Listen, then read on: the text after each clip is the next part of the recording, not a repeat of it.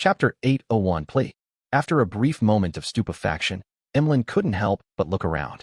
He suspected that the world was lurking around him, as though he was one of the nearby believers. After all, he had never mentioned the mental terror candle at the tarot club. Bishop Utravsky seldom had conflicts with others, so he almost never used any mystical items. If it wasn't because Emlyn had been planted with a psychological cue to frequently head to the Harvest Church and receive the heads-up from Sherlock Moriarty, he wouldn't have asked the bishop and learned of the existence of the mental terror candle. At that instant, everyone looked like the world to Emlyn. Be it the plump middle-aged man, the granny with a gray headscarf, or the fashionable beauty, he felt that all of them looked like they had something similar to the world. No, I must figure it out. He's actually so aware of my surroundings. I haven't mentioned certain things, even while in front of Mr. Fool. Emlyn was left in utter shock as he stood up and walked to the clergyman's break room at the back. In a quiet and empty environment, he replied, "Honorable Mr. Fool, I wish to directly communicate with the world." In less than 10 seconds, Emlyn saw a dark red glow surge forward like a tidal wave and devour him. Then, he found himself back above the gray fog. He was inside the majestic palace and was seated at his seat. And at the other end of the mottled table was the blurry figure of the world who was waiting for him. Compared to before, Emlyn had changed tremendously. He wasn't in a rush to speak to the world, and he instead bowed to Mr. Fool, who was leisurely watching at the other end of the table, before looking at his target. "How did you know that I can get the mental terror candle?" Under Klein's control, the world said with a hoarse laugh, "We might have met before." He didn't speak further and only mentioned the key point. As for whether Emlyn could figure out the situation, that wasn't his problem. Of course, Klein believed that Emlyn lacked the ability to connect the world to Sherlock Moriarty since he lacked the necessary clues. Emlyn frowned bit by bit as he had a few targets of suspicion, but he wasn't able to determine who was the world. "Believe me, I have no ill intentions towards the members of the Tarot Club," the world added when he saw Emlyn in a state of prolonged silence. There will be a day when I'll find you." Emlyn silently muttered to himself as he asked, "What are you going to do with the mental terror candle? I need to have a substantial reason to borrow such a mystical item." Klein controlled his urge to rub his temples as he made the world turn solemn and say, "To treat my psychological problems." Treat psychological problems. Emlyn couldn't help but shrink his body back before straightening it again. Looking back at the world, his eyes clearly indicated that the world really was a dangerous lunatic. The mental terror candle does have such effects, Emlyn thought for a moment, and said, "I can only borrow it for half a day. There wouldn't be any problems, right?" Klein held back the horror and pleas that were running through his mind as he controlled the world to answer, "No problem." If the mental terror candle was effective, Klein could finish the problem in 15 minutes. If it wasn't of any use, it would be the same even if he possessed it for days or months. Therefore, the rental duration wasn't critical. He didn't mind such restrictions at all. Emlyn did a count and said, "The rental fee will cost £300, as well as 5 pages of Beyond Her Powers and Laymanos Travels." He decided to outsource half of the debt he had. 5 pages. How many pages did this fellow use? As Klein lampooned, he made the world reply, "That wouldn't be an issue." After closing the deal, Emlyn immediately returned to the real world and walked into the Harvest Church's break room for the clergyman, casting his gaze to the side of the altar and waiting for Bishop Utravsky to finish talking to the believers. Emlyn suddenly fell into a dilemma. Although he sounded confident in front of the world, he had never tried borrowing similar items from the bishop. He had no idea what kind of attitude the bishop would have. As his gaze darted around, Emlyn subconsciously surveyed the tiny prayer hall. "I've helped Father rescue many commoners who were infected by the plague, and have been teaching those who wish to learn about herbs. I've made the faith of Mother Earth spread quite significantly in this borough.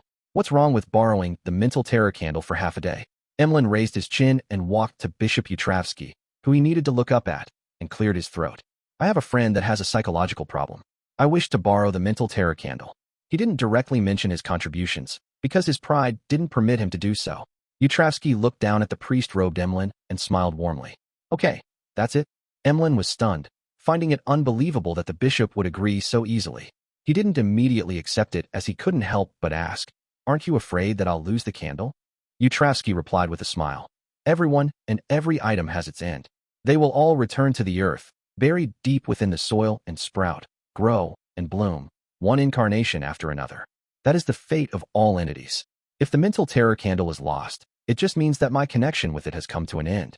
I will need to patiently await the arrangements that fate and Mother have for me. Whether the mental terror candle is lost depends on fate, but whether I end up being killed by you is also fate." Emlyn lampooned without asking further. He received the strange candle from the half-giant bishop. Following that, He used the excuse of needing to treat his friend to leave the Harvest Church. He randomly found an inn and set up the sacrificial ritual. Above the gray fog, Klein once again received the mental terror candle. More than half of the mystical item was burnt, and its surface was covered with what looked like human skin. There were a few warts that protruded out. The candle's wick was very short and was entirely black in color. It was covered in thin, densely packed, scale-like patterns. Klein didn't delay, for he didn't wish to give his alternate personality a chance to grow. He wanted to resolve the problem completely while it was still weak. Otherwise, what awaited him was the irreversible fate of losing control. Furthermore, the mysterious space above the gray fog would completely screen the negative effects of the combat between the two personalities. Phew! Klein slowly exhaled as he extended his hand to summon the sea god scepter. At that moment, he didn't do any divination because he couldn't be sure who me referred to. The outcome would naturally be meaningless. Klein snapped his fingers and lit the mental terror candle. Above the pitch-black wick, a flame with light blue spirituality silently glowed, illuminating the palace that looked like a giant's residence. Unknowingly, the environment changed as a cupboard, desk, bunk bed, and gas meter appeared in Klein's eyes. The crimson moonlight shone in from outside the windows, covering every item with a crimson veil layer. This was the apartment where the Morettis had lived in. This was the place where Klein Moretti had shot himself to death. At that moment, a figure was sitting at the bottom bunk, looking at the sea god scepter-wielding Klein with a warped expression.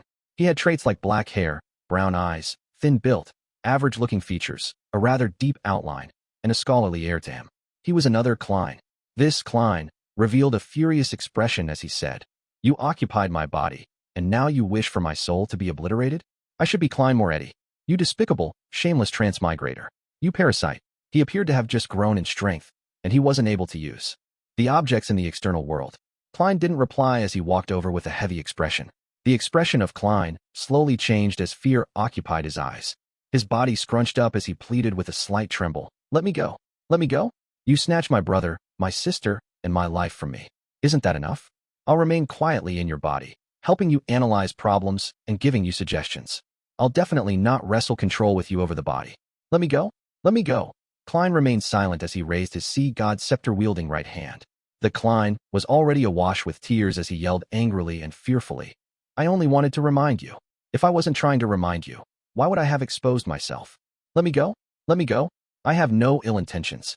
Klein silently looked at him and made the blue gems on the tip of the sea god scepter light up one after another. Lightning bolts instantly appeared as they twisted and entangled Klein, like a storm. Amidst shrill cries, the figure rapidly dissipated as a bolt of lightning wiped all traces of it. As expected of myself, to know the soft spots in my heart and which are the most effective ways to plea. However, I've already come to know who I am. I'm Zhou Mingrui, who has fused with Klein's memories and emotions. If I were to let you go, it would be equivalent to splitting the two up, admitting that they are opposing parties. That way, I'll immediately lose control once I return to the real world. Klein lowered the scepter and closed his eyes as he sighed silently. Then, he ultimately maintained his lucidity as he left the mind world. Chapter 802, Follow-up Solutions. When Klein opened his eyes again, the threats and pleas in his mind had vanished. The light blue flame before his eyes continued burning on that pitch-black wick. He seriously inspected the state of his spirit body and confirmed that the signs of chaos were gone. His aura's colors had turned pure and were no longer spotted. It's finally resolved. Klein heaved a sigh of relief and lowered the sea god scepter. With a snap of his fingers, he extinguished the mental terror candle. He didn't immediately return to the real world. He sat quietly above the gray fog as he used the silent palace to calm the remnant negative emotions that his inner heart couldn't vent. After this matter, Klein gained a deeper understanding that the path of a Beyonder was a path that constantly fought with madness. All Beyonders would be pushed to the brink of losing control, or they would have psychological problems if they weren't careful due to internal reasons or external stimuli.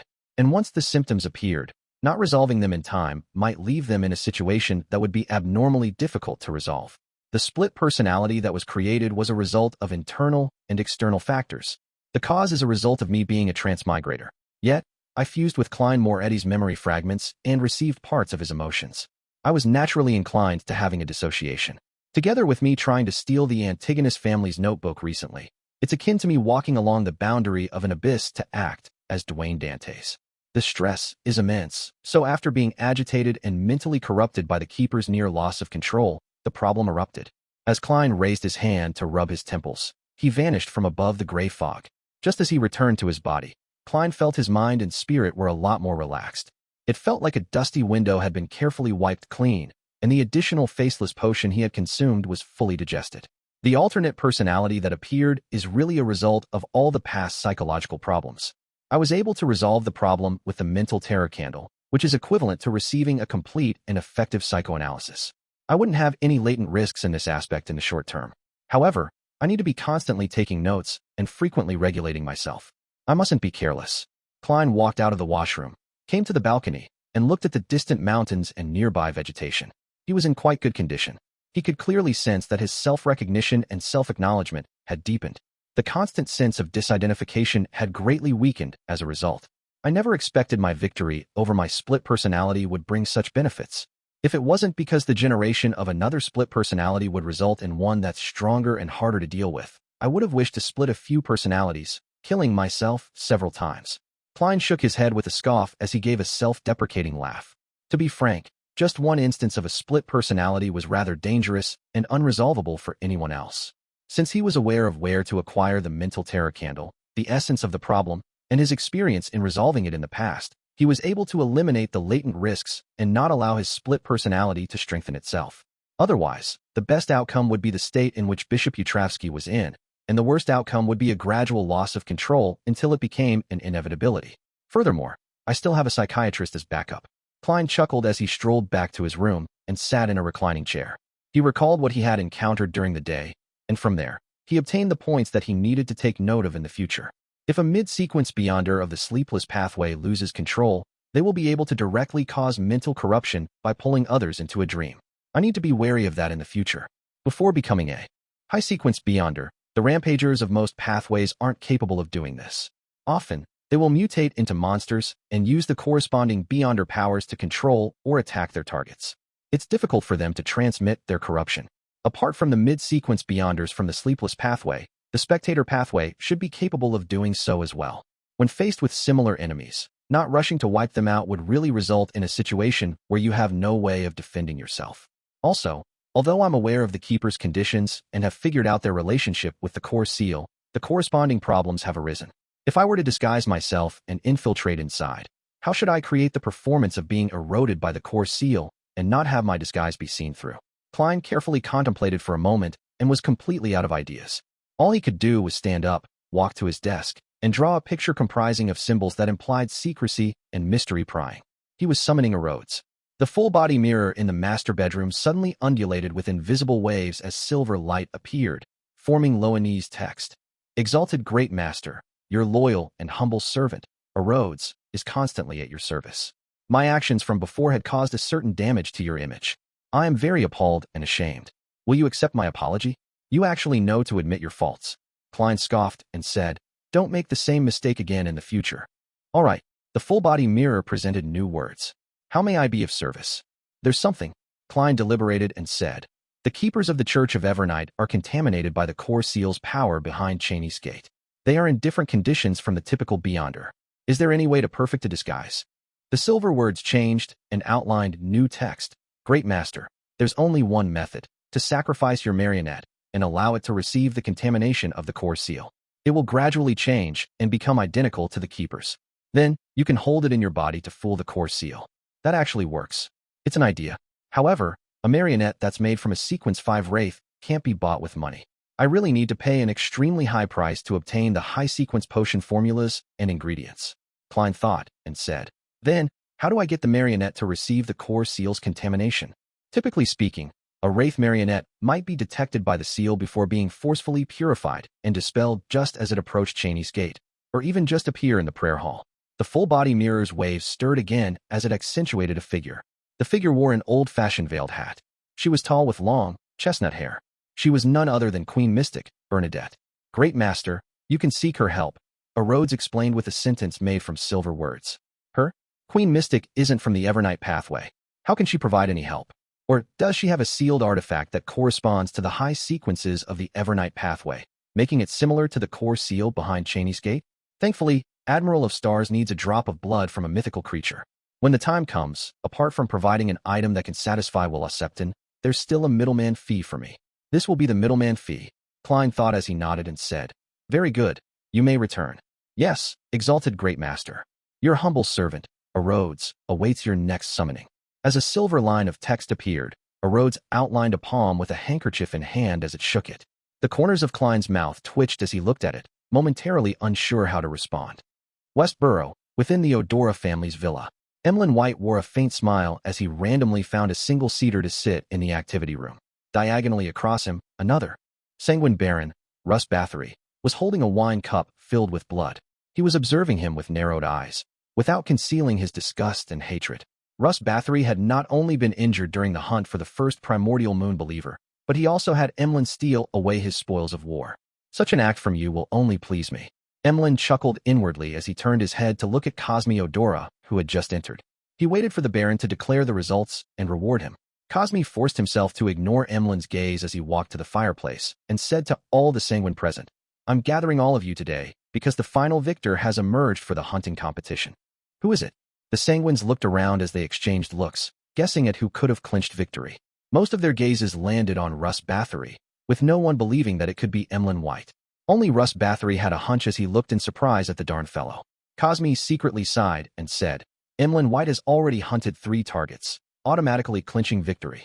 What? A young sanguine blurted out in disbelief. The sanguine was a race with fewer members than humans. In Backlund, they were all part of a smaller community. Therefore, they weren't unfamiliar with each other. Everyone knew what kind of sanguine Emlyn was. Chapter 803, Name Rectification. Amongst all the sanguine present, even if Emlyn wasn't the oddest, he was definitely among the top 10. As a member of a race born with a long lifespan, having one or more hobbies to kill time was common. Emlyn wasn't the only one who liked dolls, but that wasn't the problem. Aside from purchasing new dolls and matching them with new clothes, or obtaining blood from hospitals to drink, he almost never left his home. Nor did he enjoy interacting with his fellow kinsmen.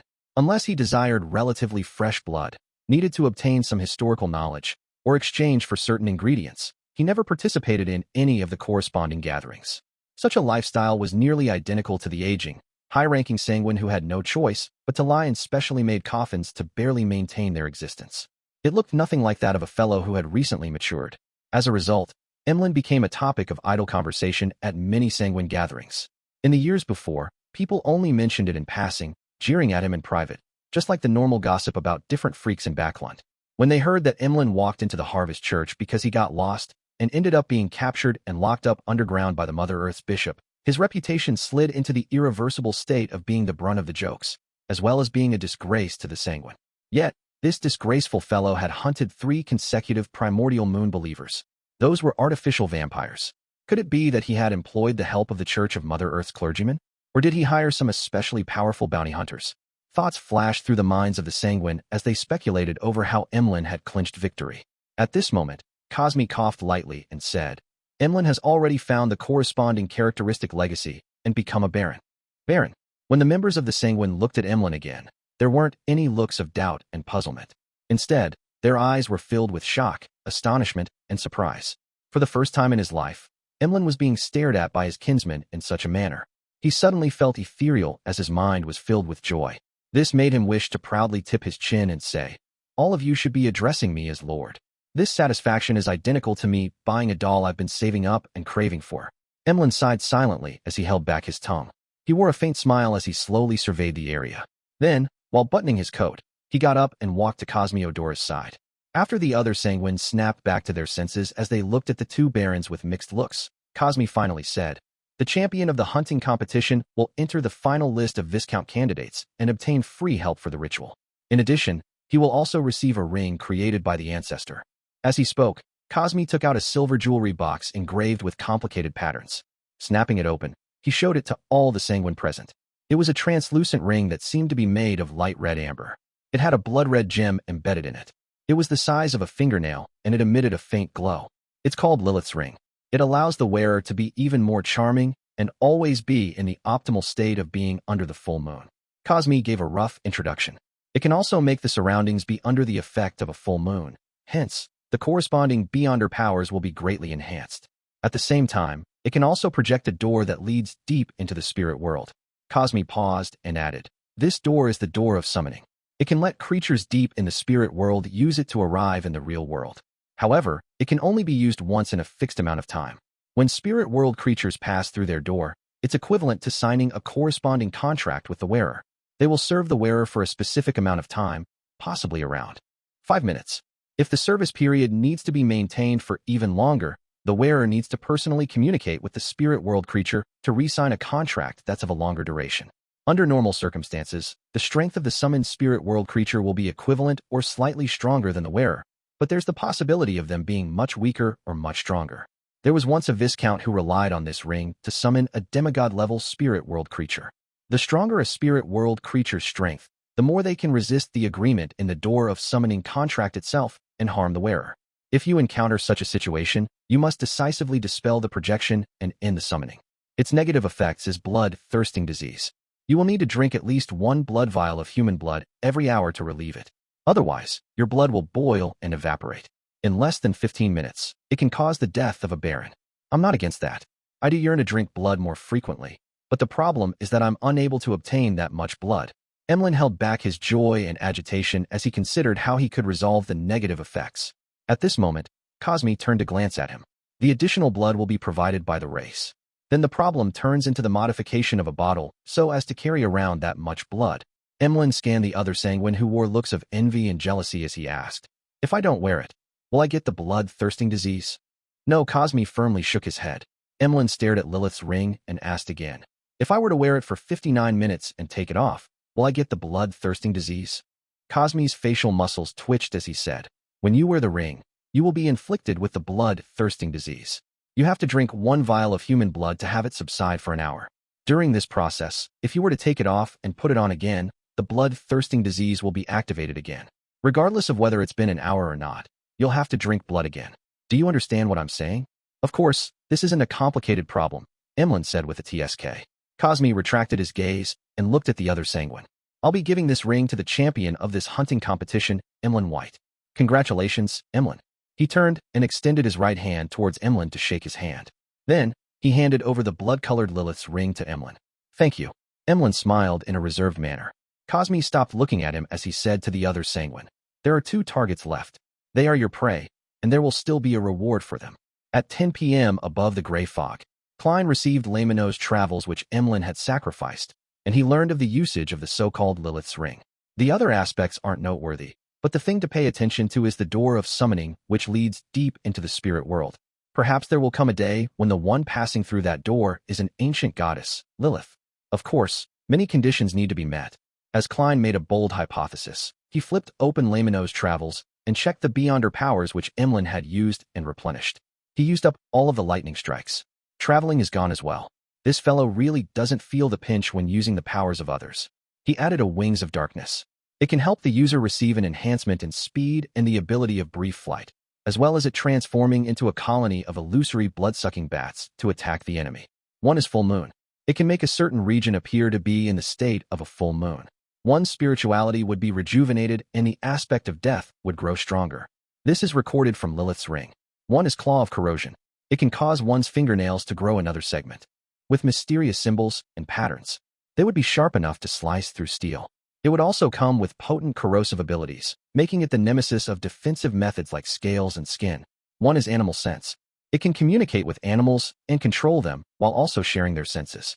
If used well, this has wondrous effects. I've never seen Emlyn use it before. What a waste.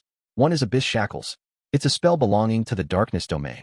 It can make the darkness or shadows condense into a chain that controls or restrains the enemy. There's no door of summoning. That's right. It should be very difficult to record. With Emlyn's personality, he would have given up after a few failures.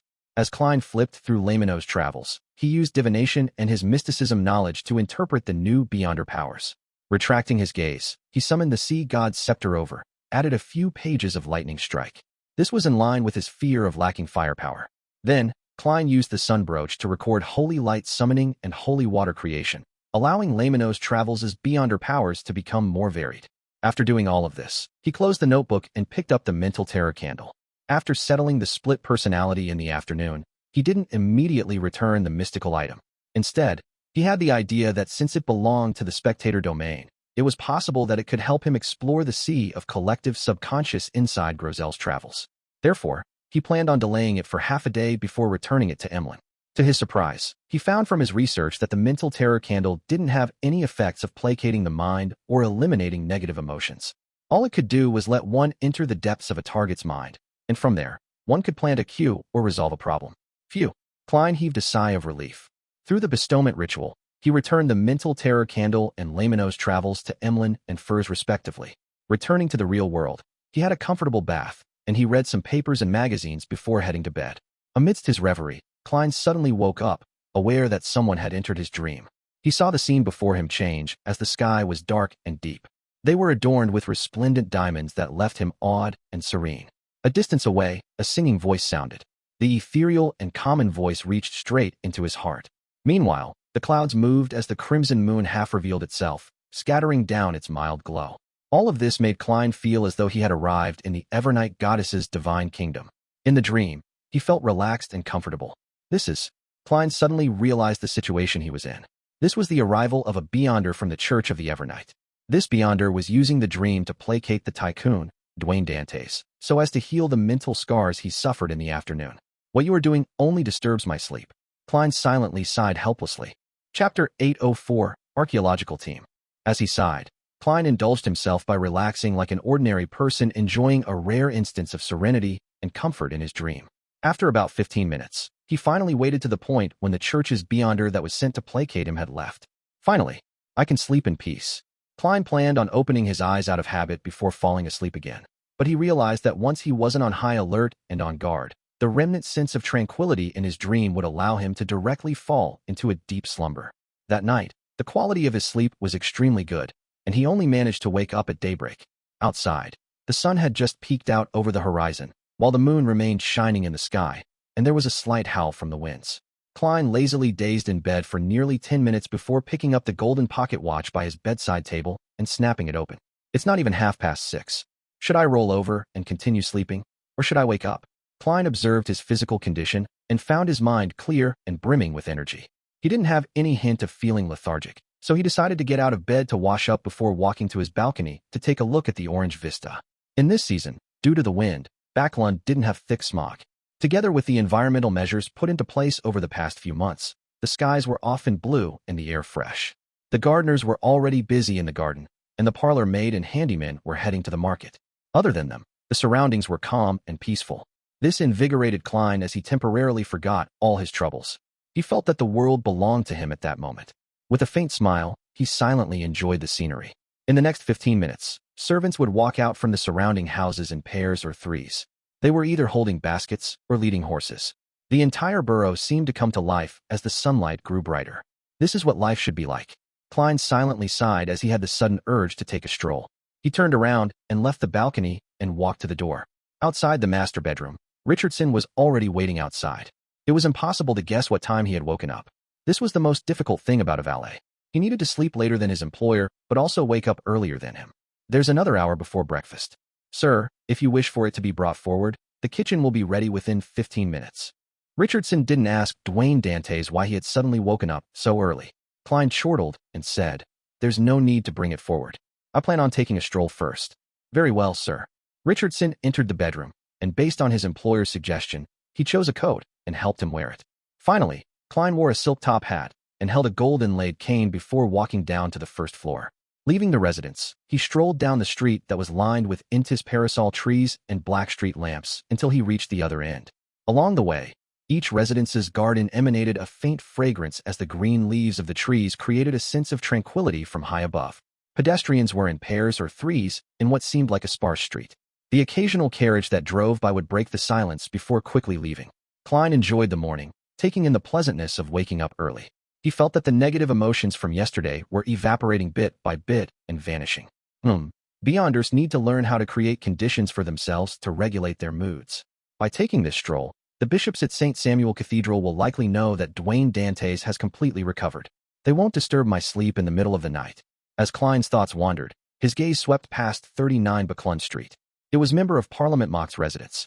Its external perimeter was in the form of sharp iron rods, allowing passers-by to appreciate the beauty of the garden within through the gaps. While moving his gaze away, Klein saw a familiar figure. It was Hazel with her long black-green hair and dark brown eyes. This beautiful and proud lady was strolling through the garden's trails with her maid, looking around from time to time. She woke up early as well. Her quality of sleep is excellent because she doesn't need to head down the sewers in the middle of the night. Klein lampooned and retracted his gaze as he continued proceeding forward. Glancing at Richardson, who was silently following behind him, Klein suddenly thought of the news reports, magazine articles, and novels he had recently read about the southern continent. He consciously kept up with the content of that region because that would flesh out his persona as Dwayne Dantes. After all, a lot of what he knew about the southern continent stemmed from the pirates, adventurers, and the Fog Sea's strongest hunter, Anderson. He had no idea if they were exaggerated or fabricated.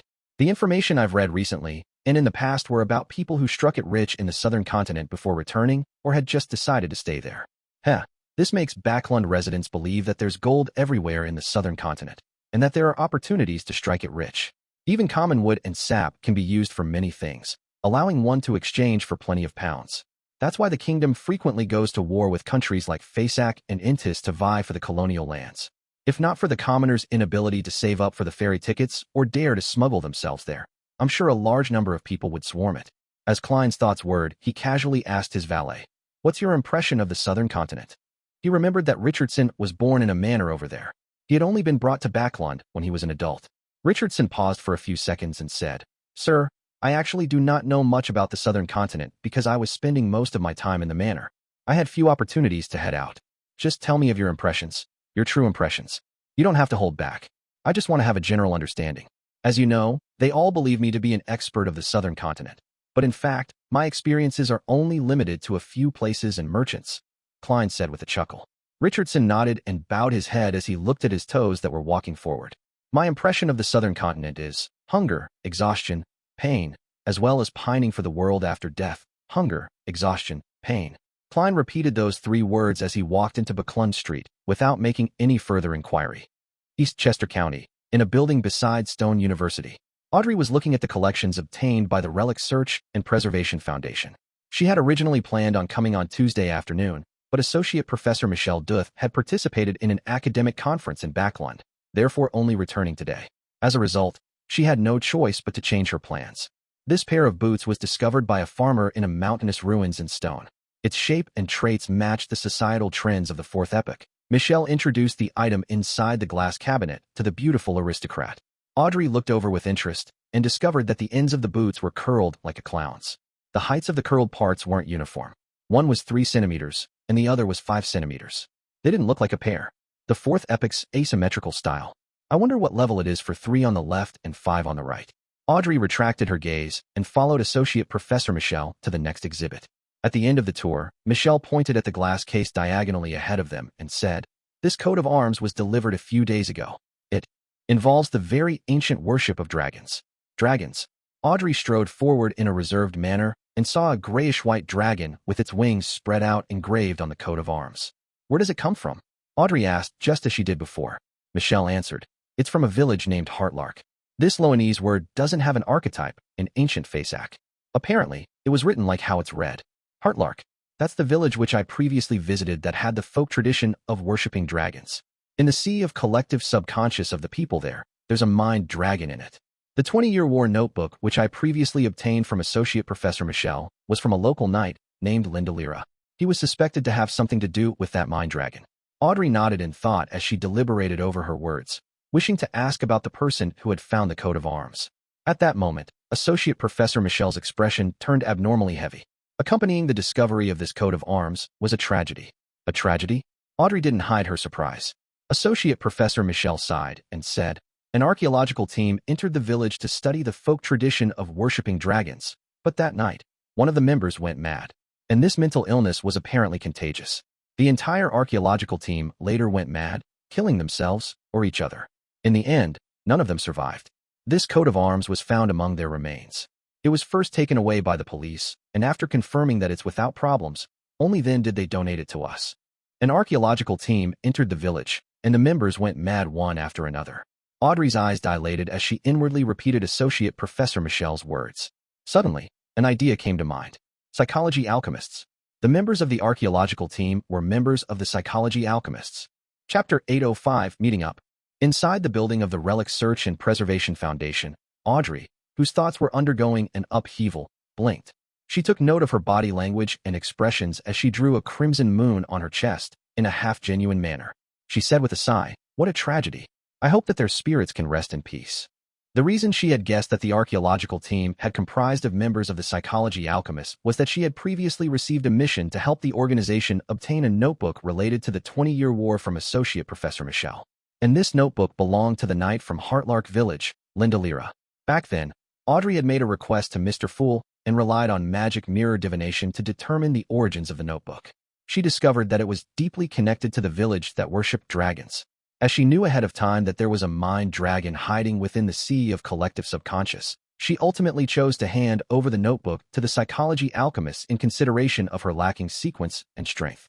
That also meant that the psychology alchemists had quite a significant chance of locking onto Heartlark Village through the notebook before heading over to find their target. Another factor that Audrey used in her judgment was the strange mental illness that the archaeological team suffered.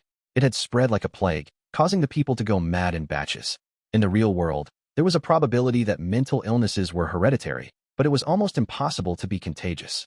But in the mysterious world, in the world of the mind and consciousness, chaos and madness could be spread to others through spirit channeling, dreams, and the subconscious. And hidden in Heartlark Village was a mind dragon that had lived for years. The psychology alchemists had found Heartlark Village through the notebook, and the threatened mind dragon used this ingenious method to spread mental corruption. He might have achieved this through the sea of collective subconscious. The Beyonder world sure is dangerous. This small team must have been formed by a selection of Beyonders, but they ended their lives in such a simple and ridiculous manner. As Audrey thought about it, she was glad that she had made a sufficiently rational decision. She hadn't willfully used the knight's notebook to explore Heartlark Village. Otherwise, there would probably have been an addition named to the list of members who went mad. Thanks to Mr. Fool. Thanks to the other members of the Tarot Club.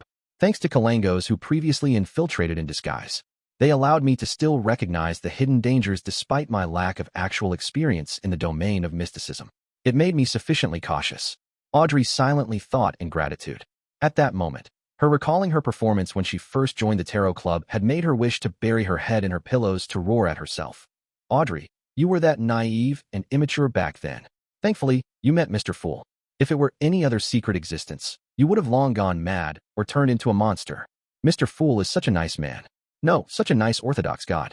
By the side, Associate Professor Michelle noticed that Audrey had been silent. He said with a heavy nod, "Yes, it truly is a tragedy that strikes one with fear. I only wish that the government has already handled the matter and prevented the contagious mental illness from becoming a plague. Don't worry, unless that mind dragon loses control and plans to challenge the three churches, there won't be any more victims of that mental illness." Audrey replied silently. From her point of view, the official Beyonders had already taken on the case. After all, a contagious mental illness was definitely going to be under the purview of the official Beyonders. Therefore, the dragon coat of arms in the glass case must have been determined to be fine before being donated to the Foundation. The police department didn't have such authority. While Audrey felt pity for the archaeological team who were suspected to be psychology alchemist members, as though she had experienced the tragedy for herself, she was curious if the mind dragon remained in the vicinity of Heartlark Village. To hide in the sea of collective subconscious with one's actual body would probably make it difficult to be discovered. However, the three churches have a long history. In the fourth epoch, or even earlier, they must have had bouts with mind dragons, so perhaps they have the corresponding records about it. Besides, the psychology alchemist is in control of the spectator pathway and has the existence of high-sequence Beyonders. Their comprehension of the sea of collective subconscious can't be much weaker than the mind dragons. After suffering a terrible failure due to the lack of information, they will definitely send a very powerful team. Although that mind dragon was stronger than what the psychology alchemists expected, it probably wouldn't stay there to be discovered. It should have left. Audrey made an inference based on what she knew. She didn't have any thoughts of visiting Heartlark Village to figure out the truth, because she long knew that the present her lacked the strength to deal with the mind dragon. Her only intentions were to mention the matter at the next Tarot Club, and see if the other members could provide any feedback or any valuable knowledge.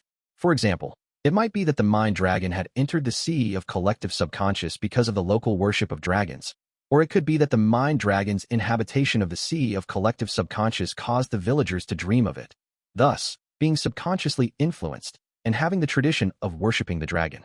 On Friday afternoon, Klein received the invitation list for the ball tomorrow. He began to seriously memorize the topics he needed to discuss with different guests. When meeting Member of Parliament mocked, "I need to make remarks about the recent good air in Backlund and make a few jokes about the Lone Kingdom Imperial Science Institute." As Klein memorized each line, he suddenly heard stacked illusory pleas. A man. Based on how long it's been, it's most likely Mr. Hangman. In thought, Klein put down the piece of paper in his hand and gulped down a mouthful of black tea before leaving the half-open room with the big balcony to head for the master bedroom's bathroom. He took 4 steps counterclockwise and went above the gray fog, and he discovered that it was indeed the Hanged Man. This man had requested the Honorable Fool to inform the world that he had arrived at the capital of the Rorsted Archipelago, city of generosity, Byam. He could head for the primitive island in 2 days after he replenished his supplies. He wanted the world to begin preparations so that they could meet in time. He also indicated that if he lacked the means to head for the primitive, he could arrange for the world to secretly board the Blue Avenger. Board the Blue Avenger and bring a bunch of sailors from the Church of Storms to the vicinity of the primitive island? How long can the Sanguine's anesthetic gas you bought from Emlyn last? Will there be enough time to explore? Klein thought for a moment and conjured the world Gehrman Sparrow, making him pray devoutly. There's no need to go through that much trouble. You should have freedom of movement in Byam. Meet at the cemetery outside the city at midnight today. Before that, replenish your stores. Byam, in an inn. Alger frowned slightly after hearing the world Gehrman Sparrow's words. He did have freedom of movement in the city of generosity. This was because the sailors were eager to head to places like the Red Theater. They were definitely not returning tonight, and after waking up in the day, it was almost certain that they would head to a casino to gamble to let themselves loose. It was to vent the repression and misery that resulted from drifting out at sea for extended periods of time. That also meant that even if Alger disappeared for a night and a day, no one would discover it. Is the world implying that we use this interval? That is indeed better than using the Sanguine's anesthetic gas. I've already used it twice, so who knows if someone is already suspicious about it and is waiting for his theory to be validated. But without a ship, how do we head for the primitive island? Oh, Laymanos Travels? Miss Magician did mention that it has the beyonder power of teleportation. However, there's only one page, making it impossible for a return trip.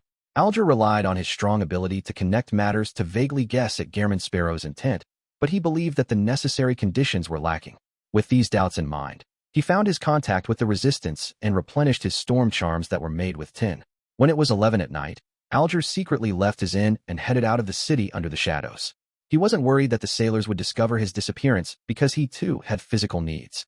It was possible that he was sleeping in a lady's bed in the Red Theater and was unwilling to return. And there were many such brothels in Byam, with many prostitutes in existence. It was impossible to say that there was something wrong with him because he wasn't at the Red Theater. Once he left Byam, Alger walked on a narrow road where horse carriages couldn't pass as he headed for the mountainside of the mountain range beside the sea. Suddenly, his gaze froze as he noticed something. Under the crimson moonlight's illumination, the mountain that originally existed had vanished, and the area underneath, such as the piled stones, vegetation, and terrain, changed almost completely. Alger had come from the Resistance's private harbor earlier. He hadn't managed to pay close attention to the mountain. Hence, he only noticed the abnormality at that moment. The mountain collapsed? It actually collapsed? Right, it was previously mentioned in the papers that Byam encountered a shallow earthquake, with its might being focused in the mountain range outside the city. Also, the church's deacon said that Gehrman Sparrow nearly destroyed Byam, and that matter had demigods involved. Both of them occurred during the same period. Could it be caused by Gehrman Sparrow? He instigated a demigod-level battle, and he managed to successfully escape while killing Admiral of Blood? Alger's pupils dilated as his footsteps slowed down to a halt. He suddenly understood why the Church of Storms had placed great importance on Gehrman Sparrow, and why he had a bounty worth as much as 50,000 pounds.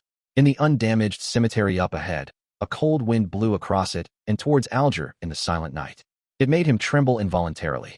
At that moment, Alger's heart stirred as he turned his head to look right. Underneath a giant tree, a figure quickly outlined itself in the shade. This figure had his hand on his top hat while he slowly looked up, revealing a thin face and cut features. The emotionless dark brown eyes were none other than Gehrman Sparrow's. Chapter 806. Entering the island in the middle of the night. He did teleport over. How extravagant. Alger tensed up before relaxing. However, he did not let his guard down at all. Upon meeting Gehrman Sparrow again, he discovered that there wasn't much of a change to him. However, his every action had the indescribable air of a powerhouse, and the profundity he exuded left him apprehensive. As expected of the crazy adventurer who can instigate a battle of demigod proportions while escaping unscathed, the slight bit of smugness of having become a Sequence 5 vanished from Alger. He slowly walked over with lantern in hand. When he saw Gehrman Sparrow, he deliberately probed. The traces you left behind might not vanish for the next few centuries or even millennia. He was trying to confirm if the mountain's collapse had anything to do with Gehrman Sparrow. Klein shot a glance at the modified terrain as he released his grip on his top hat and smiled in a gentlemanly manner. The one who contributed the most in causing this damage was Sea King. Man, he actually triggered a demigod battle that could have destroyed Biome, causing Sea King to directly attack. Yet, despite such circumstances, he survived and left with Admiral of Blood. It's completely unimaginable and unbelievable. Alger began to suspect if Gehrman Sparrow had a Grade 1 sealed artifact on him, an item at the demigod level. He didn't express his shock and surprise, nor did he dare to probe further. Instead, he asked, "Do you plan on heading to that primitive island now?" "Of course," Klein answered calmly. It was late at night, a period when Dwayne Dantes was asleep. No one would disturb him, but he had to show himself once it was daytime. Of course, to prevent any unexpected circumstances, Klein had summoned a Rhodes to monitor the mirror illusion and provide a response. It's thanks to the Church of Evernight for having ended its dream treatment of Mr. Tycoon. Otherwise, I would definitely have to delay the operation. Klein couldn't help but sigh inwardly. Alger observed himself and discovered that he wasn't able to obtain any mystical item in such a short span of time. He then took out an iron-black ring that protruded out like a thorn and wore it on his left thumb. Bearing with the excruciating headache, he nodded slightly. "I hope for a pleasant partnership." Then, he saw Gehrman Sparrow walk over with a stoic expression, reach out his hand, and grab his shoulder. At that instant, Alger's first reaction was that Gehrman Sparrow was attacking him. He instinctively wanted to turn to the side to dodge his attack, only to recall his previous guess. Amidst his racing thoughts, he withheld his subconscious reaction and allowed the crazy adventurer to place his palm on his left shoulder. Right on the heels of that, he noticed Gehrman Sparrow's left hand turn transparent as though it was bearing the shadows of the spirit world. Then, the blacks before his eyes grew darker, and the crimson moon turned brighter. All kinds of colors seemed to layer upon one another. Countless nearly formless figures receded backwards as Alger tore through the spirit world with Gehrman Sparrow's help. Creeping hunger. Teleport. So that's how it is. Just as he had such a thought surface in his mind, he saw his body plummet as the saturated colors around him receded. Everything had returned to normal. Beach, reefs, trees. This is a deserted island. Alger surveyed the area and was just about to speak when the colors around him saturated as the layered phenomenon happened once again. This time, when he left the spirit world, he was in midair with undulating waves beneath him. Although Alger had never worked with Gehrman Sparrow in actual combat before, the experience him immediately created a spiraling wind and allowed them to float. It was a tacit display of teamwork. Hence, the teleportation triggered successfully once again as Alger's and Gehrman Sparrow's figures rapidly phased away. When the surroundings were restored again, the two had arrived at the periphery of a gigantic island. There was a heavy mist in midair that the crimson moonlight was unable to fully penetrate. This not only failed to disperse the darkness in the forest and mountain, but it also added an eerie charm to it. "We're here," Alger said as he looked around. Klein wore an indifferent expression, but in fact, he was cautiously observing his surroundings. He found the place extremely quiet. There weren't any birds tweeting, wolves howling, or bugs chirping. It exuded a deathly silence. As though guessing his feelings, Alger raised the lantern and illuminated the shrubs ahead, where there was a natural trail made up of beast-type footprints. He said, "If you come in the day, it will be quite a lively sight. You will even see birds that only exist in myths fly in the forest. But at night, the power that rules this place will change. Many beyonder creatures will hide as they await daybreak. Mr. Hangman has come here more than once. At the very least, he has the experience of a day and night here." Klein silently nodded without speaking further. Alger thought for 2 seconds and pointed ahead. "If we follow this trail and enter the dark forest all the way to the end, we will arrive at that ancient ruins of unknown age. On the way, we can hunt the beyonder creatures that we encounter and are able to deal with. If it's killed independently, the corresponding ingredients will belong to the killer. Those we jointly killed will be held in your custody. When we leave this place, we can take turns to choose. We will determine the owner based on our contribution, to decide who has the priority to choose, as well as the number of priority choices." Instead of being in a rush to take action, he first made clear the route and the plan to split the loot. It was to prevent any conflict that would result from the exploration. "To let me have custody of the loot we receive from a joint kill. Mr. Hangman is being very sincere." Klein raised his right hand and pressed down his half-top hat and chuckled. "No problem." Alger heaved a sigh of relief and continued. "Our main goal is to explore that ancient ruins. The spoils we obtain along the way are supplementary. Once we finish the exploration, it's best we leave immediately without heading to the other zones or taking other paths. As for anything in the future, it's up to you to decide when and where you would like to explore." Alger emphasized this matter because he was afraid of Gehrman Sparrow's greed. After all, Beyonders were not perpetual machines. There was bound to be a point when they were exhausted. After a round of explorations, they were bound to be close to their limits. If they were to force themselves to hunt Beyonder creatures in other zones, perhaps the identities of hunter and prey would switch. Even if the crazy adventurer was very powerful and unafraid of such danger, to be in a state of drained spirituality would trigger signs of losing control. Do you think I'm not sharing the same thoughts as you? I'm the one worried that you'd be the one who's overly greedy, rashly proceeding deeper just to obtain more. Klein smiled and said, I'm a polite person. Polite? Alger was a little puzzled by Gehrman Sparrow's choice of words. The corners of Klein's mouth curled as his expression turned darker in the darkness. When visiting someone's place for the first time, overstaying would be impolite. This fellow's train of thought and logical behavior is completely different from that of a normal person's. As expected of a crazy adventurer, Alger was first taken aback before he raised the lantern and took a step forward in the dim red shadows. Let's set off. Klein allowed his hands to naturally droop down as he walked beside Alger like he was on a hike. The two quickly entered the dark forest that had nearly zero moonlight shining in. They saw that the trees were thick and tall with luxuriant leaves. Even the smallest trees were thicker than the span of a person's arm. And the trait they all had in common was that the bark appeared scaly. They were densely packed together as though they would come to life or squirm at any moment. It's like a mutated Drago tree. A snake-scaled tree? Klein retracted his gaze and noticed the weeds at his feet that didn't seem problematic. None of them spoke as they maintained a state of abnormal silence.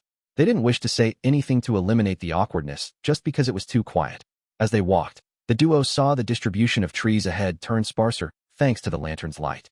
Thump, thump, thump. A dull knocking sound echoed through the area. As Alger and Gehrman approached, it became clearer and more obvious.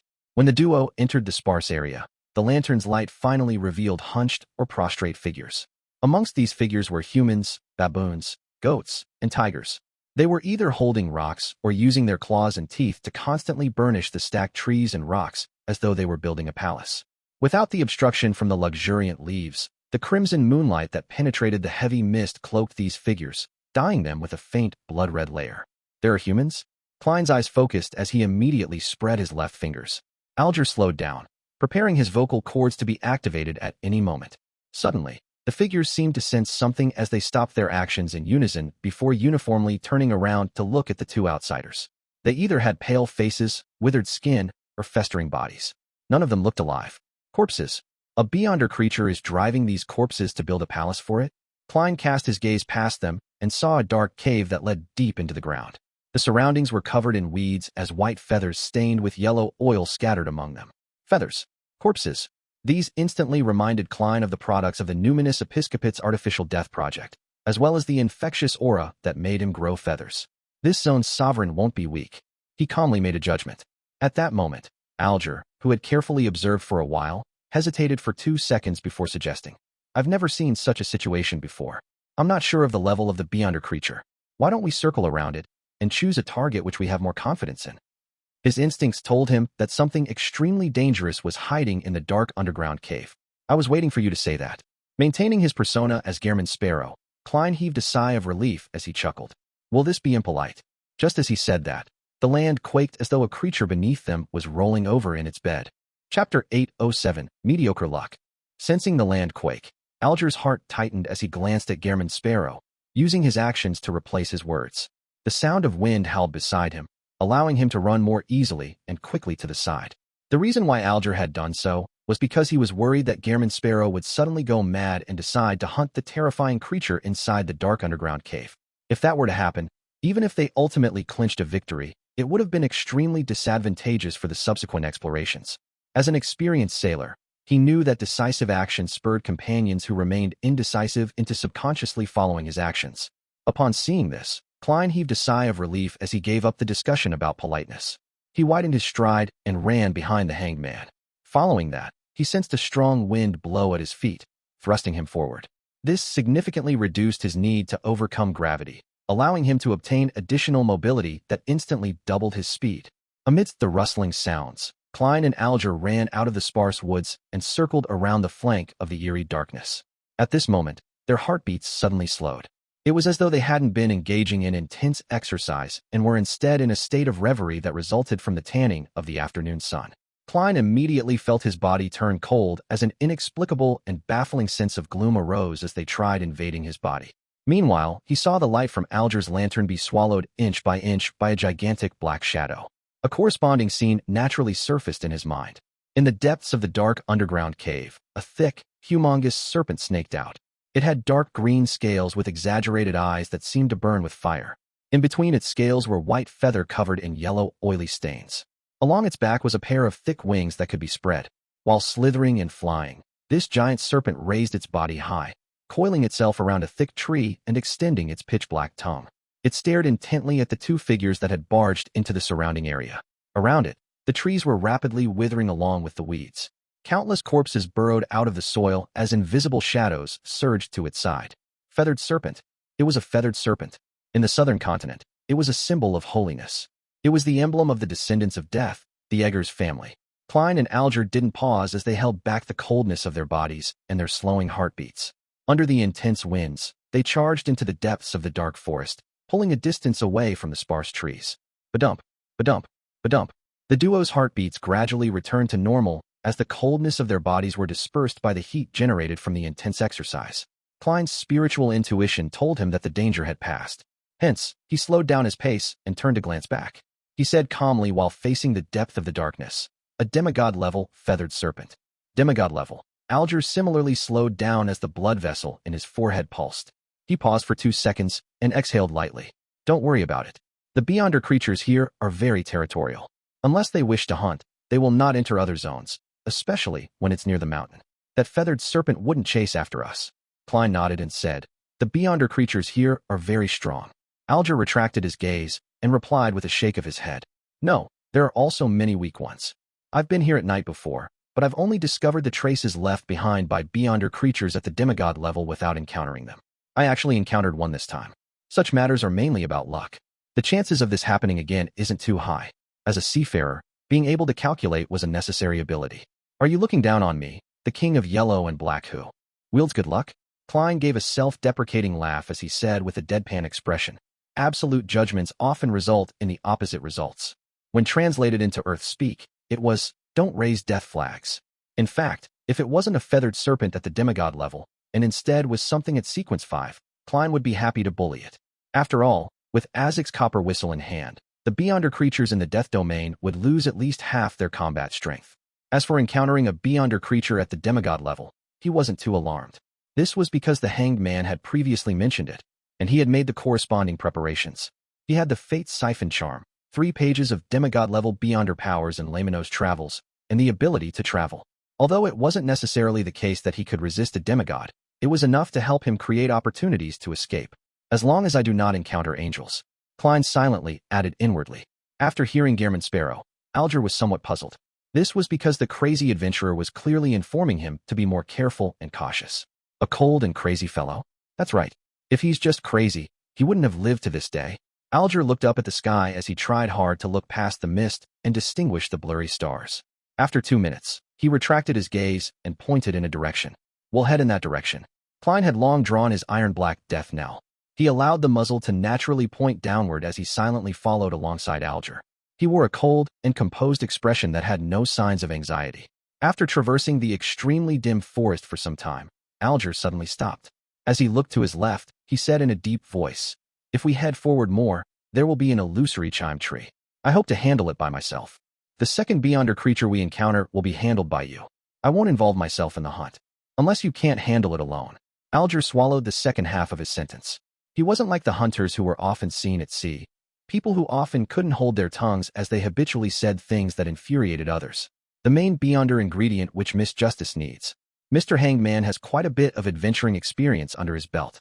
He knows that being frank at times is more useful than concealing matters, and that negotiating is more effective than scheming. Klein maintained Gehrman Sparrow's persona as he nodded with a hint of gentlemanliness amidst his coldness. "Okay, if you can't deal with it, it's best you shout for help. Otherwise, I'll treat it as your persistence." The style of a crazy adventurer appears to be different from hunters, but in certain aspects, they are surprisingly similar. Alger silently drew a breath as he continued forward with his lantern. As they walked, they heard weak chiming sounds, and they immediately felt as though they were home, their bodies and mind at ease. Klein acutely sensed that his wariness was melting away in an irreversible manner. No matter how much he emphasized it to himself, he was unable to tense up. At that instant, He even had the urge to head for the source of the chimes, believing that there was something extremely dear and familiar to him located over there. As they were quite a distance away, the chiming was sporadic. Klein was barely able to hold himself back as he turned to look at Mr. Hangman. Alger no longer looked as staid as before. The eyes of his rugged face were slightly red. It was unknown if he had recalled something that caused him to plunge into some emotional state. I wonder what Mr. Hangman looks like when he's crying. It must be quite terrifying. Klein couldn't help but muse. At this moment, Alger said softly with a hoarse voice, "Leave it to me." Just as he said that, he put down the lantern and slightly turned the sinister ring on his left thumb. He made the protruded thorn that looked like it was stained with old bloodstains turn brighter. This was his mystical item, Whip of Mind. Its side effects was to place the wearer in a state of a constant headache, one so bad that the wearer would yearn to slam their head into a wall. However, at that moment, the excruciating headache made Alger maintain his basic lucidity amidst the chimes without being truly hypnotized. At times, a side effect might actually provide benefits to the wearer. As Alger remained poignant, he took out a wooden box from his pocket and snapped it open. Inside it was a gray rat. Mr. Hangman wishes to use the rat as bait, so as to attract the illusory chime tree's attention before taking the opportunity to attack it? Not bad. He made adequate preparations. He already had a detailed plan ahead of time. As an experienced adventurer, Klein instantly guessed the hangman's thought processes. Alger held up the rat and shook it when his expression suddenly turned odd. The gray rat was no longer moving. It wasn't breathing and was cold. It wasn't able to take on the responsibility of being bait. Back when they encountered the demigod-level feathered serpent, although Alger was in the periphery of the entity's focus and had escaped quickly without being overly affected, the gray rat he carried with him was only an ordinary animal. It didn't have a strong constitution and vitality, so it perished from the effects of the feathered serpent. It's dead. It's dead. Mr. Hangman now understands a principle. Plans often can't keep up with change. His luck is mediocre. Upon seeing this scene, Klein couldn't help but twitch the corners of his mouth. He wanted to laugh, but he didn't make a sound, afraid that it would destroy his persona. Such situations were rare to the experienced and meticulous hangman. Alger quickly reined in his emotions as he proceeded forward with the dead gray rat. Klein bent down and reached out for the lantern as he unhurriedly followed behind him. The chimes grew clearer as it made them more and more silent, with the urge to run towards it becoming greater. After taking another few steps forward, Klein finally saw that strange tree. Above its brownish-green trunk were thin cracks. Deep inside each crack was a darkness that looked as though different eyes were growing inside them. The branches that extended outwards had chime-like metal gray objects hanging from them. They were swaying automatically, letting out melodious sounds. And on the branch closest to the trunk, there was a fist-sized, colorless, translucent fruit. Alger stared in that direction as he pressed at his throat before saying to Gairman Sparrow with a heavy voice, "It's best you cover your ears and converge your spirituality." Chapter 808, Awful Singing. Upon hearing the hangman, Klein's heart skipped a beat. He had an ominous premonition as he ignored his persona, put down the lantern, and took out 2 slips of paper. He then crumpled them into a ball and stuffed them into his ears. Seeing Gairman Sparrow do it without any questions, Alger heaved a sigh of relief. He reflected on how nice it was to work with an experienced fellow. Even though he was an adventurer known to be crazy, he was someone who followed reasonable instructions. He knew what and what not to do. Just as he was about to throw the dead rat, which still retained some of its warmth, at the illusory chime tree to divert its attention, he suddenly saw the shrubs shake as a yellow-skinned, black-striped tiger appeared. Amidst the melodic chimes, the tiger walked towards the strange tree normally, but its eyes were glazed over. It felt indescribably creepy. When Alger saw this, he lowered his arm and abandoned his attempt of throwing the dead rat. Resisting the headache, he calmly watched as the tiger walked closer to the tree due to the growing influence of the melody. It crouched down, raised its right claw, and bared its claws, slicing itself at the neck. Despite the oozing blood, the tiger seemed to have lost all sense of pain. It continued digging in deeper, engorging the wound before it began to skin itself, revealing a naked body covered in mangled flesh and blood. The chimes gradually weakened as the branch suddenly came alive. It extended downwards, stabbing into the tiger's sorry, unprotected body. Alger, who was already prepared, immediately drew his dagger, opened his mouth, and sang hoarsely, "Break, break, break. On thy cold gray stones, O sea. Break, break, break. At the foot of thy crags, O sea one." His voice had bowled overtones, but it was completely out of tune. It was at complete odds with the comprehension of both humans and creatures. It was a jarring boom that had a metallic sound to it. It was filled with the power that left one frustrated and disgusted. Meanwhile, The illusory chime tree's branches trembled as they retracted like they were huddling together. Following that, a melodious chime lessened the terrifying noise to a small extent. At Alger's side, although Klein had used paper balls to stuff his ears and had converged his spirituality, he immediately felt his forehead's blood vessels throb. He instantly had the urge to kill the singer and destroy everything before him. Furthermore, his mind had the feeling of being ripped apart. His muscles and vessels were squirming as a result. Others charge people money to sing, but Mr. Hanged Man's singing charges you with death, Klein lampooned as he resisted the irascibility in his heart. Break, break, break. Every word Alger said burst out like waves striking reefs. Bolts of silver lightning descended in turns, as though in euphoric praise. As silver flashes lit up one after another, they smote down at the illusory chime tree's surface, causing it to tremble incessantly. Its branches shook in a numb and random manner, making it difficult for it to produce the melodic, hypnotic music. Alger took this opportunity as he threw the dead rat and thrust the dagger in his hand forward. With a howling wind, invisible blades swooshed over, slicing at the branch at the top and nearest to the illusory chime tree's trunk. Gotcha! The colorless, palm-sized, translucent fruit fell as it was swept up by a gust of wind and flew into Alger's palm. The tree bark, which was covered with eye-like cracks, froze as the remaining branches drooped down, having lost their ability to move. Indeed, as long as you gather the correct intel ahead of time, beyonder vegetation at the same level is a lot easier to deal with than animals due to its lacking intelligence. Alger took out a golden container he had prepared, and he put away the illusory chime tree's fruit. Then, he turned around to look at Gehrman Sparrow. Let's continue. He suddenly stopped speaking as the word forward vanished from his vocal cords. At that instant, he saw Gehrman Sparrow's cold expression looking somewhat warped.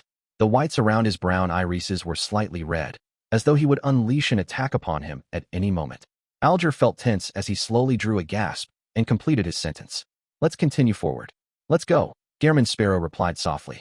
He first circled around the withered, illusory chime tree and walked deep into the dark forest.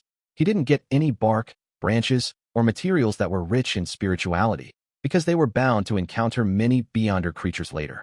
Furthermore, he didn't have any so-called storage artifacts. Naturally, he left whatever space he had for worthwhile spoils. Besides, having too many things on him would only weigh him down and prevent him from fully displaying the agility of a clown. Unfortunately, those are materials without any vitality or blood, making it impossible to enter Grozel's travels. I can let my marionette bring them in, but that will be very troublesome and detrimental to the subsequent exploration. As Klein sighed, he calmed his mind, extricating himself from the remnant effects of the Hanged Man's singing. This was the most jarring and terrible singing that he had heard in both his lives. If the Hanged Man continued for another 1 or 2 minutes, he couldn't guarantee that he could stop himself from beating him up. Using just paper balls to stuff my ears and converging my spirituality can only weaken the effects. There's no way to really block it out. Even a deaf person can hear it. This includes in exchange at the spirituality level. This is probably the most indefensible attack from an ocean songster. Furthermore, there's no way of dodging it once it happens. There's only lightning strike, which can be dodged ahead of time. This is a rather powerful sequence 5 as well. However, why does Mr. Hanged Man's singing feel completely different from elvish songster Ciata's? As Klein summarized and analyzed his experience, he was somewhat puzzled. At this moment, the lantern holding Alger, who was walking beside him, couldn't help but consider a question. Even Gehrman Sparrow can't stand my singing. How should I act as an ocean songster? In that silent environment, the two quickly proceeded forward amidst thick trees that appeared to be covered in snakeskin as they approached the ancient ruins. With a seafarer beside him, Klein saved himself the trouble of using dowsing rod seeking. He focused on watching out for any sudden attacks. The dark and silent environment resembled a horror story. As the two proceeded forward for an unknown amount of time, they discovered that the trees were beginning to systematically become sparse. This was completely different from the situation back when they met the demigod-level feathered serpent. The trees there had abruptly become sparse, while what they were encountering now was a progressive change. It made them have the misconception that they were about to leave the dark forest. After passing through this zone, we will arrive at the periphery of the ancient ruins. Alger broke the silence. He paused and then added seemingly casually, based on my experience, it becomes more dangerous as we approach it. The signs of a demigod creature I found last time was around here. However, oddly, the periphery of the ancient ruins doesn't have any signs of beyonder creatures. However, I have no idea about deep inside it. This is probably because there's an even more terrifying existence inside the ancient ruins. That zone is its territory, so other creatures do not dare to approach. Klein mumbled inwardly. He had a sense for the danger level of this expedition. He had previously performed the corresponding divination above the gray fog, and the revelation he received was that it had its ups and downs, as well as its problems. However, leaving safely wasn't much of a problem. After the hanged man said that, Klein chuckled. You likely know what my guess is. He didn't say anything further as he entered the zone with sparse vegetation. Alger silently walked beside him, increasingly convinced about his judgment of Gehrman Sparrow. He was calm and crazy. After proceeding dozens of meters forward, they suddenly saw a pair of ghostly blue eyes situated at where the lantern's glow could reach. It was a black baboon crouched on a branch. Its fur was naturally curled, and its head grew black crystals. These crystals grew upwards in a random manner, forming a strange crown. Upon seeing the black baboon, Klein and Alger simultaneously had the urge to bow their heads to not look directly at it. They felt as though it was the ruler of the nearby region, their sovereign. Alger relied on the excruciating headache which the whip of mind brought him in order to escape its influence as he hurriedly took a step to the left in an attempt to avoid any direct clashes. He left the unknown beyonder creature to Gehrman Sparrow. They had agreed to it prior. However, despite walking to the left, he ended up walking forward. His legs also hobbled as though he suddenly needed crutches. Subconsciously, Alger drew his dagger, causing sharp wind blades to swish towards the curly-haired baboon. At that moment, the baboon grinned. The wind blades suddenly changed direction in midair, moving in every direction at random to perfectly avoid hitting the target. Upon seeing this scene, Klein gave up his plans on approaching through ordinary methods. His left glove instantly turned transparent as he turned invisible. Alger stopped his actions that resulted from his stress when he saw Gehrman Sparrow in his top hat appear behind the black, curly-haired baboon. The distance between them was less than 5 meters.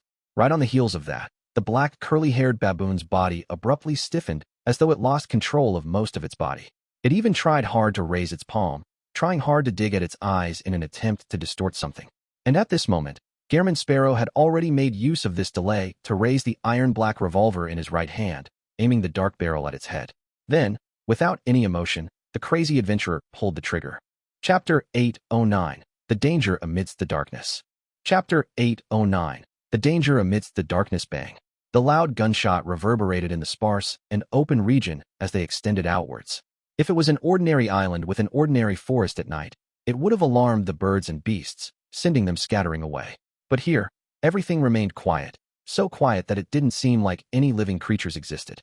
As for that black, curly-haired baboon, its head had burst open, splattering blood and brain matter everywhere like it was raining. The black crystal at its head shattered as well, with not a single piece remaining intact. Klein bent his arm and slowly retracted Death Knell, which was still spewing out smoke. He watched as the mutated curly-haired baboon's stocky body, one more that was muscular than a human's, collapsed to the group. By approaching with traveling, forcefully controlling with Wraith, and seizing the opportunity to deal a lethal strike with Death Knell, it was an instant kill. Klein wasn't doing this to flaunt his strength, but via his observations, he believed that the mutated curly-haired baboon had unique powers. If he didn't quickly finish it off while it didn't understand anything about him, there was a very high chance that the situation would be reversed, making the battle rather tricky. Besides, on such a dangerous primitive island, it was imperative he avoided situations from escalating, for no one knew what things could be lured by an intense battle.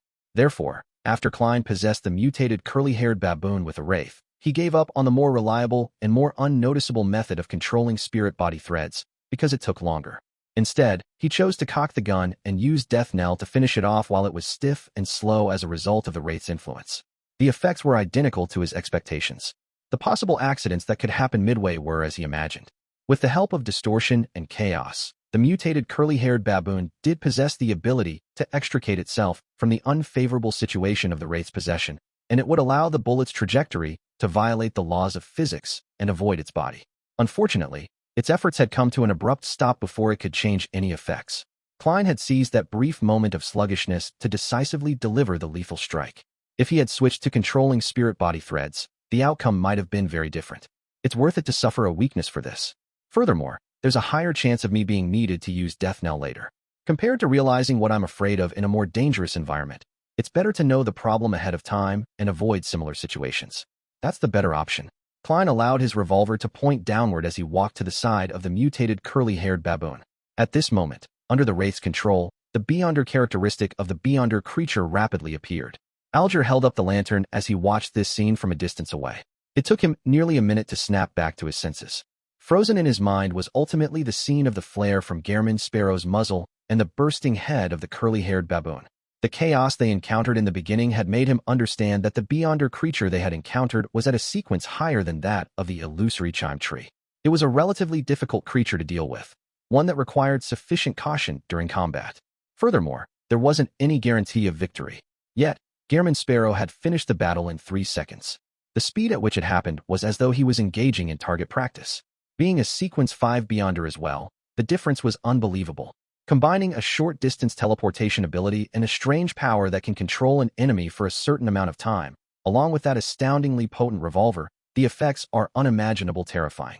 If I were to encounter it for the first time, I would definitely be killed instantly. And even if I'm prepared, it wouldn't be easy to resist it. The best solution is to use my singing to affect my surroundings indiscriminately. It will prevent Gehrman Sparrow from successfully completing a teleport, as expected of a crazy adventurer with a bounty of 50,000 pounds. Even without Mr. Fool's help, just him alone isn't weaker than Admiral Hell. It's possible that he's even stronger. While sighing poignantly, Alger reined in his thoughts as he considered how he could deal with the situation if he were in the curly-haired baboon's shoes. Compared to the descriptions from others and his own guesses, witnessing it himself was more convincing and shocking. Inside the corpse of the curly-haired baboon where the shattered black crystal was, a faint blob of light quickly appeared and converged together, turning into a translucent, pitch-black fist that was tightly clenched. Indifferently to their thoughts, the fist produced a feeling of strength and sinisterness. The palm's lines, luster, and fingernails seemed to follow ordinary principles, but they were filled with an abnormal charm. It seemed to hide large amounts of madness and chaos. Sequence 5 Mentor of Confusion from the Black Emperor pathway. I wonder what weakness I received. I hope it's not too odd. I can use Death Knell as much as I want in the next 6 hours. As Klein muttered, he bent down to pick up the Beyonder characteristic and stored it in a prepared metal container. In fact, he could attempt to graze the curly-haired baboon and see if he could obtain the corresponding Beyonder powers of a Mentor of Confusion so as to swap away his gloves Baron of Corruption. But ultimately, he gave up on that idea since he wasn't sure what the Beyonder creature had done that made it deserve such torture. His encounter had been an encounter on a battlefield. Ensuring his enemy's death was nothing out of the ordinary, but grazing was an extremely excruciating pain that left a soul yearning for liberation. Klein had his own principles and stubbornness. He didn't easily violate them, and he often cautiously chose his targets. Of course, to him, creatures of lower intelligence were not the same as humans. Even if he attempted to graze it, it wasn't crossing the line.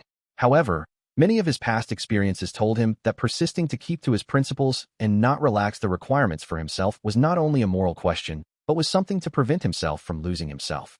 He couldn't keep pushing the envelope just because he thought it was nothing. As the trivialities accumulated, it would eventually result in a terrible mistake. In this crazy and chaotic, mysterious world, actions aren't for others to see, but for myself.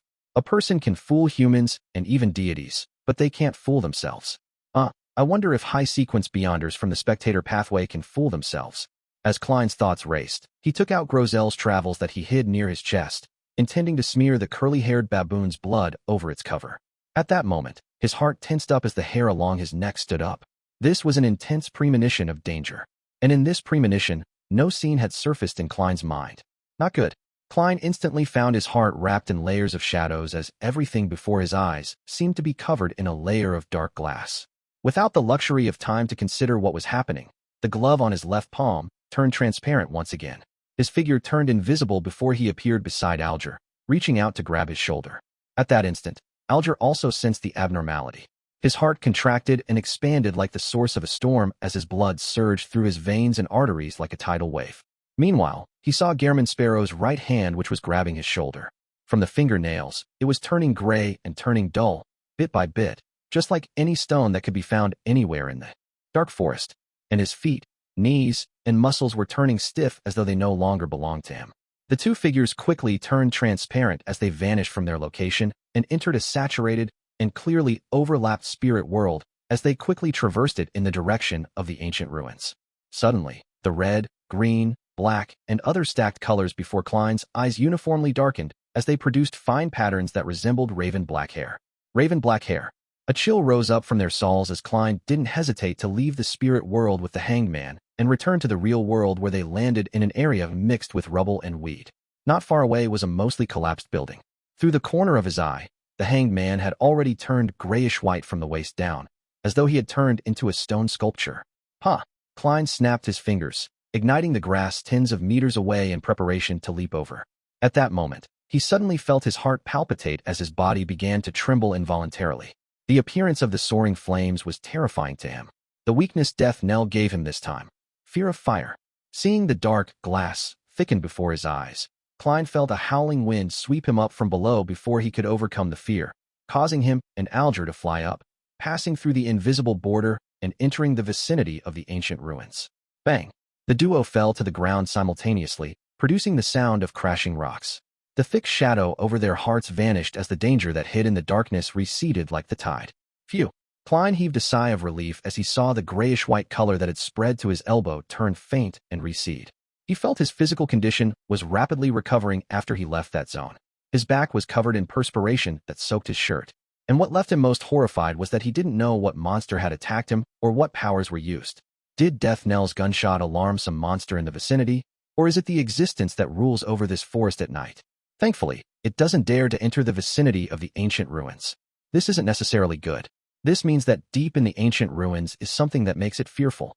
I should be prepared to retreat at any moment. Klein stretched his hands and slowly stood up. At this moment, Alger escaped from that grayish-white layer as he turned his head to glance over. That zone was petrifying us. That zone. Petrification. Klein nodded in thought as he walked towards the mostly collapsed building that was strewn with weeds and covered in vines. He then replied in a deep tone: "The problem now lies ahead." Alger didn't speak further as he sped up his pace, steadily walking by his side. After approaching, Klein looked at the building. His gaze swept the spires and stone columns, as well as the damaged walls that remained standing. He stopped and asked seemingly casually, "What kind of building do you think this ruin was in the past?" Alger remained silent for a few seconds before saying, "Cathedral." "A cathedral?" Chapter 8:10, Whose Cathedral? Chapter 8:10, Whose Cathedral? A cathedral. We came to the same judgment. Klein looked at the ruin ahead of him as he silently muttered to himself. At that moment, the tiny amount of crimson moonlight that penetrated the mist had scattered onto the collapsed building. Compared to before, it was a lot richer in color, almost approaching the color of blood. Klein maintained Gehrman Sparrow's trademark cold attitude as he said in an unperturbed manner, "Where did you previously explore?" As he spoke, Klein glanced at the lantern in the hanged man's hand, which remained unshattered despite all the ordeals. He subconsciously tensed up his muscles and skin when he saw the glow from the flame. Although the flame was ultimately contained by thick glass and metal frame, it still left him a little afraid. Alger didn't notice the minute changes in Gehrman Sparrow as he raised his dagger-wielding right hand and pointed at the grandest building amidst the ruin. There, all that was left of the building was its main structure.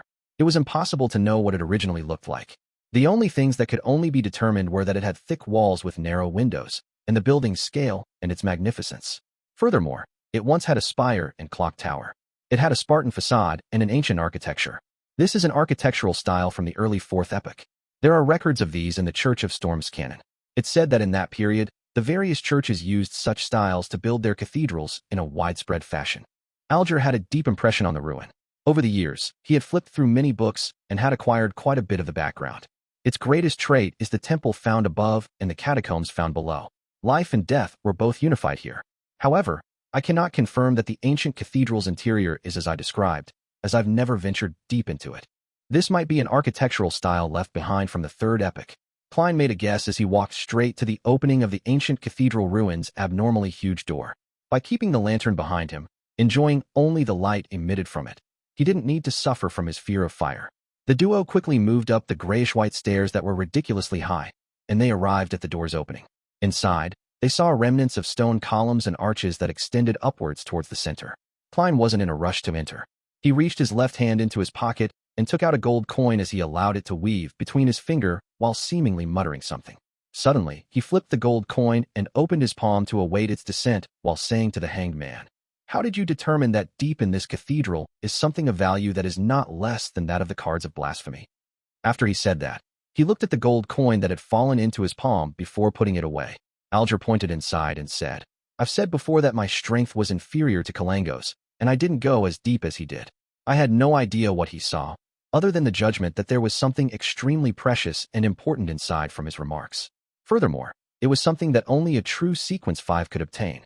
However, the murals near the entrance and the marks on the ground might be able to explain something." Klein nodded and walked through the dark doors opening that the crimson moonlight was unable to illuminate. The black trench coat he wore fluttered gently behind him as Alger held up a lantern and clenched his dagger while following behind. Passing through the opening, Klein used the crimson moonlight that shone in from the opening at the dome to see the hall of considerable depth up ahead. A few of the ancient stone columns supporting it had already snapped. At the end wasn't an altar, nor were there any staircases that led upwards. It was completely dark and difficult to tell the details. It appeared as though it led underground. It isn't a temple above and a catacomb beneath. The temple is underground in the catacombs? It's impossible to determine that. We'll know only by venturing down. Klein subconsciously glanced around and discovered side doors along the two sides, but the regions they led to had already completely collapsed with no usable path. The murals near the entrance and the marks on the ground. He recalled what the hanged man had just said, and he took 2 diagonal steps before releasing the invisible Wraith Seigneur.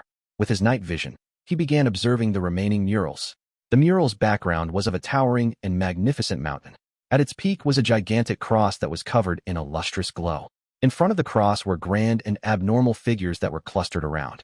They were angels with 2 wings, 4 wings, or 6 wings. Klein did a cursory glance and felt a strong sense of familiarity. He had seen a similar mural before, back in Blasphemer Amon's mausoleum. When he focused again, Klein quickly noticed the difference. There weren't the 2 infants that represented Amon and Adam, nor were there any 12-winged angels. The grand figure in front of the cross held its arms to its chest as it held an ancient, Spartan slate. The slate was drawn in an extremely indistinct manner, yet it felt both ancient and young, holy and sinister. It was an extreme contradiction. Slate. Klein's pupils dilated slightly as a specific term flashed in his mind. Blasphemy slate. This is likely that ancient sun god, the Lord that created everything which the City of Silver worships. Indeed, the blasphemy slate is closely related to him. I wonder if this is the first blasphemy slate or the second. Klein roughly guessed at the cathedral's worshipped entity, and he also began to believe that the depths of the ruin hid items that were very valuable and important. He withdrew Seigneur's gaze and allowed the marionette to turn to face the ground. Apart from the slates being covered in cracks and some odd marks remaining, they were dark red in color, smaller than a human's forehead. They overlapped with one another at times as they extended all the way to the ends of the hall. At that instant, a scene naturally appeared in Klein's mind. Devout believers were prostrated on the ground as they proceeded forward, slamming their foreheads heavily onto the ground after covering a certain distance, leaving blood oozing out. Noticing Gehrman Sparrow look around without any scrutiny, Alger probed, the ancient sun god? At that moment, he felt the baffling sensation of a cold wind blowing from Gehrman Sparrow's side. He suspected that hidden around them were shadows or wraiths. Recalling the strange restraints the mutated curly-haired baboon was under, Alger made a vague theory that he didn't voice out. Upon hearing the hanged man's question, Klein had wanted to chuckle and reply. You can also call him the Lord that created everything, the omnipotent and omniscient God. But he felt that such a tone and choice of words was closer to that of the fool and not Gehrman Sparrow. Hence, he held himself back and nodded slightly. It's not hard to tell. Alger silently heaved a sigh of relief as he held a sense of anticipation for the item buried deep underneath the cathedral. The two simultaneously decided to walk towards the end of the hall. When they approached it, Klein finally saw the staircase that led downwards. An underground area? He asked succinctly. Alger shook his head. I can't be sure. I've never gone down. Although Kalangos had attempted to venture in, he returned in less than 10 minutes with his aura becoming relatively weak. Klein nodded thoughtfully and said in passing, You seem to be very familiar with him. If it were said by anyone else, Alger would have pretended to have not heard it or answered directly. But deep in his heart, the world Gehrman Sparrow was Mr. Fool's blessed. His question could possibly represent the intentions of that existence, so he needed to view them seriously. After deliberating for a few seconds, Alger said in a deep voice, We were fellow townsmen, and we were servants at the same cathedral. The priest there was an easily irritated person who enjoyed punishing the servants. Kalangos couldn't bear it and escaped secretly to become a pirate. So there was such a past. Mr. Hangman is also a man with a story. Klein didn't probe deeper as he headed down the staircase in the extremely silent cathedral ruins. Although his footsteps were extremely light, they still sounded obvious in such an environment as they echoed. Soon, the two of them came to the end of the staircase and saw the opening of an arched door. On both sides of the opening were two shadows that stood there silently in an immutable fashion. Klein and Alger halted at the same time as they looked at the two shadows, only to discover that they were two stone statues. They were both men with their surface being grayish-white. One of them wore full-body armor that resembled a barrel, and the other wore a jacket that looked more contemporary. Their expressions were writhing in pain as their eyes protruded as though they were glaring at something. Upon seeing this scene, Klein realized something as he recalled the encounter outside. He and Alger had also shown signs of petrification, and it was thankful that they extricated themselves of the effects, or they might have really become statues. Don't tell me they're humans who met with the same situation. If we had been petrified, would we be moved down here, standing guard at this door opening for centuries, or even millennia? The source of that petrifying power isn't afraid of these ruins? Klein felt explicable horror as his scalp tingled. He controlled his emotions and turned his head to look at the hanged man. He discovered that the pupils of the boorish man at sea had similarly dilated and was clutching the dagger tightly. Mr. Hanged Man has come to the same conclusion without me needing to speak further. Klein pointed at the door opening and said, "There might be even more stone statues inside." Alger nodded as he said worriedly and jokingly, "Let's hope we don't see ourselves. If we're convinced that we have escaped the effects of petrification, only to see our statues in this underground area, that would be quite the horror story." Klein thought for 2 seconds and said to the hanged man, "Do you have night vision?" His true meaning was that the light of the lantern was especially eye-catching in the dark catacombs, and that it might easily cause unwanted developments. Therefore, it was best to extinguish the flame if he had night vision. And he believed that Mr. Hanged Man was able to read in between the lines. Alger replied frankly, "Yes." As a beyonder of the sailor pathway who could dive, it was a given that he had night vision. Klein glanced at him without a word, but his meaning was obvious. "Then why are you still using a lantern?" Alger seriously replied, "Firstly, it's to misdirect the enemy into instinctively believing that I don't have night vision because of my use of a lantern. When they destroy my lantern and try hard to create a dark environment, I'll give them a pleasant surprise." How sinister. Klein was momentarily at a loss for words. Alger continued, "Secondly, it's to avoid situations similar to the City of Silver. There might be extreme darkness lurking within complete darkness." Makes sense. Klein didn't insist that Alger extinguish the lantern as he first stepped past the 2 stone statues. Under their pain-frozen gazes, he stepped into the entrance that led underground. As he didn't know what the petrified statues represented, nor did he know if they were completely dead, Klein didn't attempt to shatter them to obtain their beyonder characteristics and mystical items. Chapter 811. The Picture in the Catacombs. Chapter 811. The picture in the catacombs. After passing through the door opening and going underground, there wasn't a sliver of natural light in front of Klein and Alger. The ceiling was intact, preventing any crimson moonlight from seeping in after penetrating the mist. Alger raised the lantern in his hand, lighting up the area up ahead with a limited dim yellow glow. Klein took a glance and discovered at least 6 stone statues of both sexes. They were entirely grayish-white in color, and even their clothes looked like they were engraved. These stone statues included elves, giants, and humans that had an ancient dress sense. Apart from their frozen expressions of pain and despair, there wasn't anything similar. Klein felt a chill down his back when he saw their eyeballs watching him without moving, having made the connection that they were once alive. He felt that darkness ruled the depths of this passageway, as though a terrifying monster had widened its mouth as it lay in wait for the 2 to walk into its belly. Reining in their stirring emotions, Klein and Alger remained silent as they passed through the grayish-white statues with warped expression, and they proceeded forward. After walking for more than 10 seconds, Klein didn't need to use Signor's night vision to see the damaged and dark murals thanks to the lantern. There were a few murals that were relatively intact, allowing them to recognize what was being depicted. They were no doubt focused on the cross that glowed and the grand figure that stood before it. This blurry and solemn figure either faced cities that had been flooded, stepped upon fractured lands, or looked up at the starry sky where it locked eyes with the pairs of evil and maniacal eyes. When the apocalypse happens, the ancient sun god will rescue the world. This is somewhat similar to the murals that Little Sun and the others found in the true Creator's temple. Or perhaps it's just plagiarism from both sides, with no one giving up on working towards this goal. After all, it's to emphasize that they were once the Messiah and a deity worthy of one's faith. Klein quickly swept his gaze across the wall as he slowly entered the depths of the passageway. Alger was also observing the damaged murals when he suddenly suppressed his voice and said, "I suspect that the true, fallen creator's description of himself has references to some of the content here." Indeed, everyone has the same views. Klein lowered death knell and chuckled. "I won't be surprised if we see matters related to the true creator up ahead. That might be a particular connection between him and the creator that the City of Silver believes in." Alger agreed with Gehrman Sparrow's judgment. The duo continued ahead as they tried hard to soften their steps. However, there were still some echoes that reverberated in that extremely silent environment. At this moment, Klein's spiritual perception was triggered. He immediately took 2 steps forward and put himself in front of Alger, blocking out most of the lantern's light. Less than 2 seconds later, he heard a dull sound emitting from afar. Thump, thump, thump. The ground shook gently as the sounds became clearer. Then, Klein saw a figure nearly 4 meters tall walk out. It was also grayish-white in color, with armor-plating patterns engraved on its body. Its head had goat horns and a mouth that resembled a hound's. Its half-open mouth revealing snarling fangs. And what attracted attention the most were its pair of eyes which burned red and the 6 pairs of white membraned wings. Thump, thump, thump. The monster held an 8-meter-long stone trident as it slowly entered a passageway. It shook the land with every step as its great weight was spread out.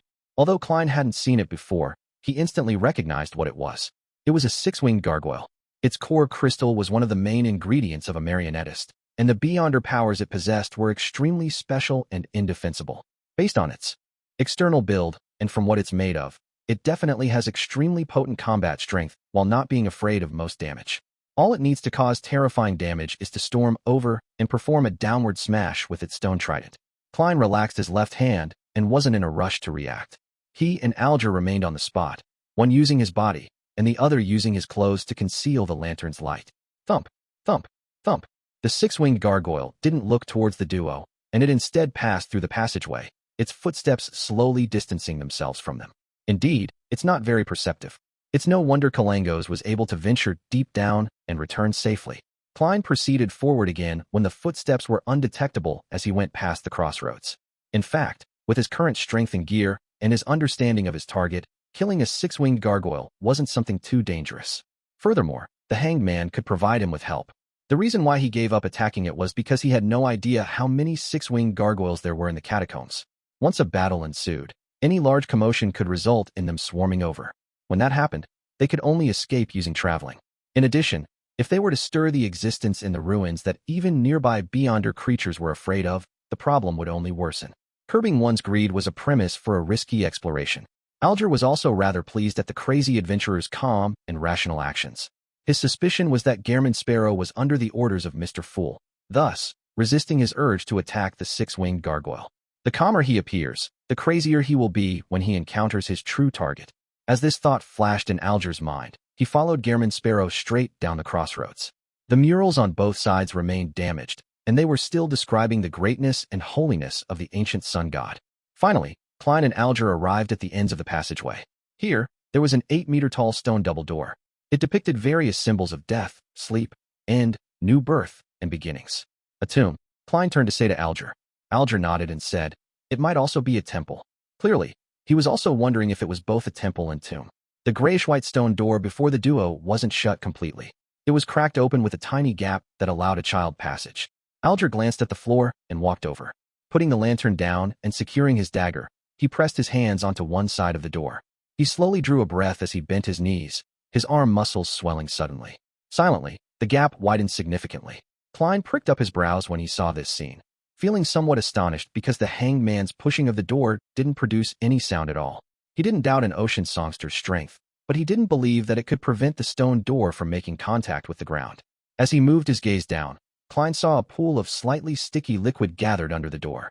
He quietly produced a lubricant effect. Mr. Hangman is very meticulous. Is this the power of a seafarer or an ocean songster? He probably also used the powers of a wind blast to control an air cushion, thus resulting in this door silently opening. Klein roughly figured out the reason. Although he approached the stone door, he wasn't eager to enter it. Through the widened gap, he observed the scene inside. Reflected in the eyes of the wraith was the corner of the room where there was a row of grayish-white stone coffins. It is indeed a catacomb. As for whether it's also a temple, it's an unknown for now. As Klein thought, he took out Lamino's travels with his left hand. On it were beyonder powers that were suitable to handle matters related to the death domain. Meanwhile, he used a silver dagger to quickly create a wall of spirituality and sealed the iron cigar case, to prevent Azek's copper whistle from causing the dead to rise from their graves. Alger also drew his dagger again and placed his left palm over it before sliding his palm outwards. Amidst light crackling sounds, the dagger swirled with silver bolts of lightning that snaked outwards. Having made their preparations, Klein, who was acting as the crazy adventurer, Gehrman Sparrow, was first to pass through the door and into the tomb. Of course, Wraith Senior had already acted as a scout by circling the tomb before he entered. To a marionettist, there was no need to take risks on many matters once they had a marionette. The tomb ceiling was soaked with water droplets, a clear indication of the humidity. The room was divided into two regions that each had 12 grayish-white stone coffins. In the middle was a circular region where there appeared to be a beautiful and complicated picture placed on the ground. Klein didn't approach it as he stopped Alger. Then, he controlled Seigneur to appear as it quickly floated to a spot above the circular region. Admiral of Blood. Alger's facial muscles twitched. Although he had already guessed so, he couldn't stop his subconscious reactions when he saw it with his own eyes. At this moment, Seigneur descended and was able to fully take in the scene in the central region. The picture had dark, dull colors with the background being filled with blurry figures. In the foreground was a long table. On the table was a figure with a resplendent cross glowing from it, and surrounding the figure were three people shrouded in shadows. One was handsome and youthful, another solemn and bold, and the last looking wise with his white beard. The three pairs of eyes exuded an indescribable sense of evil, just like the actions of their owners. One of them had ripped off the figure's arm, stuffing it into their mouths, and gnawing at it as blood was filling his mouth. Another held up a brain and sucked at its juices, while the last had dug out a beating heart, chewing at it in a ravenous manner. In contrast to them, in the figure's chest was a long and wide crack. Sitting cross-legged in there was a dark and sinister infant who was masticating on the intestines that had fresh blood gushing down. These four entities seemed to sense someone prying into their act as they looked up in unison, as though they were staring at any being that placed their eyes on the picture. Chapter 8:12, Myth from Another Perspective. Chapter 8:12, Myth from Another Perspective. Upon clearly seeing the picture through Seigneur's vision, Klein's heart raced so loudly that even he could hear it. As a seer who was good at interpreting revelations and symbolism, he felt his blood gush to his head, leaving his head swelling. It seemed to prevent him from engaging in thinking deeper into it. Even so, there was an ethereal voice belonging to him that resounded in his mind. It was filled with alarm. That figure that's dismembered and eaten likely represents the ancient sun god, the Lord that created everything, the omnipotent and omniscient God which the city of silver believes in. And I've seen the three evil figures surrounding him before, in the underground ruin in Backland, the place that sealed that terrifying evil spirit. They existed in the form of a statue but didn't look as evil as the picture depicts them to be. They each respectively represent the eternal blazing sun, the Lord of storms, and the God of knowledge and wisdom. Suddenly, Klein recalled the name he had once received, one that he had directly received when looking straight at the eternal blazing sun. White Angel. No way. Could it be that the eternal blazing sun was once an angel by the ancient sun god's side? Little Sun once mentioned that they heard an ecclesiastic's penitence and prophesy of a matter in Afternoon Town. One of the sentences was, the kings often came to the palace belonging to the dusk to conspire. The eternal blazing sun was originally named White Angel, which is also a king of angels, one that betrayed that creator. And he, and the Lord of storms, the God of knowledge and wisdom, and the dark infant who I have no idea what it represents had benefited the most out of consuming the city of silver's creator. The Bibles of the various churches mention that the three most ancient deities were born from the original creator's spirit. In a sense, it's actually hinting at this dark history. If my theories are correct, then the Lord of storms and the God of knowledge and wisdom are likely the kings of angels that serve the creator, the ancient sun god, who the city of silver worships. Perhaps they should be addressed as Wind Angel and Wisdom Angel. This way, all 8 kings of angels are accounted for: Dark Angel, White Angel, Wind Angel, Wisdom Angel, Angel of Imagination, Angel of Time, Angel of Fate, and Red Angel. From what Little Sun heard, and from the subsequent developments of these kings of angels, it seems that apart from the 2 sons of God, Ammon and Adam, the other kings of angels had betrayed the creator. No way. This ancient sun god ended way too tragically. However, this picture might not be real. It might be sacrilege. It's still suspect. I wonder who the dark infant sitting in the ancient sun god's abdomen represents. It feels like the true creator is the greatest suspect. Klein instantly thought of many matters as he felt the urge to leave and pretend that he hadn't seen the picture. The deeper he pondered over the matter, at that instant, he felt an irrepressible sense of fear, to the point of feeling that the eternal blazing sun, the Lord of storms, and the God of knowledge and wisdom were casting their gaze down from the astral world in his imagination. Who left this picture behind? Who could have known so many secrets and clearly be on the ancient sun god's side? One of the other angels or saints that have been constantly following the city of silver creator with enduring faith. Klein's back oozed with sweat as his body trembled slightly. Although Alger's observational abilities were inferior to Miss Justice, he was an experienced beyonder. In this environment that needed a high sense of vigilance and awareness, it wasn't difficult for him to notice that something odd had happened to Gehrman Sparrow. What happened? He asked with a suppressed tone. Klein suddenly snapped to his senses as he made Seigneur move his gaze away as he pointed at the circular region in the middle. You'll know just by looking at it. A picture that can make Gehrman tremble? Will it make me lose control immediately? It's probably not a problem since he's not stopping me, but suggesting that I take a look. However, I cannot eliminate the possibility that he has already lost his reasoning and is just acting normal. Many thoughts flashed through Alger's mind, but ultimately, he steadily walked towards the central region with his lantern in hand. After about 8 steps, he saw the gloomy picture. In just 3 seconds, Alger's hands trembled with the dagger and lantern in his grip. It was as though he was suffering from some kind of mental illness. Thanks to the world Gehrman, he had once seen the 6 Orthodox deities' anthropomorphic statues in the Tarot Club. He naturally recognized that the arm-eating, heart-ripping, and brain-guzzling figures were respectively the Lord of Storms, the eternal blazing sun, and the God of knowledge and wisdom. In the past, he had committed a disloyal act to the church whilst under Kalangos' coercion. He joined the Tarot Club and distanced himself from the Chasm of Storm, believed in Mr. Fool, and wished to gain more strength and power, and he leaked the church's intel and was unmotivated in certain matters. Even so, he ultimately believed himself to be a believer of the Lord of Storms, albeit someone who wasn't devout and passionate enough. But at that moment, he felt deep down in his heart that he had committed a grave sin of sacrilege. He nearly dug out his eyes in horror. To not kill myself directly, it means that I really have become a false believer. Alger didn't dare take another look as he turned around and looked at Gehrman Sparrow. With a trembling voice, he asked, "Those 3 are kings of angels?" "I can't give you confirmation. All I can say is that the eternal blazing sun is intimately connected to the white angel," Klein vaguely answered. As expected, Alger immediately felt that the possibility that the Lord of Storms, the eternal blazing sun, and the God of knowledge and wisdom were once kings of angels. As for Gehrman Sparrow not being able to confirm the situation, he wasn't too surprised. It wasn't odd since he was only a blessed and not Mr. Fool. Alger was just about to say something when he heard a sharp screech. It was as though someone was using their fingernails to scratch the lid of a stone coffin. No, it wasn't an analogy, and it was exactly what was happening. Swing, rip, sizzle. Sharp, jarring sounds of scratching sounded from 3 stone coffins on both sides. Then, the heavy lids were either flung open or blasted open as 3 warped figures stood up. One of them wore an ancient white robe that had nearly turned gray. Its face was riddled with pockmarks, and across its neck, forehead, and the back of its hands were deep eyes. Beside it was a figure with huge palms and thick fingers that looked as though they were made of wood. Slathered around its body was a layer of yellow-green pus as a mist of the same color emanated out of it, seemingly capable of eroding away the stone coffin. Opposite the two was a figure in a tattered brown jacket with a triangular hat with a skull on it. Many parts of its skin had rotted away, revealing the bone beneath. Under its clothes and pants, thick and slimy tentacles that had fish scales embedded inside had burrowed out as it released a domineering, savage, tyrannous, and terrifying aura.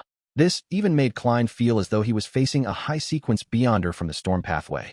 However, its body didn't appear to reach that level. The 3 deceased bodies that crawled out of the coffin cast their eyes in the direction of Gehrman Sparrow and Alger. One produced silver bolts of lightning that crackled. Another reflected the duo's figures in the countless eyes it had. The last one spread its yellow-green mist and created brown vines. At the same time, they stormed over with loud and hurried footsteps as a 6-winged gargoyle was rushing over. Upon seeing this, Klein didn't panic. His layman's travels wielding left hand reached into his pocket, tore open the wall of spirituality, and used 2 fingers to pick out Azek's copper whistle. Right on the heels of that, he flicked his wrist and threw the copper whistle to the other side of the room. Without any surprises, he saw the 3 deceased bodies with terrifying auras turn around and rush towards it like trained hounds. Upon seeing this scene, Alger's gaze froze before he made a decision. He threw his lantern and rushed for the door. His experience told him that while Gehrman Sparrow could deal with the 3 terrifying deceased, he needed to hold back the 6-winged gargoyle to prevent it from interfering with the crazy adventurer's battle. Bang! Just as Alger arrived at the door, he saw the double door crack. A 6-winged gargoyle was charging in with an 8-meter-long trident. He immediately drew a gasp as his eyes burned with rage. His muscles swelled, and under the aid of the wind, he charged forward and brandished the dagger that swirled with silver lightning. Bang! He dodged the stone trident that smashed downwards, and he cleaved at the gargoyle's abdomen with a dagger. Instantly, sparks flew as rubble sprayed everywhere.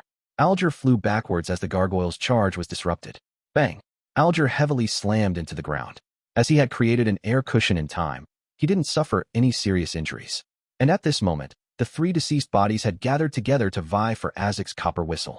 Klein looked at them and calmly flipped Layman's Travels to a charred yellow page with complicated patterns and symbols. This was a demigod-level power that he recently recorded, Lightning Storm. Then, Klein slid one finger across the notebook page with his death knell-wielding hand. At the same time, he looked at the three mutated deceased bodies who were vying for Azek's copper whistle. With a deep voice, he greeted them, "Bye-bye." Amidst sizzling sounds, bolts of lightning burst forth, meshing together to form a hurricane, enveloping the region where Azek's copper whistle was, as well as the three deceased bodies. The entire tomb was instantly lit up like it was daytime. Even Alger nearly failed to open his eyes.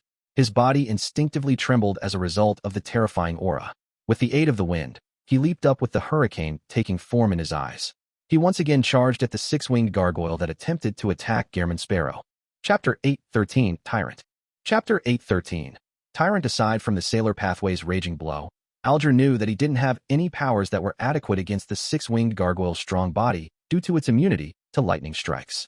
Of course, directly creating a resonance with its hearing organs and body of heart and mind through the use of his singing was the most effective method.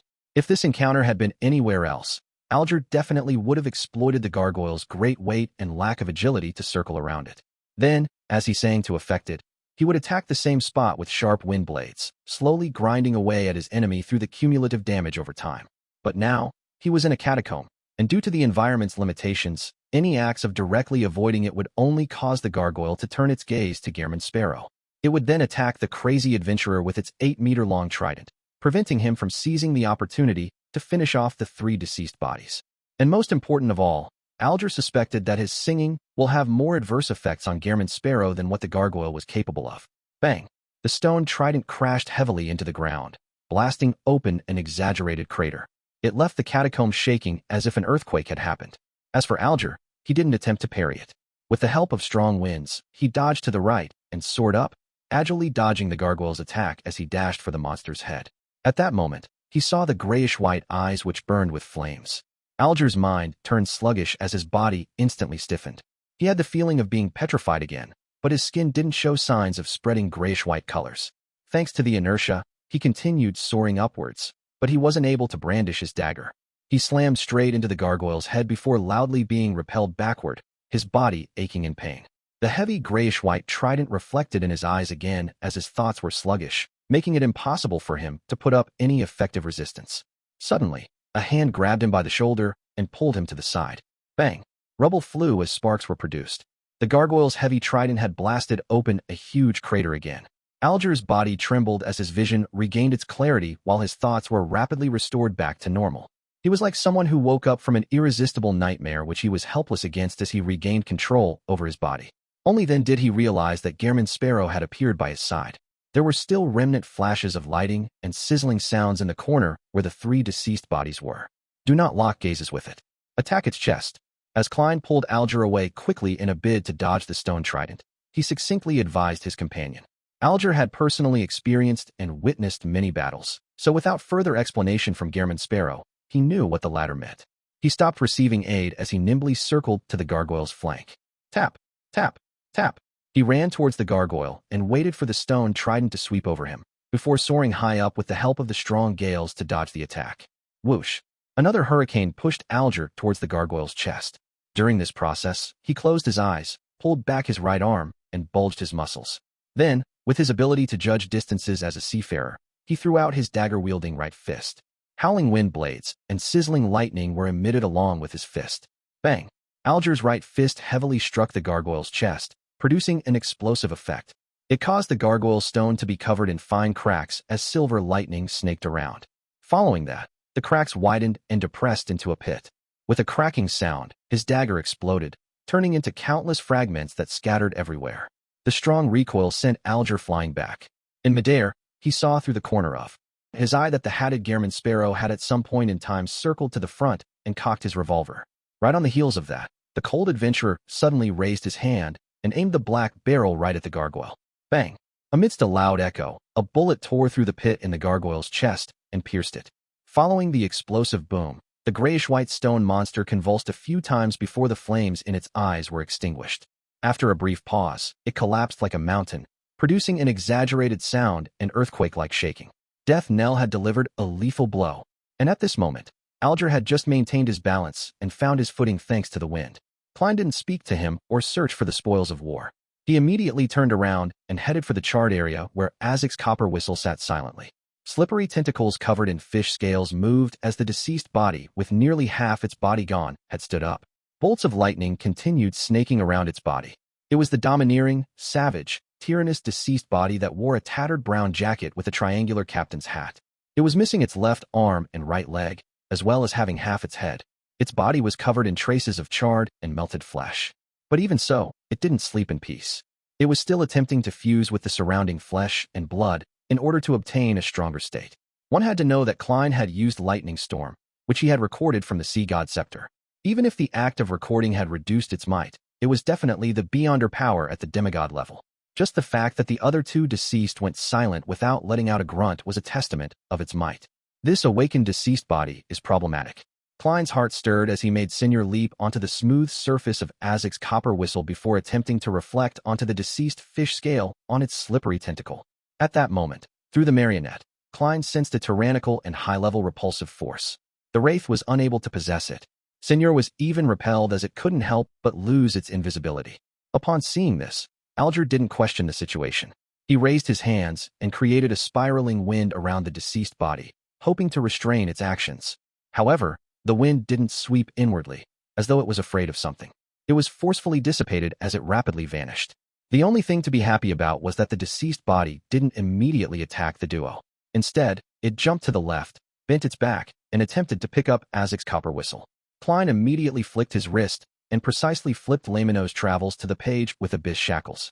This was a beyonder power which Emlyn had recorded, one belonging to a sequence 7 vampire. As Klein swiped his death knell-wielding right hand onto the notebook, the shadows around the deceased body suddenly came to life and manifested chains that shackled it firmly to the ground.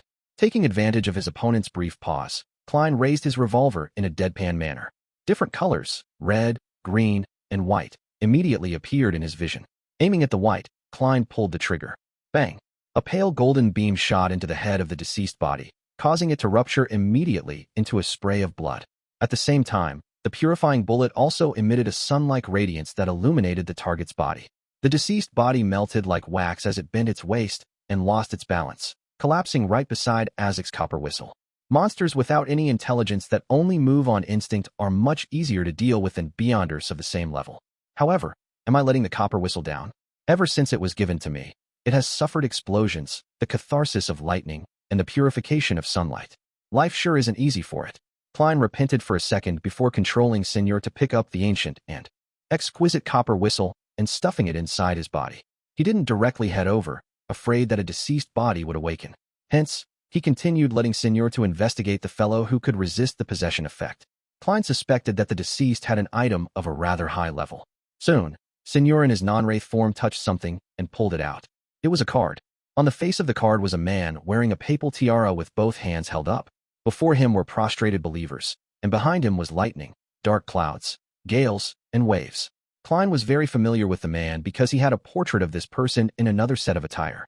It was Emperor Roselle, and to the top left of the pontiff-dressed Roselle, there was a line of text formed from resplendent starlight. Sequence 0, Tyrant. The card of blasphemy from the storm pathway? The Tyrant card? Klein instantly recalled how the Church of the God of Knowledge and Wisdom addressed the Lord of Storms, Tyrant. Alger also saw the card of blasphemy as his gaze froze instantly. Flames of greed flared up in his eyes.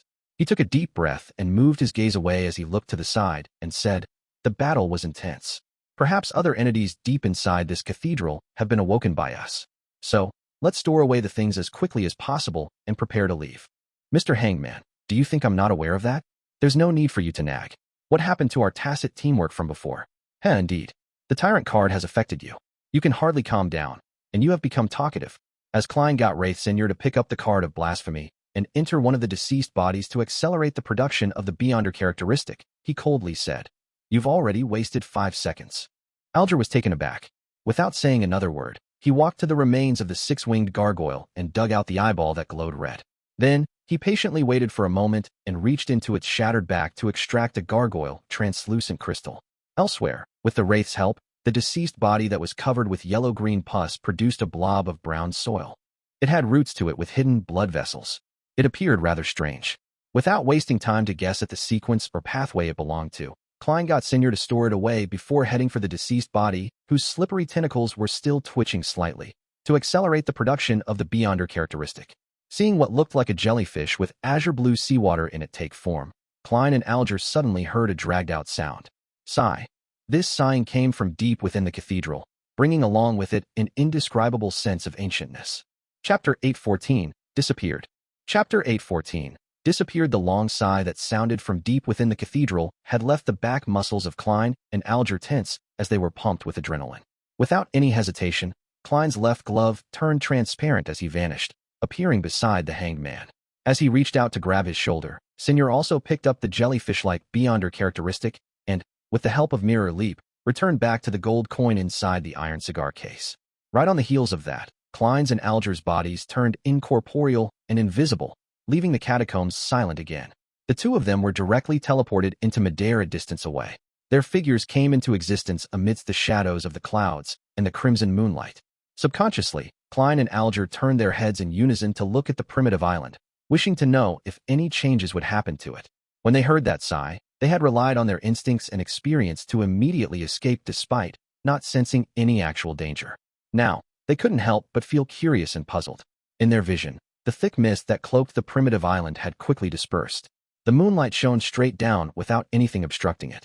Amidst howling winds, Klein and Alger floated in midair as they saw the primitive island's present state through the sparse mist. It had vanished. This primitive island that had a demigod feathered serpent and all kinds of beyonder creatures had vanished. The region it was in had dark blue seawater which was almost black, was ebbing slightly. Nothing appeared out of the ordinary. Alger couldn't help but reach his hand into his pocket where he touched the six-winged gargoyle's core crystal that had left his mind sluggish. If not for his battle spoils still being in existence, he would have suspected if it was all a dream. He wondered if he and Gehrman Sparrow had somewhat gotten lost, that they hadn't found the real primitive island, and ended up completing the exploration in their dreams. Klein had similar thoughts as well. He even felt as though he was hallucinating. After all, a giant island with so many powerful creatures that had secrets from mythical times couldn't just vanish without a word.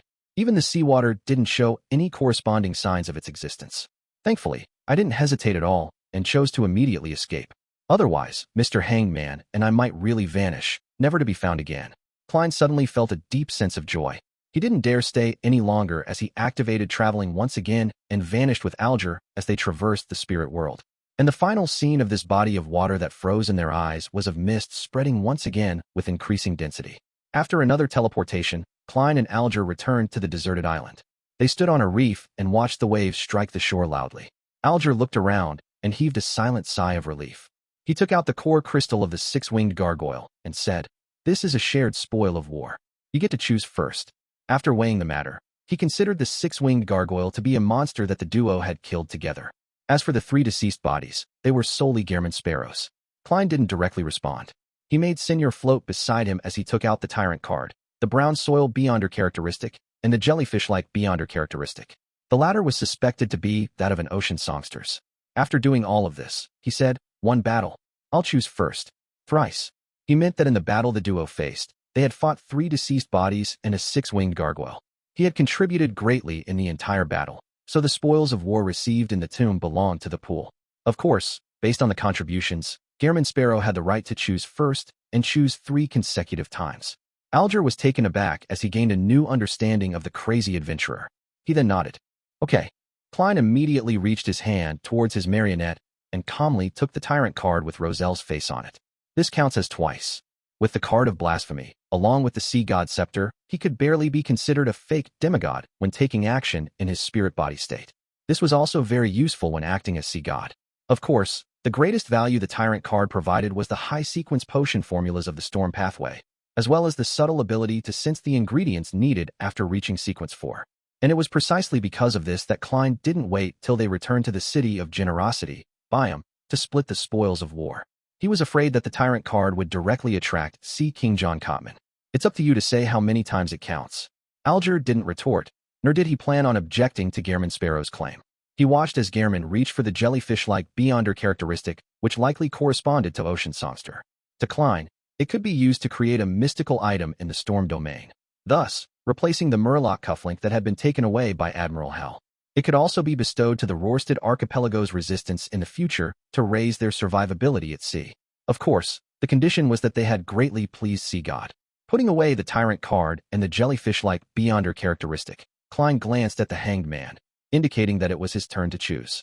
Alger deliberated and said, "Can I choose the sequence 4 potion formula from that card of blasphemy?" "No problem." Klein nodded without much of an expression. "I'll give it to you in the future." Although the Tyrant card had been activated, using it was bound to cause quite a stir. Therefore, to be safe, Klein planned on heading above the gray fog to study it after he returned to Backlund. All right. Even with Alger's stateliness, he couldn't help but smile. After this adventure, once his digestion of the ocean songster was almost done, he could showcase his strength and take the path of being advanced by the church. When the time came, drinking an additional potion wasn't a big problem. Even if he didn't give birth to a child, just time alone could allow him to resolve the matter completely. The key obstacle was that going from sequence 5 to sequence 4 was a qualitative transformation. It was a sublimation of life's natural order. Countless ocean songsters in the Church of Storms had worked hard for decades, but they had failed to obtain an opportunity. Alger didn't believe that he, as a mixed blood, one who had promoted himself from a servant, would receive any special treatment. He felt that not being ostracized was already something to be happy about, a result of his ability to build social ties. Furthermore, in the church, the potion was directly given for the advancement to sequence 4. There was no advanced understanding of the formula or its preparation. For Alger to gain an advantage in this intense competition, he had to have other ideas apart from being ranked within the top 3 in terms of contributions. His present line of thought was to kill a famous pirate. From him, he could obtain the cataclysmic interror's potion formula. Then, he could let the clues point towards the mutated deceased body in the primitive island. It was likely a powerful pirate who had once been active at sea before suddenly vanishing. This way, the upper echelons of the Church of Storms would definitely suspect that this powerful missing pirate had obtained the card of blasphemy, and this undeniable reality could be verified via many different means. Alger could use the advantage of already knowing the cataclysmic interror's potion formula to obtain a chance to become a sequence 4.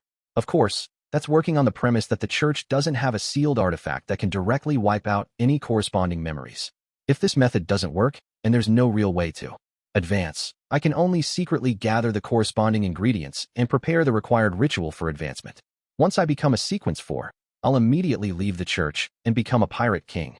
Alger reined in his thoughts and watched as Gehrman Sparrow took away the brown soil-like beyonder characteristic. Glancing at the remaining items, he put away the grayish-white translucent crystal and handed the 6-winged gargoyle's eyeball to Gehrman Sparrow. With him not lacking any powerful offensive means, and him being well-rounded when it came to the sea and land, it was rather useful for him if the beyonder ingredient could be made into a mystical item. Back in the tomb, if it wasn't because he was uncertain if psychic piercing could affect the gargoyle, and the battle situation didn't allow for any mistakes, he would have chosen to first use the whip of mind. After splitting the spoils of war, putting them in different boxes, and sealing them with walls of spirituality, Klein stored away Senor. Reaching out his hand to grab the hanged man, their figures turned faint as they entered the spirit world. After the traveling was completed, the two appeared on a mountain beside the sea in the Byam city outskirts. It was still close to the cemetery, and it was as though they had never left. Alger didn't harp on the topic as he nodded at Gehrman Sparrow. "If you need any mystical items created, I shall bear the corresponding costs. It's a pleasure working with you." Wearing the transparent glove, Klein tersely answered before vanishing. He left the hanged man behind, and he directly teleported himself to a secluded corner in Byam City. "Next, I need to select a lucky pirate." Klein surveyed his area as he muttered silently and stretched his fingers before walking out into the street. Of course, he didn't forget to change his appearance. He also smeared blood over Lamino's travels. After all, there were bounty notices everywhere for Gehrman Sparrow, and Sea King John Cotman remained in this city. If he were recognized or got lost, things would be nasty. On the mountainside outside the city, Alger looked up at the dark night where there were the crimson moon and the countless stars. He slowly inhaled and exhaled, allowing the refreshing and saltiness of the seaside to cleanse his body. The exploration he had just completed was the most dangerous adventure he had ever had. If not for the teleportation from Gehrman Sparrow's creeping hunger, he doubted that they could escape alive. However, as Mr. Fool's blessed, the world should have other trump cards. For example, those demigod-level beyonder powers in Lamino's travels. But in that case, we might not have successfully reached the tomb, with us encountering more trouble along the way. Yes, that card of blasphemy of the storm pathway is the target that made him restrain his madness. Was an instruction from Mr. Fool? He had already foreseen it. Perhaps he even knows the existence that produced that sigh from deep within the cathedral. Back then Kalengos might have seen the Tyrant card but had lacked the ability to obtain it. That must be why he said that. Alger's mind churned as he slowly walked to the foot of the mountain. Chapter 8:15 After Action Review. Backlund, 160 Backlund Street. Gehrman Sparrow's figure suddenly appeared inside his bedroom as his black trench coat fluttered while his half-top hat remained straight. The Dwayne Dantes lying in bed immediately turned incorporeal, receding into a palm-sized mirror. Probably no one came tonight. Rhodes didn't cause any trouble. Upon seeing the peace and quiet, Klein secretly heaved a sigh of relief as his body grew a lot taller and his sideburns turned gray. His blue eyes deepened as he transformed into Dwayne Dantes. Meanwhile, watery waves stirred in the mirror as silver light gathered to outline words. Great Master, I didn't do anything today. No, I seriously acted as the sleeping Dwayne Dantes. In addition, I encountered something. Do you wish to know what it was? Ignoring Rhodes's desire to be praised in its first sentence, Klein felt his heart skip a beat. As he took off his hat and threw it on the reclining chair beside him, he said in a deep voice, Tell me. The words on the mirror disintegrated and squirmed into new text. A lady peeped into this house when she was walking past this street. How does that matter? There are plenty of people who admire the surroundings when passing by every day. Klein was just about to say something when the aqueous light stirred on the mirror's surface, outlining a figure. The person was dressed quite oddly in the eyes of normal people. She wore a spirit medium's black robe. Her eyeshadow and blush were blue. She looked beautiful, but she also had an uncanny appearance. She was none other than Daly Simone. This lady had turned her head to look out as she passed by Unit 160 while on a carriage moving down Backlund Street. She had stared out for more than 3 seconds. Man, she not only had an impression of Dwayne Dantes because of his eyes, but she has also grasped something about the situation? Klein frowned slightly and asked, Anything else? No. As Rhodes presented the word, it sketched what symbolized a sworn oath. Klein nodded and ignored the mirror's passion. He then sent it away. After doing all of this, Klein took out a candle and set up a ritual. He summoned and responded to himself, bringing all the spoils of war and his clothes above the gray fog. He planned on separating Gehrman Sparrow's and Dwayne Dantes' clothes. He didn't wish to miss out on any details in the future. He snapped a finger and made the candlewick burn with a scarlet flame. Flame! Flame! Klein's gaze froze as he quickly closed his eyes and turned around, his back facing the candle. Then, he controlled Senor to approach the desk. During this process, Senor's body trembled violently, but he ultimately reached out his right hand to extinguish the fire. I'll sleep for the night and think about it tomorrow. No, I have the Tyrant card on me, and it has already been activated. Although there's the wall of spirituality to seal it, it might not be able to fully screen out the attraction force from those of the same pathway. It might only weaken its influence and take more time. Back when I was in Biome, I came and went quickly, without daring to stay too long. Just as Klein calmed down, he thought of certain problems. A few seconds later, he slowly took a deep breath, raised his hand, and snapped his fingers to light the candle. Following that, he held back the horror in him as he controlled Senor to take another 2 candles to set up the sacrificial ritual. This way, it skipped the step of him responding to the summoning for the entrance to the real world via the flame. After everything was done, Klein turned around with great difficulty as he piously lowered his head. Without looking into the candlelight, he seriously chanted the honorific name of the fool. Via sheer willpower, to the point of him bursting out in tears, he finally completed the ritual and sacrificed all the items, sending them above the gray fog. Phew! Klein exhaled, taking 4 steps counterclockwise. He arrived at the silent, mysterious space. Sitting in the fool's seat, he first picked up the Tyrant card, and he triggered the content hidden within. The card of blasphemy immediately became 3-dimensional, like a palm-sized book. As he flipped through the pages, each page had a Roselle Gustave. He was either playing the role of a sailor, or he was wearing a captain's hat and holding a sextant. Otherwise, he was singing loudly with the sea as his background. Klein was rendered speechless by this sight. He felt increasingly convinced that his fellow Earthling was way too narcissistic. I'll be really impressed if the Demonis card also uses his image. As Klein lampooned, he read through the corresponding contents, analyzing the sequence names, ingredients, and rituals of the storm pathway. Sequence 9, Sailor. Sequence 8, Folk of Rage. Sequence 7, Seafarer. Sequence 6, Wind-Blessed. Sequence 5, Ocean Songster. Sequence 4, Cataclysmic Interrer. Sequence 3, Sea King. Sequence 2, Calamity. Sequence 1, Thunder God. Sequence 0, Tyrant. The ritual to become Tyrant, or in other words, the Lord of Storms, is very different from that of the Black Emperor. Firstly, it needs hundreds of thousands of followers to submit and believe in said person out of fear. Secondly, it is to challenge a true deity, in other words, another Sequence 0, and survive. Finally, in this atmosphere of fear and submission, consume the potion to complete the advancement. This sucks. A sequence 1 who hasn't experienced a qualitative change is to challenge a sequence 0 true deity. Doesn't that spell almost certain death? Besides, what if there's no sequence 0 during that era? Then, wouldn't one need to think of a way to nurture one, or to switch to a neighboring pathway? Of course, the ritual might not be necessary. With enough luck, there's still a chance of succeeding by directly drinking the potion. Sea God Calvetua was such an example. It didn't even consume a potion, but instead an unconcocted beyonder characteristic. The core of this ritual is the courage to challenge a deity, with massive feelings of fear and submission.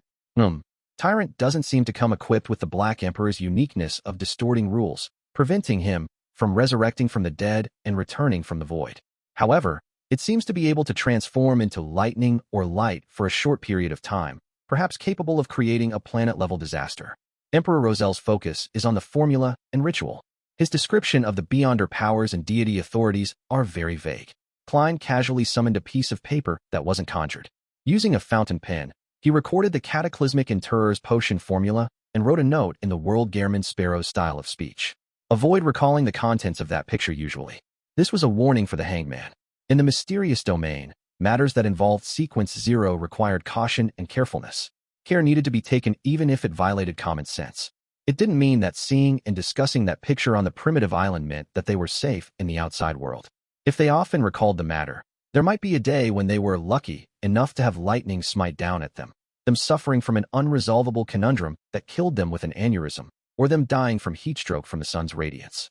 The ritual of the cataclysmic interror is extremely dangerous. It will trigger earthquakes and tsunamis, and the advancer needs to consume the potion in such an environment, holding out until it ends. Klein folded the piece of paper and placed it to the side while putting away the Tyrant card. After using divination to confirm that the 3 beyonder characteristics he obtained were separately the Black Emperor Pathways Sequence 5 Mentor of Confusion, Storm Pathways Sequence 5 Ocean Songster, and Planter Pathways Sequence 5 Druid, Klein finally had the time to recall what had happened during his exploration as he considered the information it hid. Eternal Blazing Sun is clearly of the Sun Pathway, and that city of Silver Creator is also known as the Ancient Sun God. This can be determined from some of the 4th epic history and the murals of the elves. According to the law of sequence beyonder characteristics conservation of having no sequence 1 when there's a sequence 0, the white angel back then likely wasn't a king of angels. But if he wasn't a king of angels, he had no right to partake in the feast of the city of Silver Creator. This not only has external elements in play, but it also includes the problem of jumping directly from sequence 2 to sequence 0, which has a high chance of losing control. Either Eternal Blazing Sun had switched pathways to become a god, or the city of Silver Creator's main authority wasn't the sun. After he defeated the ancient gods, he had already allocated parts of his authority to the angels beside him, making them become kings of angels. Therefore, the elves' murals and the name that eventually spread had only indicated that he once wielded authority over the sun, and that it wasn't an authority he held the entire time. There's also another possibility. The Creator, who took over the ancient gods' authorities, had the ability to allow a sequence 2 of the same pathway to advance to sequence 1. Klein's train of thought quickly turned to who had built the cathedral and left behind the mural. Due to the messiness of the various situations, he conjured a piece of goat skin, and he summarized all the points by writing them down to seek out the connection. That primitive island was discovered by Kalangos and Mr. Hanged Man. Kalangos received a mission from the Twilight Hermit Order. To obtain a priceless item, he headed to Backlund to assassinate Duke Negan, and he ended up dying at Mr. Azek's hands. Kalangos told Mr. Hanged Man that deep inside the ruin was a precious item that was in no way worse than Rozel's tarot card, but it was something that could only be obtained at sequence 5. He later obtained Creeping Hunger and became a pirate admiral, with a strength already equivalent to a sequence 5. That Tyrant card remains deep inside the cathedral's catacombs. Kalangos didn't make any subsequent attempts? Or did his attempts fail? That cathedral was built by an existence who worships the ancient sun god. The mural depicts the dark history of the true deities before the cataclysm, and is clearly on the ancient sun god's side. The Twilight Hermit Order is suspected to be established by the son of God, Adam, with the goal of resurrecting the ancient sun god, the city of Silver Creator. That primitive island suddenly disappeared as though it never existed. Adam is an angel of imagination. Amongst the Twilight Hermit Order's core members, there's at least one angel of the spectator pathway, Hermes. The Twilight Hermit Order tends to select members of the Sailor, Reader, or Sun pathways. It has a high chance of possessing high-sequence ingredients and items from the Storm domain. There might be angels from the Storm domain in it. Klein lowered his pen and looked at the content listed out as he slowly made a guess. Chapter 8:16, Completing the Transaction. After listing down all the important points, Klein wrapped the edge of the long modeled table and silently muttered, "The one who sighed in the depths of the cathedral is a member of the Twilight Hermit Order?" Kalangos had caught the eye of the Twilight Hermit Order after he managed to venture deep inside. Later, he obtained an advancement and received creeping hunger, allowing him to become a pirate admiral. If that's the case, it can be understood why he didn't go to the primitive island again to take away the Tyrant card after possessing the strength of a Sequence 5.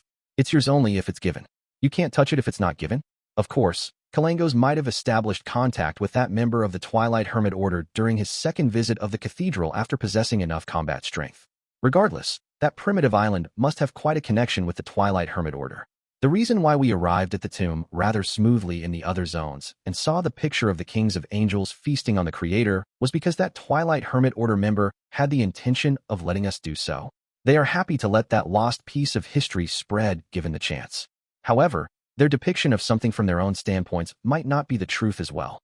Later, that Twilight Hermit Order member probably sighed because he or she didn't expect us to quickly finish off the awakened deceased bodies and the six-winged gargoyle to obtain the Tyrant card.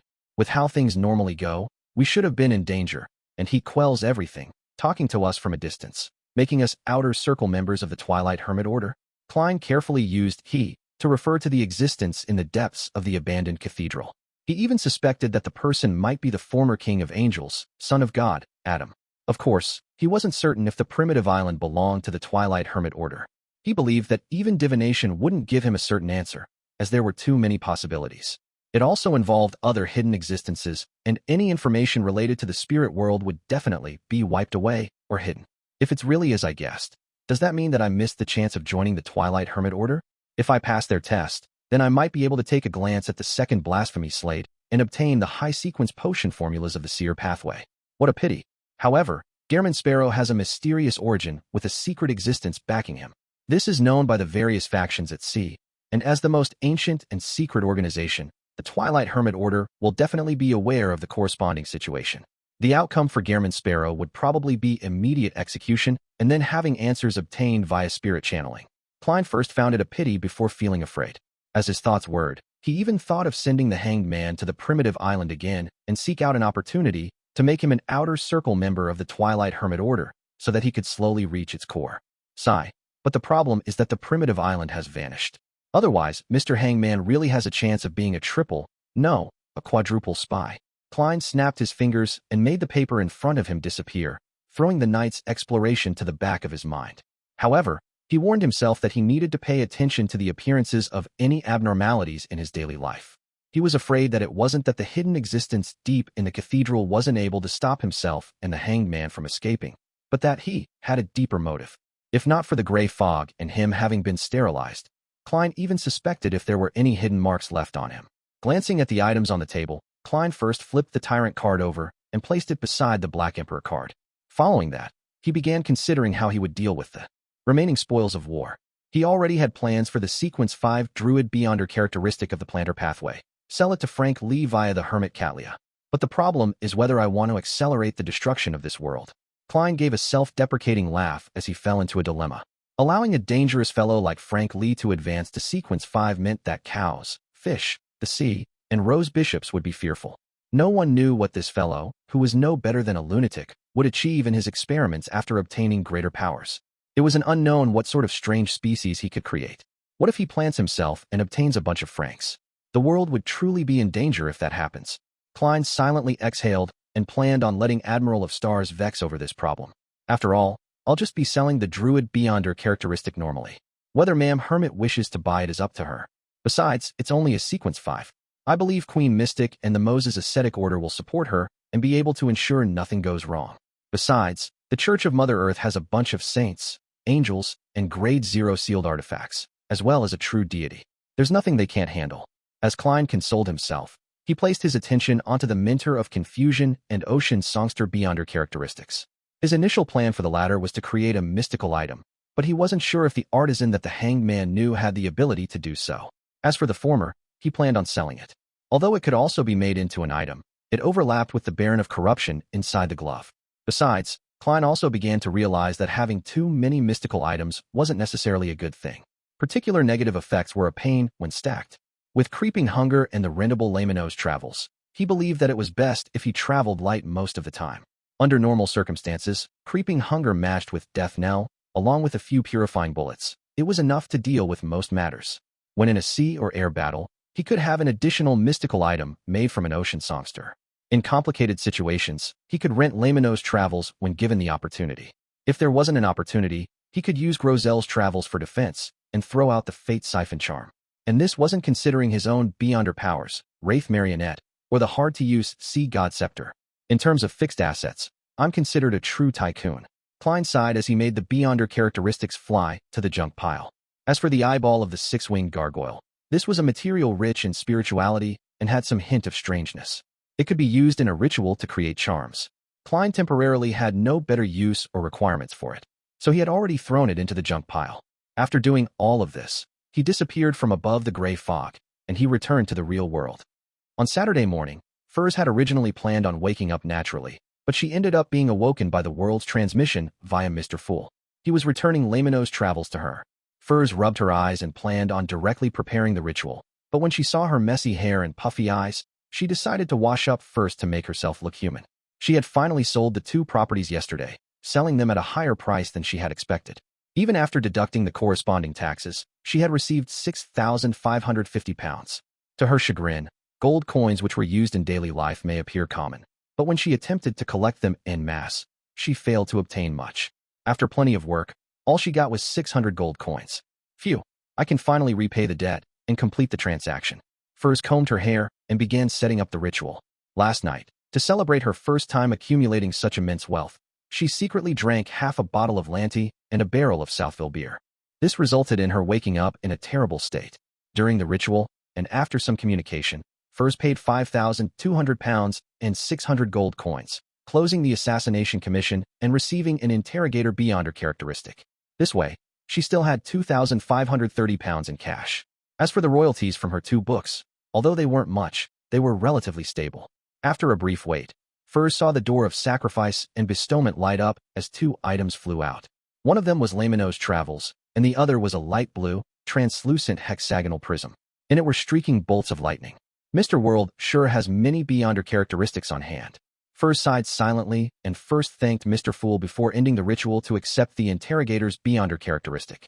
Finally, she picked up layman's travels and flipped through it to see what additional Beyonder powers there were.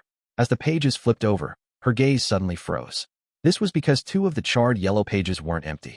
They were filled with mysterious and strange patterns and symbols. These represented Beyonder powers at the demigod level. A total of 2 pages. How extravagant! Furs couldn't help herself as she muttered. This was the first time she was seeing a demigod Beyonder power, which she could freely use. As a best-selling author who mainly wrote romance, her first reaction was that the world Gehrman Sparrow was chasing after her.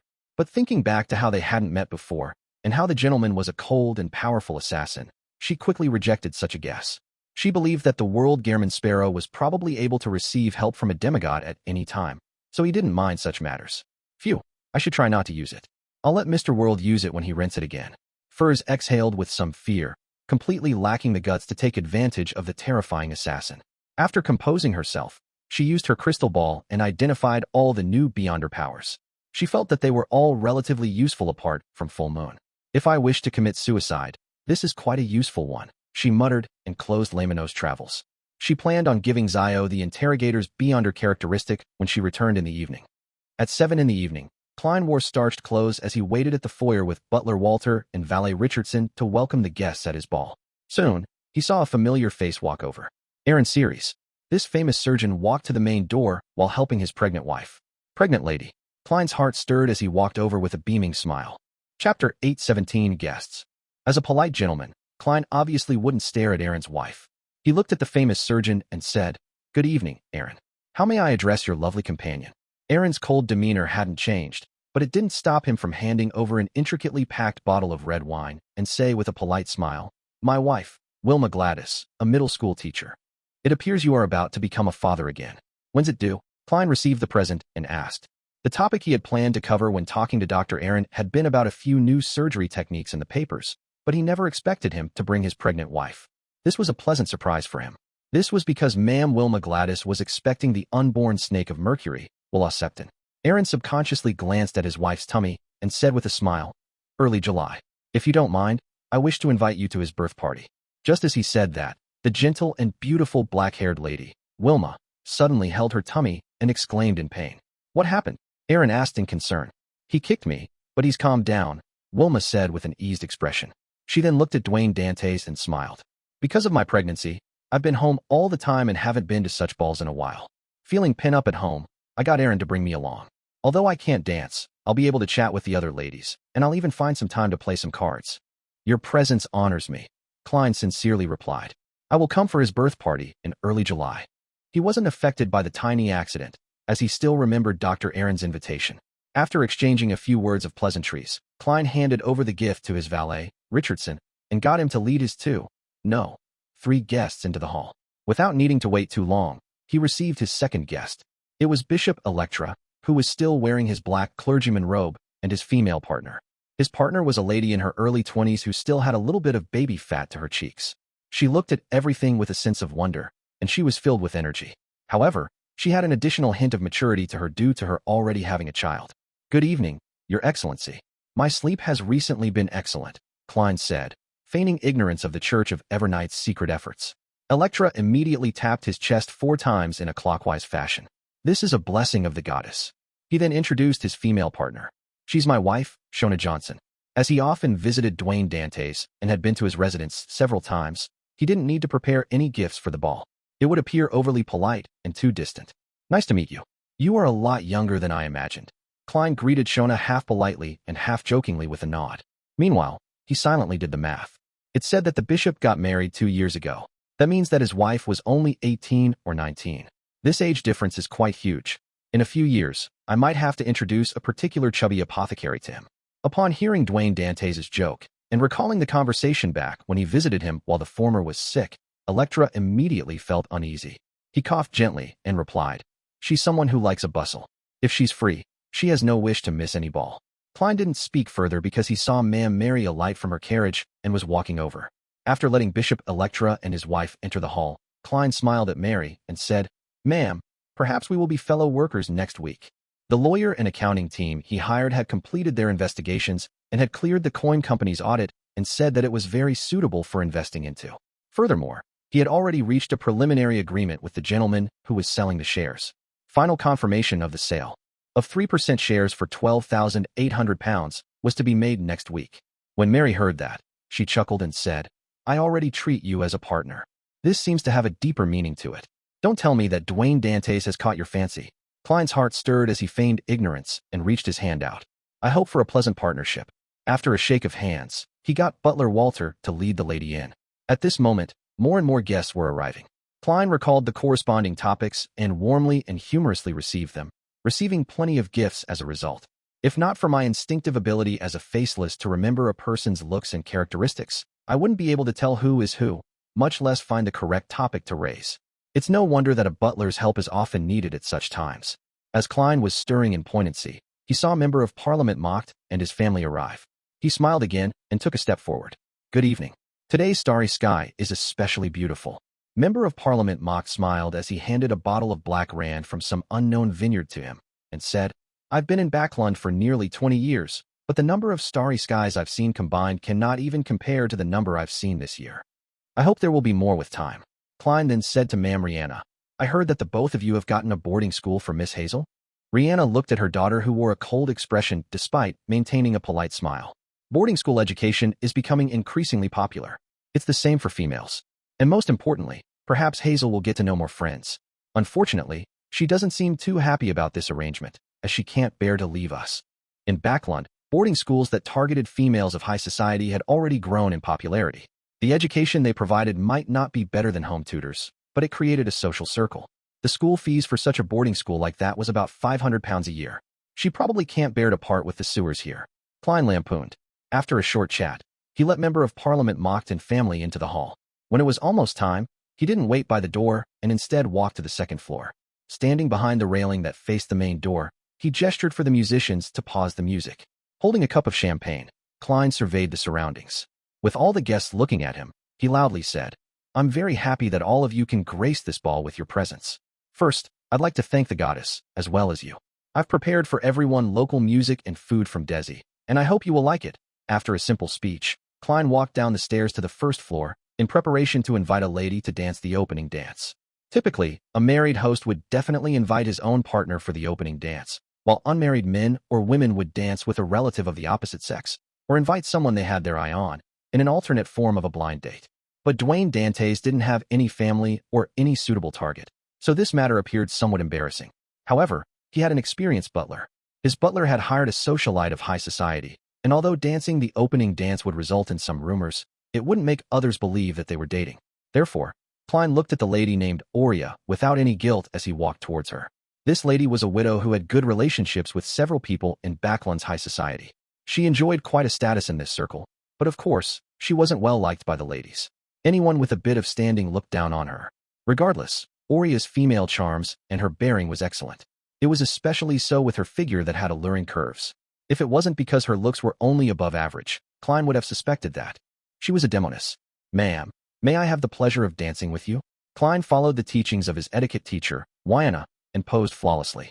Aurea with her blonde hair bun smiled and reached out her hand. "You are a gentleman that cannot be rejected." That sounds ambiguous.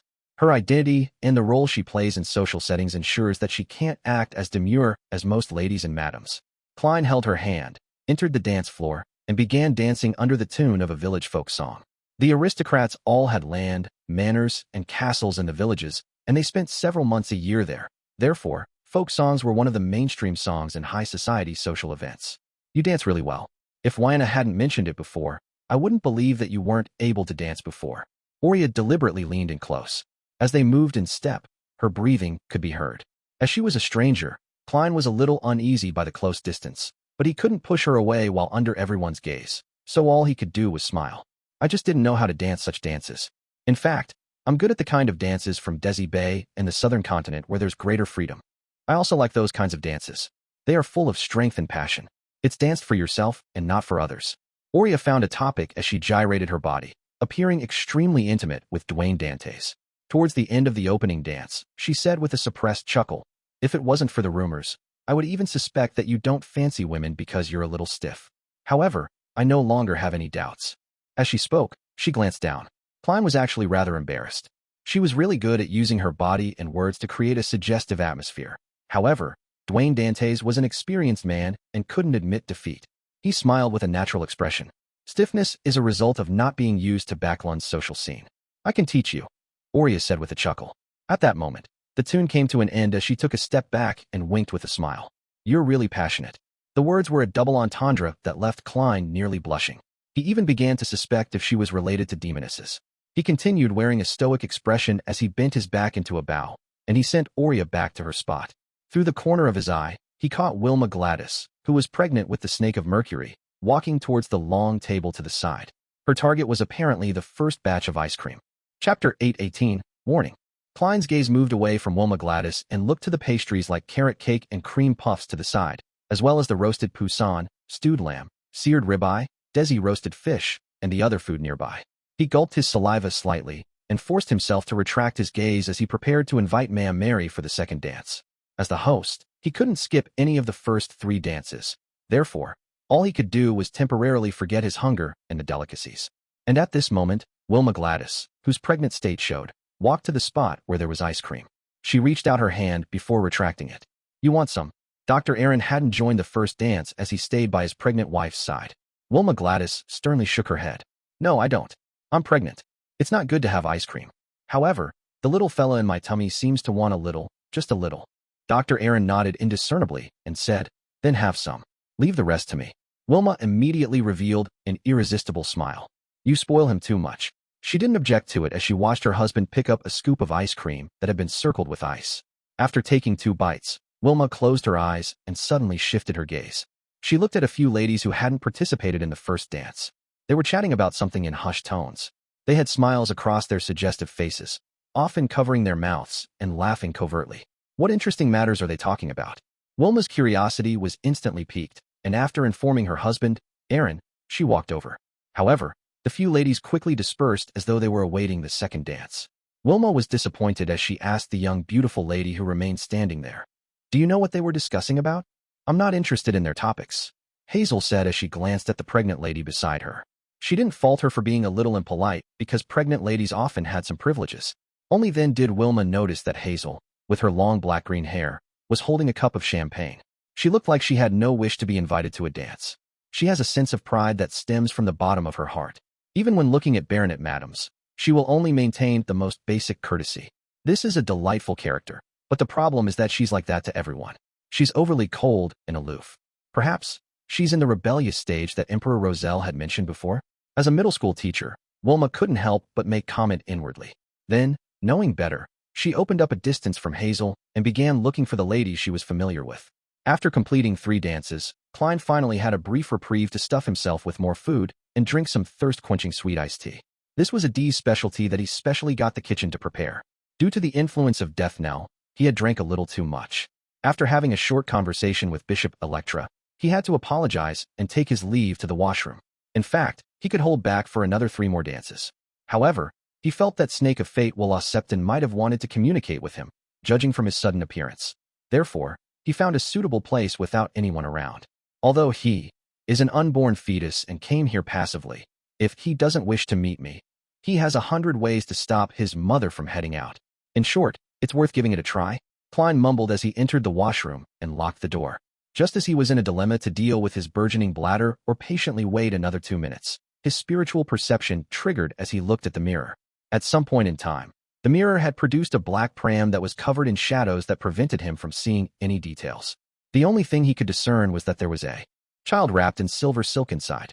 The child used a clear voice and said, "Your fate deviated a little." What happened? Klein tensed up immediately. Wolas Septon in his infant form scoffed and said, "You should ask yourself. All I know is that you likely met an angel." Klein immediately recalled his experiences on the primitive island and had a guess. After contemplating for a few seconds, he asked with a frown, "Can angels see my uniqueness? I've met Orange Light, and he said that only a few high-level creatures of the spirit world, as well as deities with certain unique authorities or beyonder who represent fate can discover this point to a certain extent. Of course, close contact has to be made." In the pram, Wolas Septon sucked at his thumb and laughed. "Probably not, because you aren't dangerous. Besides, apart from you being unique, some items on you or your companion might have a similar uniqueness that can garner the interest of that person." Items on me, my companions. Klein's mind raced as he discovered that he might have been psychologically cued in the past, and along with the fact that he hadn't thought of it, he had missed out something. When exploring the primitive island, he had brought Grozel's travels along. This was a book created by an ancient god, the Dragon of Imagination, Anquelt. If that primitive island is related to the Twilight Hermit Order, be it the Angel of the Spectator pathway deep inside the Cathedral with a high-sequence ingredient of the Storm pathway, or the opposite, he will likely be interested in the notebook. After all, the leader of the organization is the Angel of Imagination, the son of God, Adam. And it's because of this notebook that I was allowed to take away the Tyrant card, while also preventing me and Mr. Hanged Man from continuing the exploration. Klein had a hunch as he asked, "How should I resolve this?" "There's no need. In the long term, this should be something good, but there might be some trouble midway," Wolas Septon replied with a clear voice. "Furthermore, you are already burdened with so many matters. An additional matter wouldn't matter. I warned you so that you can take note, so as to not be struck by trouble." Makes sense. One stops worrying when there are too many debts. Perhaps it might create opportunities and let my debtors end up fighting. On careful thought, Klein echoed inwardly. He asked instead, "My friend who wishes to obtain a drop of a mythical creature's blood wishes to know exactly what you need." "What do I need?" Wolas Septon scoffed once again. "There's plenty I need. For example, the means to accommodate the die of probability, or how to finish off Ouroboros. If it's possible, you can take as many vials of blood as you want. But can it be done? If it's possible, why take the risk to finish off Ouroboros? Wouldn't it be easier to just deal with a weak snake of fate like you?" As Klein lampooned, he shook his head without a doubt. "No, then think of something else. I'm not in a rush." Wolas Septon paused and said, "There's a very arrogant lady at the ball tonight. There's something wrong with her. If you have the chance to chat with her, you can lead the topic of conversation towards dreams." "Hazel? Dreams?" Klein nodded in thought. "Okay." Seeing that Wolas Septon had the intention to leave, he hurriedly said, "That paper crane is about to tear. How should I contact you in the future when I encounter an emergency?" Wolas Septon fell silent for a moment before saying, "Are you hoping that I can fold a paper crane for you in my mother's tummy? Even if I can, you won't be able to get it. If I have any desire to find you, and as long as you live here, I can do so at any time during dreams." If you have any emergency matters, just visit my father directly. After all, don't you have to wait when using the paper crane? All right. As a fetus who hasn't been born, I need to have more sleep. Let's leave anything else to the future. All Klein could do was nod and say, if there's nothing else from you. Just as Willa Septon was about to dissipate his body, he suddenly paused for 2 seconds and said, another thing. What is it? Klein tensed up once again. Willa Septon dragged out his tone and said, the ice cream your cook made is too sweet. Huh? Klein temporarily didn't react to what he was saying until the black pram vanished from the mirror. He then snapped out of his daze and couldn't help but twitch the corners of his lips. After settling the problem with his burgeoning bladder, he washed his hands and came out. He found Richardson and instructed, go to the kitchen and get them to lower the sweetness of the ice cream that is subsequently being made. Richardson didn't ask why, and he immediately did as he was told. Only when he was about to enter the kitchen did he recall the problem. Mr. Dwayne Dantes hasn't touched the ice cream yet, so how did he know that it's a little too sweet?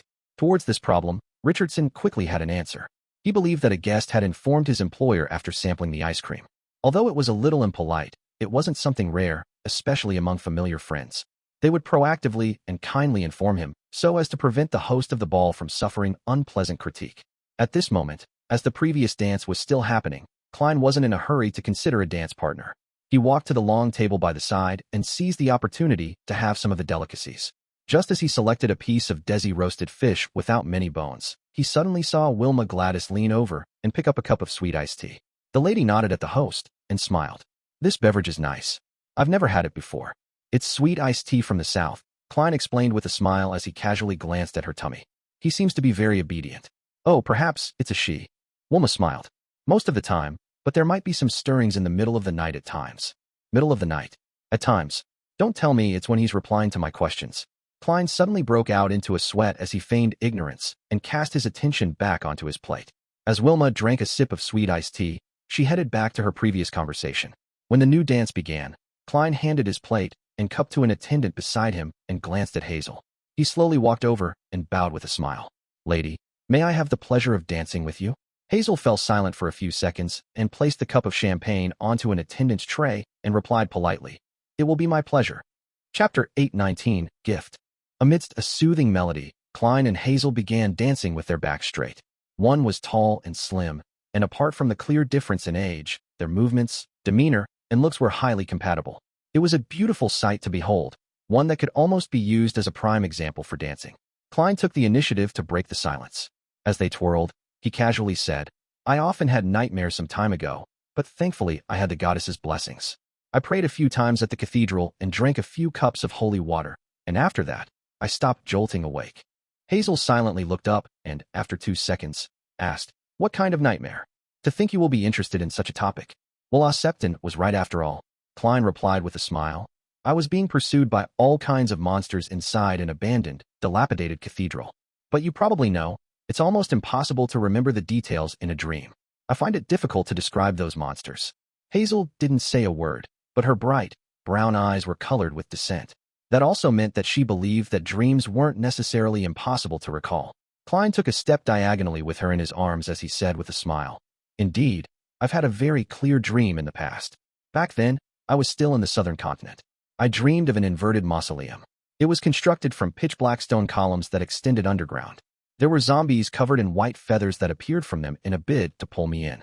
I had such dreams for several days, and it's really quite embarrassing. I was very afraid back then, so I frantically went to a nearby city and found a divination club. I got them to interpret my dream, and I received the conclusion that during one of my purchases of local goods, I had offended the faith of a tribe that believed in death. Strangely, when I went to the tribe to apologize, gave them gifts, and participated in their celebrations, I never had that dream again. He had fabricated the story from his experience as a seer. His goal was to pique Hazel's interest to see if she would unknowingly reveal something. At the same time, this was a suggestion with a deeper meaning, one that wouldn't garner suspicion. The deeper meaning was that Hazel could find a divination club member or a cathedral's priest to interpret her dream if she was troubled by it. It was best not to make rash choices while blindly believing the contents of the dream. When Willa Septon mentioned that there was something wrong with Hazel and suggested chatting about dreams, Klein suspected that her dilemma stemmed from a dream that kept happening. Otherwise, it was hard to explain how, despite being at least a sequence 8, she had a severe lack of knowledge towards the mysterious world with her blind arrogance. Furthermore, she was a lady from high society who had been educated at home. Thus, It made it difficult for her to make contact with unaffiliated beyonders or those without clear intentions. After all, her father was a member of parliament who was definitely protected. She likely had no lack of beyonders around her. Therefore, Klein believed that Hazel might have made contact with something or had caught the fancy of some powerful beyonder due to her personality. Through dreams, she was slowly guided to become a beyonder, without giving her the necessary knowledge. At the same time, the entity enticed her to dig in the sewers to search for something. There were two reasons that solidified his theory. Firstly, it was because of Will Septon's words. Secondly, Sequence 5 of the Marauder pathway was Dream Stealer. It was impossible that it only had the one beyonder power of stealing the intent behind an action. Hazel quietly listened to Dwayne Dantes' description as her mouth subconsciously gaped before closing again. After nearly 10 seconds, she asked, "Why didn't you head to the goddess's cathedral?" As expected, she's reacting to topics about dreams. However, she's quite careful and doesn't divulge anything. Klein smiled wryly and said, "There weren't any cathedrals of the goddess around. It was a region that held faith in the god of steam and machinery." Hazel didn't continue the topic as she focused her attention back onto the dance, as though she was fully immersed in the music. Klein also quietened down as he swirled around in the beautiful melody with the girl. After the dance, he sent Hazel back to where she was standing, and then he headed for the long table due to his thirst, hoping to get a cup of sweet iced tea. At this moment, he saw Bishop Electra enjoying some red wine over there. Unlike the Church of Storms and the Church of the God of Combat, clergymen of the Evernight goddess were prohibited from excessive drinking.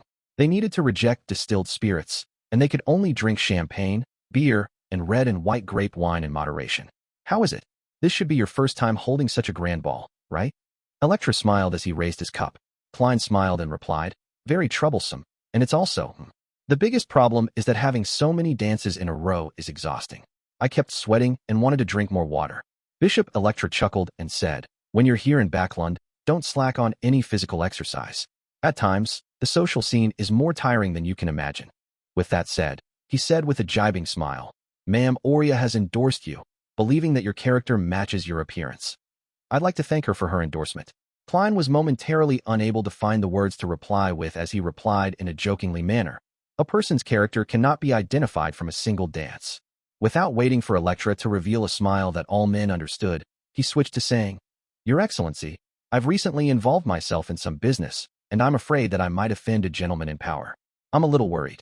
He was referring to the Coin Company and Baron Sindris. Electra took a sip of red wine and said, "Don't worry. Backlund follows the rule of law. Besides, the goddess will bless you." "That's relieving. Praise the lady." Klein seriously drew the crimson moon on his chest.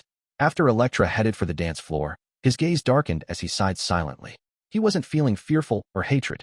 He just felt a slight guilty conscience. Up to this point in time, the Church of Evernight had been good to him. Although money was the reason, they had provided him plenty of help to the point of providing him some protection. Yet, he was planning to deal with the keepers, as well as contemplating how to steal something from the core seal behind Cheney's gate.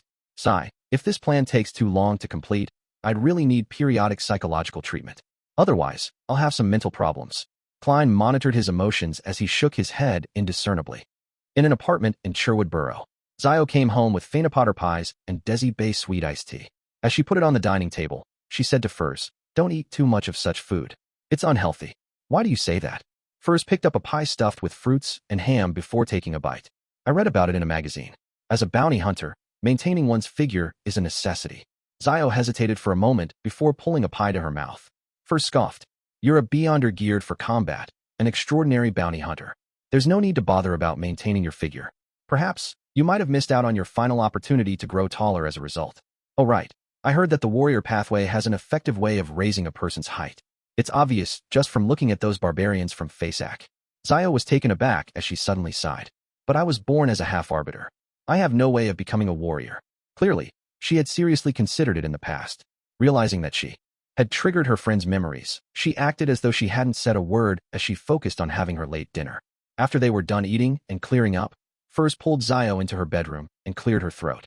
"You've helped me tremendously, so I plan on giving you a present. What troublesome matter do you need help with this time?" Zio touched her short, blonde hair warily. Furs blinked as she suddenly reflected on her recent behavior. She chuckled dryly and said, "This is for the past, the past." Without waiting for Zio to reply, she took out a metal box under Zio's doubtful gaze, one that was used to store cigars.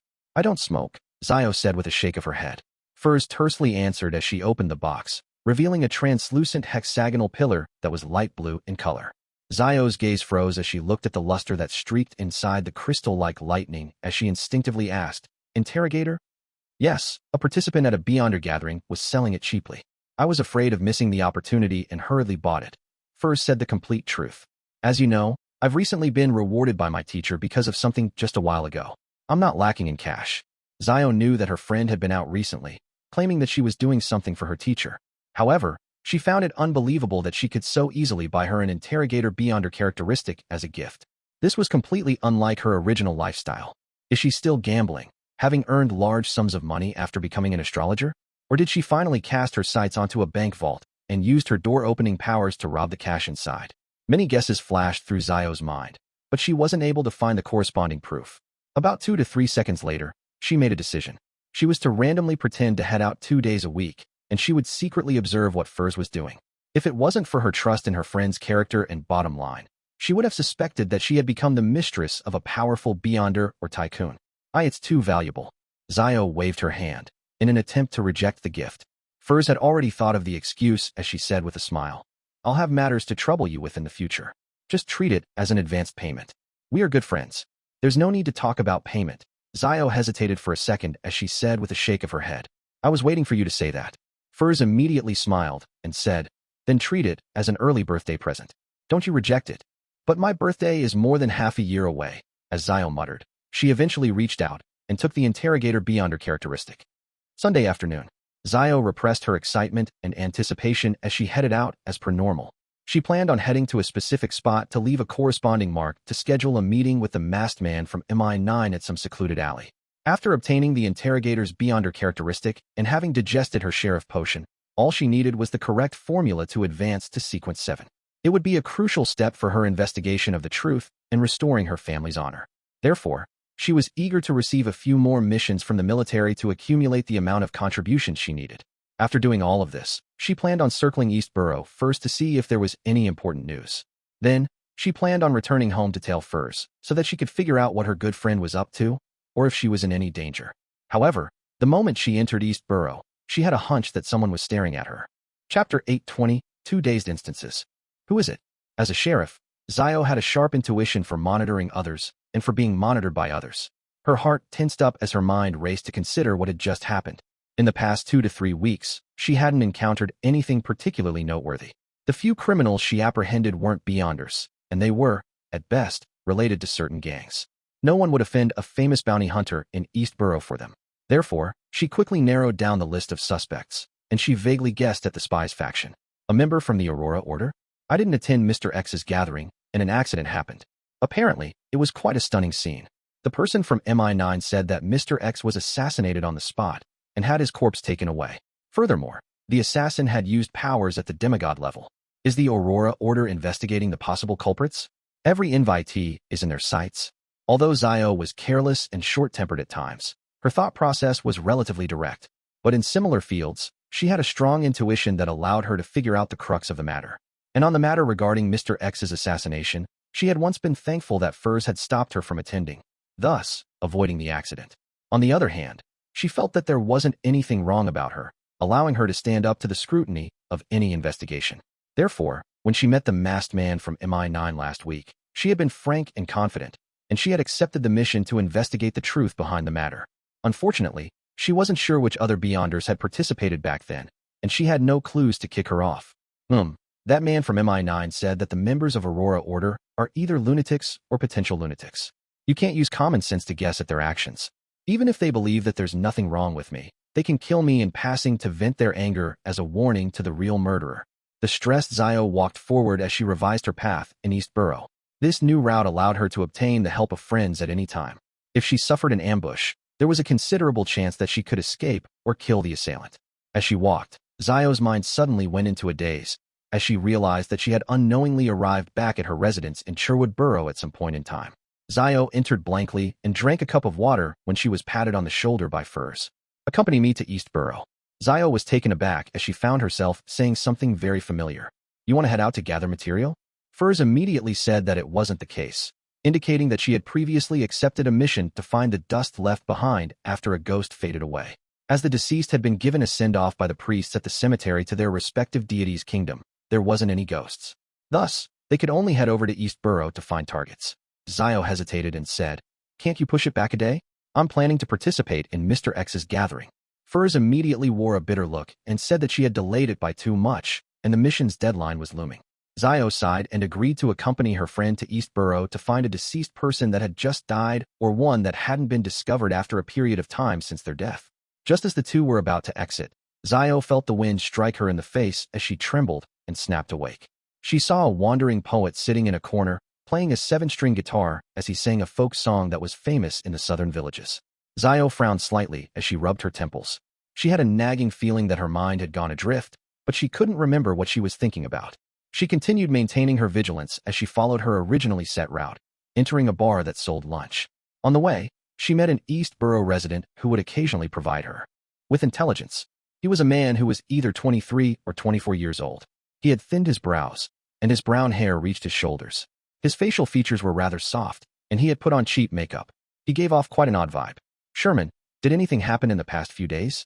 Zio greeted. According to what she knew, this young man named Sherman had always thought of himself as a woman. However, fate had played a terrible joke on him, making him a man. This made him suffer serious levels of ostracization for many years. Sherman grinned and said, "It's been peaceful. No man offered to buy me any drinks." "Drinking is bad," Zio advised him seriously, walked past him, and walked to the bar counter. Sherman spat as he walked to the entrance, swaying his hips until he arrived at the condominium he rented. He paused at the door for nearly a minute before walking 2 steps to the side and knocking on the door next door. The wooden door creaked open as a low, female voice sounded with an undeniable sweetness to it. "Have you made your decision?" Sherman walked in and closed the door behind him. Looking towards the bed, he said to the black-dressed lady, "I'm still doubtful. I don't believe that there's something as magical as that." To him, the lady had a round face and a gentle and refined temperament. Not only was she sweet-looking, but she also had a different air to her. She was extremely charming and alluring. Of course, to Sherman, he was more envious instead of smitten. The black-dressed lady replied with a deadpan expression, "Haven't you seen the picture of my former appearance?" Her gaze moved as she couldn't help but feel a sense of melancholy. "But that might have been your twin brother. I find it difficult to believe that there really is a substance to change me into a woman," Sherman said in a wavering tone. The black-dressed lady chuckled without any humor in it. "Then, you can pretend that it's fake. You may leave." Sherman's hands tightened as he fell silent for a long while. "I am willing to give it a try. Although I know that you might be bluffing me, I still wish to give it a try. Then, what should be the price I need to pay? Listen to my instructions and help me do certain tasks. Don't worry. They will definitely be things you are capable of," the black-dressed lady said. "To truly change your sex, you need to drink 3 potions and complete certain rituals. I'll guide you." Upon saying this, she said in a self-deprecating manner, "You can consider your female name." At night, in the Backlund Bridge area, in a small alley at Iron Gate Street, Zio stood under a street lamp that had been shattered by someone. She was recounting what had happened in the morning. After confirming that she wasn't being tailed, she returned to Sherwood Borough and secretly observed Furs. She discovered that her friend didn't head out at all, staying at home like she usually did. She spent most of her time reading novels, newspapers, and magazines. She also drew the curtains in her room for nearly an hour, as though she was familiarizing herself with her beyond her powers. Until she had nothing to do, she got a piece of paper and spent 15 minutes writing the opening to her new book. Finally, she tore it apart, crumbled it into a ball, and threw it into the trash can. She smokes and drinks excessively. Zio silently clenched her teeth when she saw a figure in a black suit walking out of the shadows from the other end of the alley. The man was tall and wore a golden mask that revealed his eyes, nostrils, mouth, and cheeks. He was none other than the MI9 member who was in contact with Zio. "Is there anything urgent?" he asked directly. Although Zio was short, she said in a similarly domineering manner, "I was tailed in East Borough. I suspect that it's someone from the Aurora Order. They seem to be investigating what happened during the gathering." The topic Zio had prepared to talk about was about someone she was asked to look for. She planned on using a clue that couldn't be confirmed to make a request for the emergency meeting to appear normal. However, she now had a more suitable excuse thanks to the Aurora Order. The lunatics from the Aurora Order are like that. Although they know that we're also investigating the matter and are finding them, they don't shrink back. If it's not because of that, they wouldn't always be suffering setbacks, the golden-masked man said with a laugh. "To be frank, I'm very surprised that they didn't directly surround you and bring you to a secluded place to interrogate and channel your spirit." Zio was about to answer him that the Aurora Order member didn't tail her for long when she suddenly recalled the dazed feeling she found inexplicable. Hence, she deliberated and mentioned, "I'm not sure what I encountered. For a very brief period of time, I seemed to be in a daze and can't remember what I recalled." The golden-masked man fell silent. After nearly 20 seconds, he said, "The investigation pertaining to you should have ended. The importance the Aurora Order has placed on this matter has exceeded my imagination. I will report this matter." You mentioned that many Beyonders received the invitation but didn't attend." Zio nodded and said, "The participants of each gathering doesn't exceed a third of the number of people invited. This is mostly normal for a gathering. It's not an exception for Mr. X's gathering either." The golden-masked man considered for a moment before asking, "Are there any clues about the person I got you to search for?" "The person whose original name was Trissy?" Zio shook her head after seeing him nod. "Not yet. She's likely experienced." The golden-masked man immediately chuckled. "The number of people she has killed is more than the number of bounty missions you have completed. If you have any clues, make sure not to approach her. She's highly dangerous." Zio tersely answered and focused on the main topic at hand. "Is there a new commission? Why have you suddenly become so proactive?" the golden-masked man asked in surprise. Zio frankly replied, "I'm almost about to save up enough points to exchange for the interrogator potion formula. I wish to obtain it early. Actually, there's no need for that. You can directly exchange it for the potion, as it will save quite a bit of points," the golden-masked man suggested in Zio's behalf. "I already have the Beyonder characteristic." Zio shook her head and said, "That would still take a very long time. I might be able to buy the ingredients at other Beyonder gatherings." The golden-masked man didn't insist as he said with a laughing sigh, "I wish you luck. This time, it's a rather complicated commission. If you can complete it, you should have enough points." Zio held back her delight and asked, "What's the mission?" The masked man said with a slightly odd tone, "Take note of the people Viscount Stratford interacts with, and list them down in a report before submitting it to me. There's no need for you to frequently monitor him.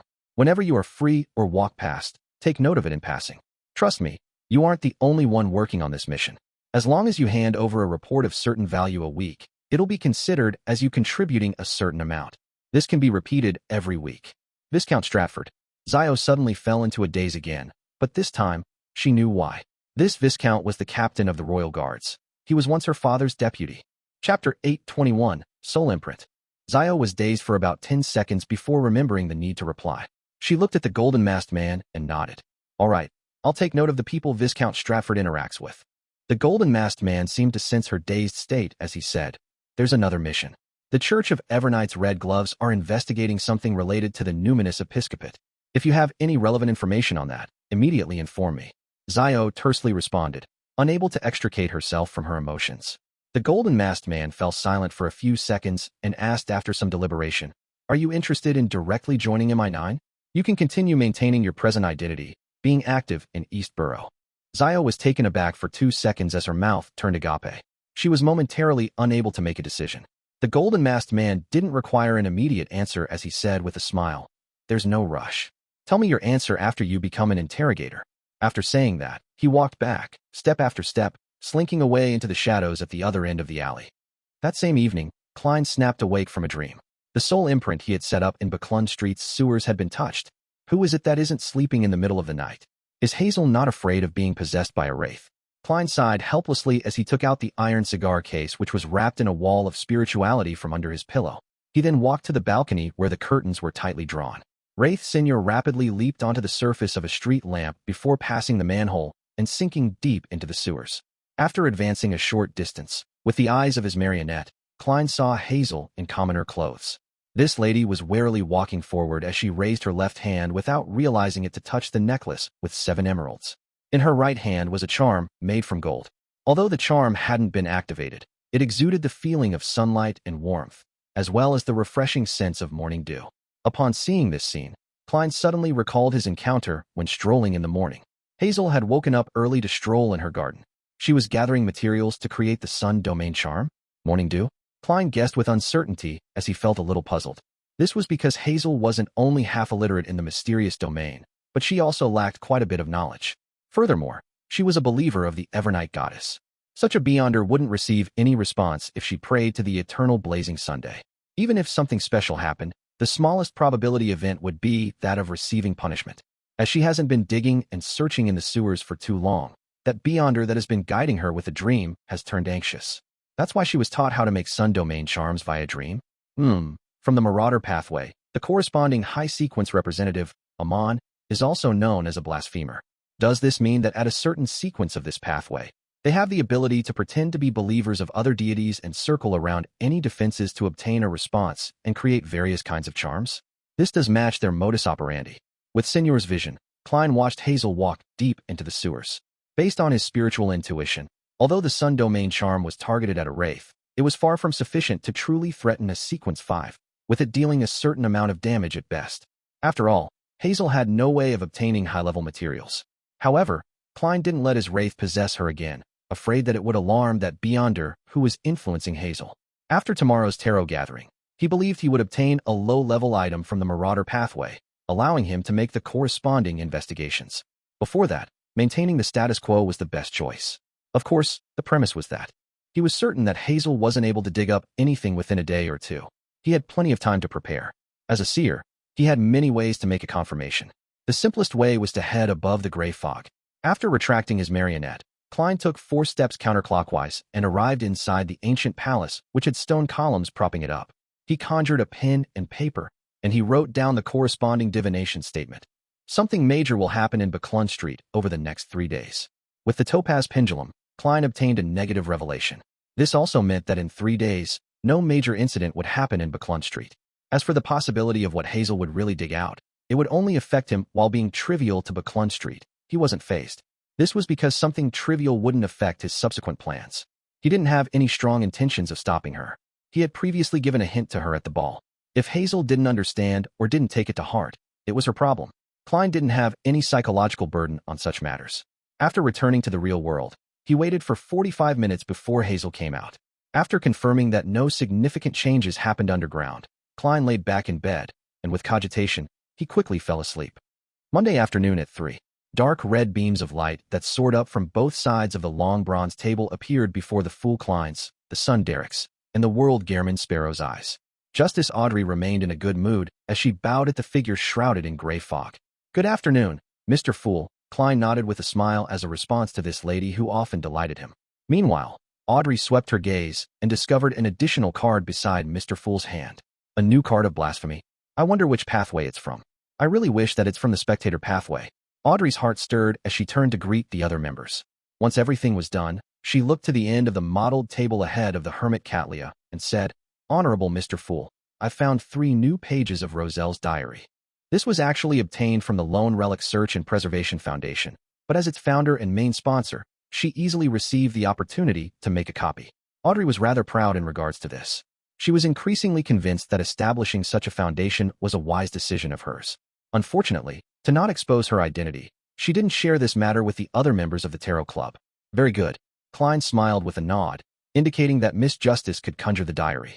And at this moment, the hermit Cattleya didn't interject, as though she hadn't obtained any new Roselle diary pages. There's temporarily no response from Queen Mystic? Or has she focused her attention on something else? Klein looked at the 3 diary pages which Miss Justice had conjured as he allowed them to jump into his palm. When he scanned them, the corners of Klein's lips nearly twitched. This was because he had encountered a familiar page of one of Roselle's sexual escapades. Compared to the pages specially chosen by Queen Mystic Bernadette that had plenty of information, the other members often obtained parts that weren't too important. The content tended to be about Roselle's daily life. The 3 pages that Miss Justice had provided was such an example. Klein casually flipped through them and discovered a diary entry that was worth a detailed read. As for the rest, it was either about him having a rendezvous with some lady or madam, or him belittling people who survived due to their status instead of intellect. He even expressed his desire for a demoness from all the rumors he heard. Soon, Klein placed his attention on the most valuable diary entry. Based on the information obtained from the church, there really are monsters in existence that are stitched at the soul level. After high-sequence Beyonders die, the Beyonder characteristics they produce will have remnants of the imprint of their soul. It can be very powerful and resilient. It might not even fully dissipate after centuries or even a millennium. But when Beyonder characteristics form a mystical item with their surrounding objects, there's a need to have a sufficiently similar soul in order to use them. Otherwise, the negative effects will be extraordinary. And when such Beyonder characteristics are preserved and made into the main ingredient of a potion, the consumer similarly must have a powerful soul body to withstand it. Otherwise, there's a high chance of failure. In mysticism, an advancement's failure will often lead to a loss of control or death. Only very few lucky ones can be calmed down and maintain an intricate balance. However, it's rumored that certain special sealed artifacts can draw out unfused beyonder characteristics and recondense them.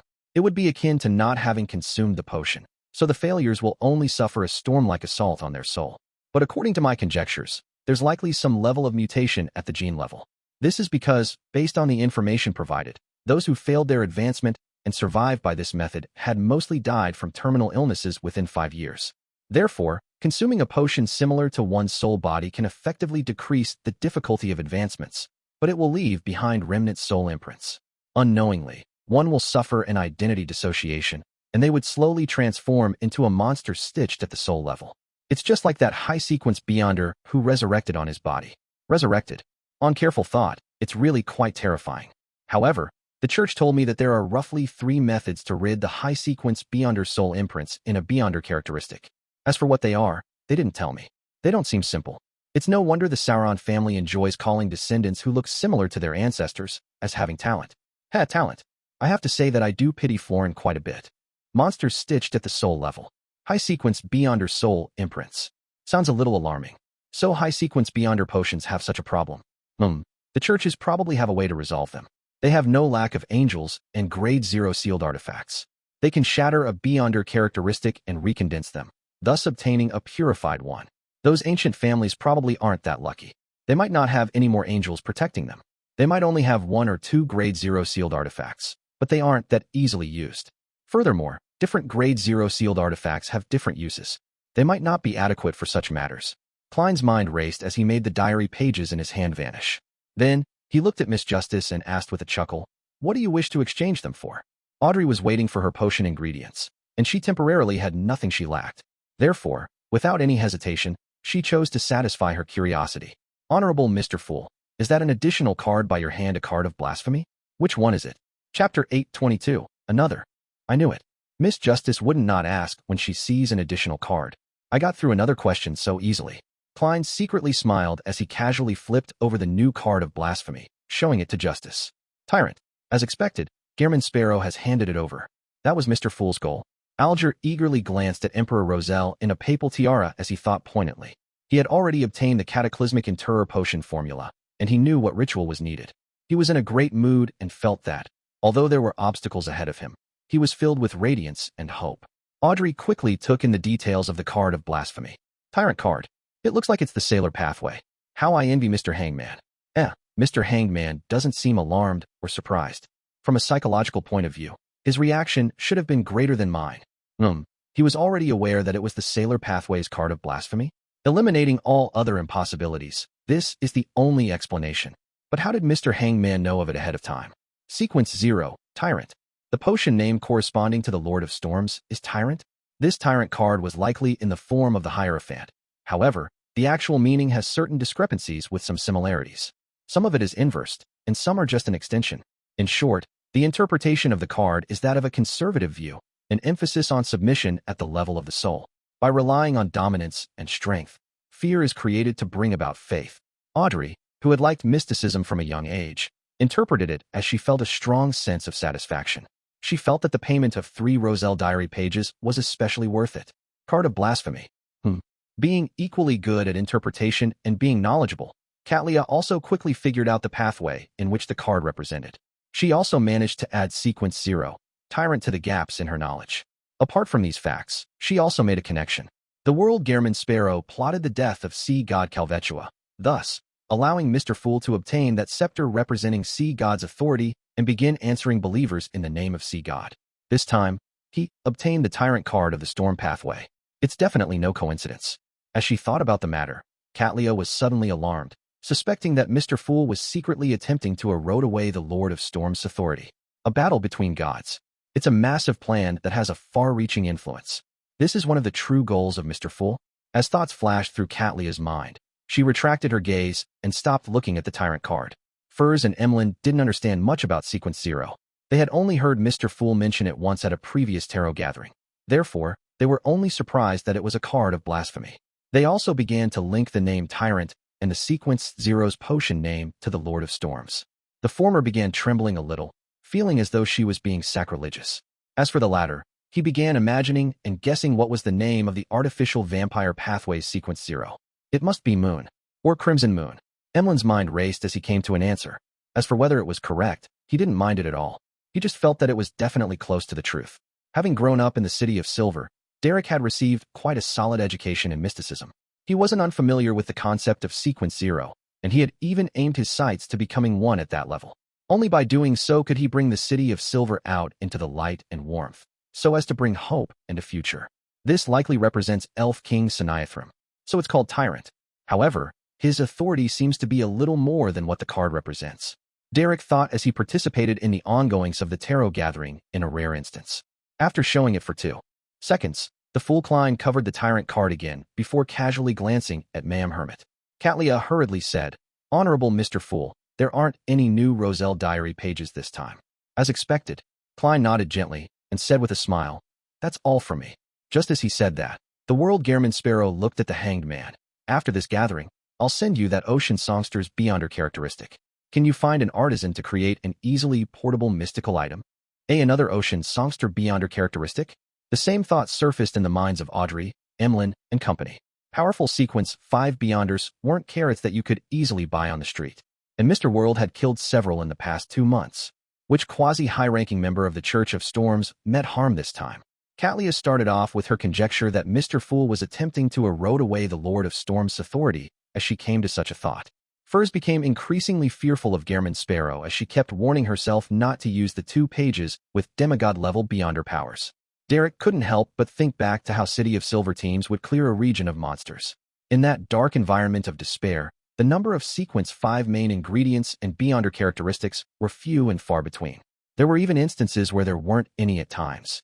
"All right," Alger, who had already made the promise, calmly replied without mentioning the artisan's fees. This made people like Audrey and Cattleya notice something. They suspected that Mr. World and Mr. Hanged Man had secretly cooperated and negotiated on certain matters. This coincided with Audrey's belief that the Hanged Man had the knowledge that the card of blasphemy was the Tyrant card, making her guess that the Tyrant card might have been one of the spoils of war that they had obtained in a private partnership. Without waiting for them to ask about anything they needed, the World Gehrman Sparrow surveyed the area whilst under Klein's control. "I have here another Beyonder characteristic of a Sequence 5 Mentor of Confusion from the Black Emperor sequence pathway. It can be made into a mystical item, and it should possess the power to use the loopholes found in order so as to distort the words, will, and actions of a target. It can also raise one's physical state and create a certain degree of chaos and confusion to the surroundings." He described it in such detail because his target clients were Miss Justice and Ma'am Hermit. It was impossible for the 2 of them to switch to the Black Emperor pathway, so their requirements for Beyonder characteristics were naturally for a mystical item. Of course, the latter had subordinates, so it was possible to purchase Beyonder characteristics for her organization's members. Another one, and it's Sequence 5. "What major event did Mr. World do last week?" Audrey instantly forgot to generate interest in the Beyonder characteristic. Cattleya, Emlyn, and company exchanged looks, puzzled as to which Sequence 5 Beyonder met harm again. What Alger cared about was that this belonged to the Black Emperor pathway, a Sequence 5 Mentor of Confusion. The latter was something he wasn't previously aware of. After nearly 20 seconds of silence, Audrey began to ruminate over Mr. World's words. Use loopholes found in order. Create chaos and confusion. Raise one's physical state and distort a target's speech, will, and actions. It seems to be very compatible with my dear Earl Hall. Besides, I also want to have such powers. I still have too many shortcomings just by relying on myself and lie. I should figure out the price first and find a chance to ask Father. Let's see if he's interested in buying such a mystical item for himself or his adorable daughter." Audrey thought for a few seconds before raising her hand slightly. "Mr. World, what do you plan on exchanging it for? Or how much do you plan on selling it for?" "A reasonable price for a ready-made mystical item like Death Knell costs 10,000 to 12,000 pounds. Just the Beyonder characteristic alone will be cheaper. It will be about 7,000 to 8,000 pounds. Klein had already done the math. Now, after some thought, he made the World Gehrman Sparrow reply, 8,000 pounds. He knew that if Miss Justice was really interested, she wouldn't haggle. "Okay." Audrey nodded and turned to look across the table. "Mr. Hanged Man, roughly how much would it cost to pay the artisan to turn such a Beyonder characteristic into a mystical item?" Alger quickly did the math and said, 1,500 pounds at the very least. It might be higher. "All right." Audrey shifted her gaze and said to the World Gehrman Sparrow, "I'll consider it for a few days and give you an answer by the end of the week." You can continue asking if anyone else wants it. The world nodded in silence as he looked at the other members. He noticed that Ma'am Hermit hesitated for 2 seconds, but ultimately kept silent.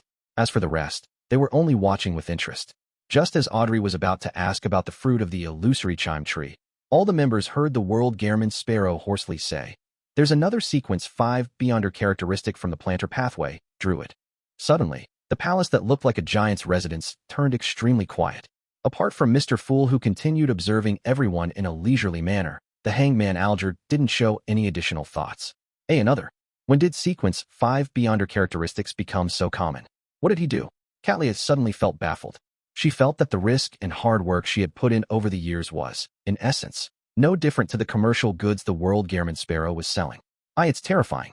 Furs had already begun imagining a series of stories. Impressive. Derek idolized Mr. World even more. Audrey and Emlyn remained silent for a long time, momentarily finding themselves suffering from a lack of vocabulary. After nearly 10 seconds, Cattleya realized the hidden meaning behind the world-garment sparrow's words. He didn't mention the effects of what the Druid beyonder characteristic can have after being made into a mystical item. He's asking me if I'll buy it for Frank. At that instant, Cattleya felt an unprecedented dilemma. Chapter 823, The Maturing Tarot Club. As the captain of the future, Cattleya knew of the latent dangers that Frank Lee had better than anyone else. She knew that this first mate's strange ideas would at times be about truly terrifying and crazy developments. If it wasn't because those creations had yet to be proliferated and lacked the necessary elements, Cattleya believed that the world would be different. Of course, if there came such a day, she would finish off Frank Lee ahead of everyone else by feeding him to the fishes. With him lacking godhood, many things will be limited in scope even if they're considered a success. It's impossible to distribute out and bring about a greater disaster. Just advancing to sequence 5 wouldn't result in any qualitative changes, and Frank has been holding back greatly in recent times. He's been focused on researching plants that can survive and grow through the absorption of monster corpses in the darkness. As her thoughts swirled and changed in her mind, Cattleya finally made a decision. How much do you wish to get for it? She had a vague feeling that the world-garment sparrow was recently in need of money. 8,000 pounds. If you can replace it with large sums of gold coins, you'll receive a discount. Klein secretly heaved a sigh of relief as he answered using the world. At the thought of how Frank Lee could be able to afford this sum, and how he wouldn't reject a druid's beyonder characteristic, Cattleya pondered for 2 seconds and said, "Deal. Give me a week to gather the amount." "No problem." Klein got the world-garment sparrow to retract his gaze. After the trip to the primitive island, if not for having garnered the attention of the existence hidden in the depths of the cathedral, he would have given himself a perfect score. In less than half a night, he had obtained an invaluable card of blasphemy, a mystical item with not less than 10,000 pounds, as well as a possible total of 16,000 pounds. Furthermore, no taxes needed to be paid. It was faster than robbing a bank. Unfortunately, that primitive island has vanished. Otherwise, I can always pay a visit when I'm lacking money. Klein's thoughts wandered as he watched Miss Justice look at Mr. Hangman and ask with a tone of anticipation, "Do you have the fruits of the illusory chime tree?" Audrey actually had some inkling to the answer. This was because Mr. World had obtained so many sequence 5 beyonder characteristics recently, and Mr. Hangman was suspected to have had a private partnership with him in the past week. It was unlikely that he had obtained nothing. I can figure out certain clues from Mr. Hangman's satisfied and confident state. Audrey felt increasingly confident in her ability to observe others. Alger chuckled and said, "I was just about to tell you that I've already obtained the fruit." "Excellent." Audrey held back and didn't act overly agitated. This meant that she had gathered all the ingredients for hypnotist. All she needed to do was wait for her psychiatrist potion to completely digest before she attempted the advancement. And it wouldn't take too long. Having already become an Aunt Agony in the aristocrat circles in East Chester County, Audrey thought with great certainty. To be frank, if she hadn't deliberately guided the topic of conversation, Audrey wouldn't have imagined that the aristocrats that all looked beaming with decent demeanors suffered immense stress.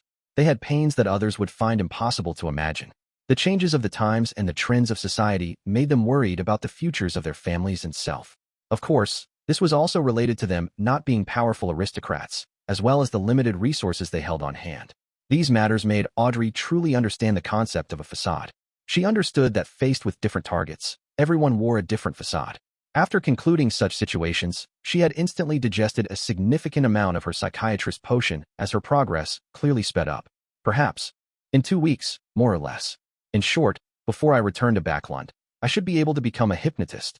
Audrey looked at Alger with bright eyes and asked, "What do you want in exchange?"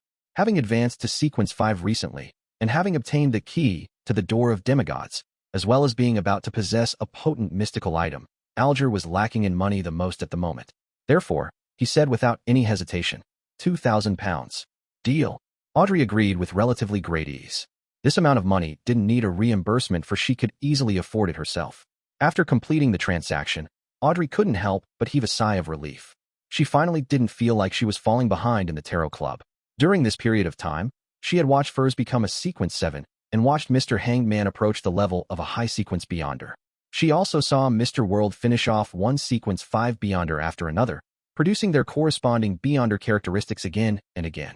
Yet, she remained as a psychiatrist, a Sequence 7 Beyonder. She couldn't help but feel stressed as she became a little anxious.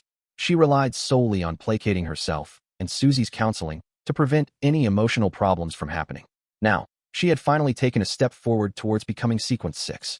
As the delighted Audrey increasingly enjoyed the gathering, she heard Ma'am Hermit say to Mr. World, "I can provide an answer to that drop of blood from the mythical creature. Do you wish for a private communication?" The fool Klein controlled the World Gehrman Sparrow with piqued interest as he asked, "If it's solely an exchange of information, I'll make a killing out of nothing," he thought with anticipation. Catlia looked around, and after a few seconds of thought, she shook her head and said, "There's no need. I can only provide two forms of payment. 1. A single glance at the Wheel of Fortune card. I believe you know what this card of blasphemy that was created by Emperor Roselle means. 2. It's to provide the means to regain a certain amount of strength during one's weak stages. Please pass this message to that angel and ask if he is satisfied with such a payment. Provide the means to regain a certain amount of strength during one's weak stages? Queen Mystic has guessed that it's related to the Snake of Fate? That doesn't make sense.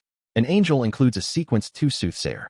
Can't the fool have an angel from the Fate pathway serving him? I've no idea if Wala Septon knows the way to become the corresponding pathway's Sequence 0. If he is unaware, then taking one look at the Wheel of Fortune card would be an irresistible temptation. However, it's unlikely. He has lived for so long, and he's a Sequence 1 at that. It wouldn't be so terrible to the point of only now grasping the ritual to becoming a god. Haha, I wonder what Roselle looks like on the Wheel of Fortune card. It has a snake with the Emperor's face and other animals? Klein casually thought as he deliberated and made the fake person, the World, say, "Okay, if a transaction is ultimately made, you will need to pay an additional amount. What do you want?" Catlia asked cautiously. The World Gehrman Sparrow said with a hoarse laugh, "I want to meet Queen Mystic.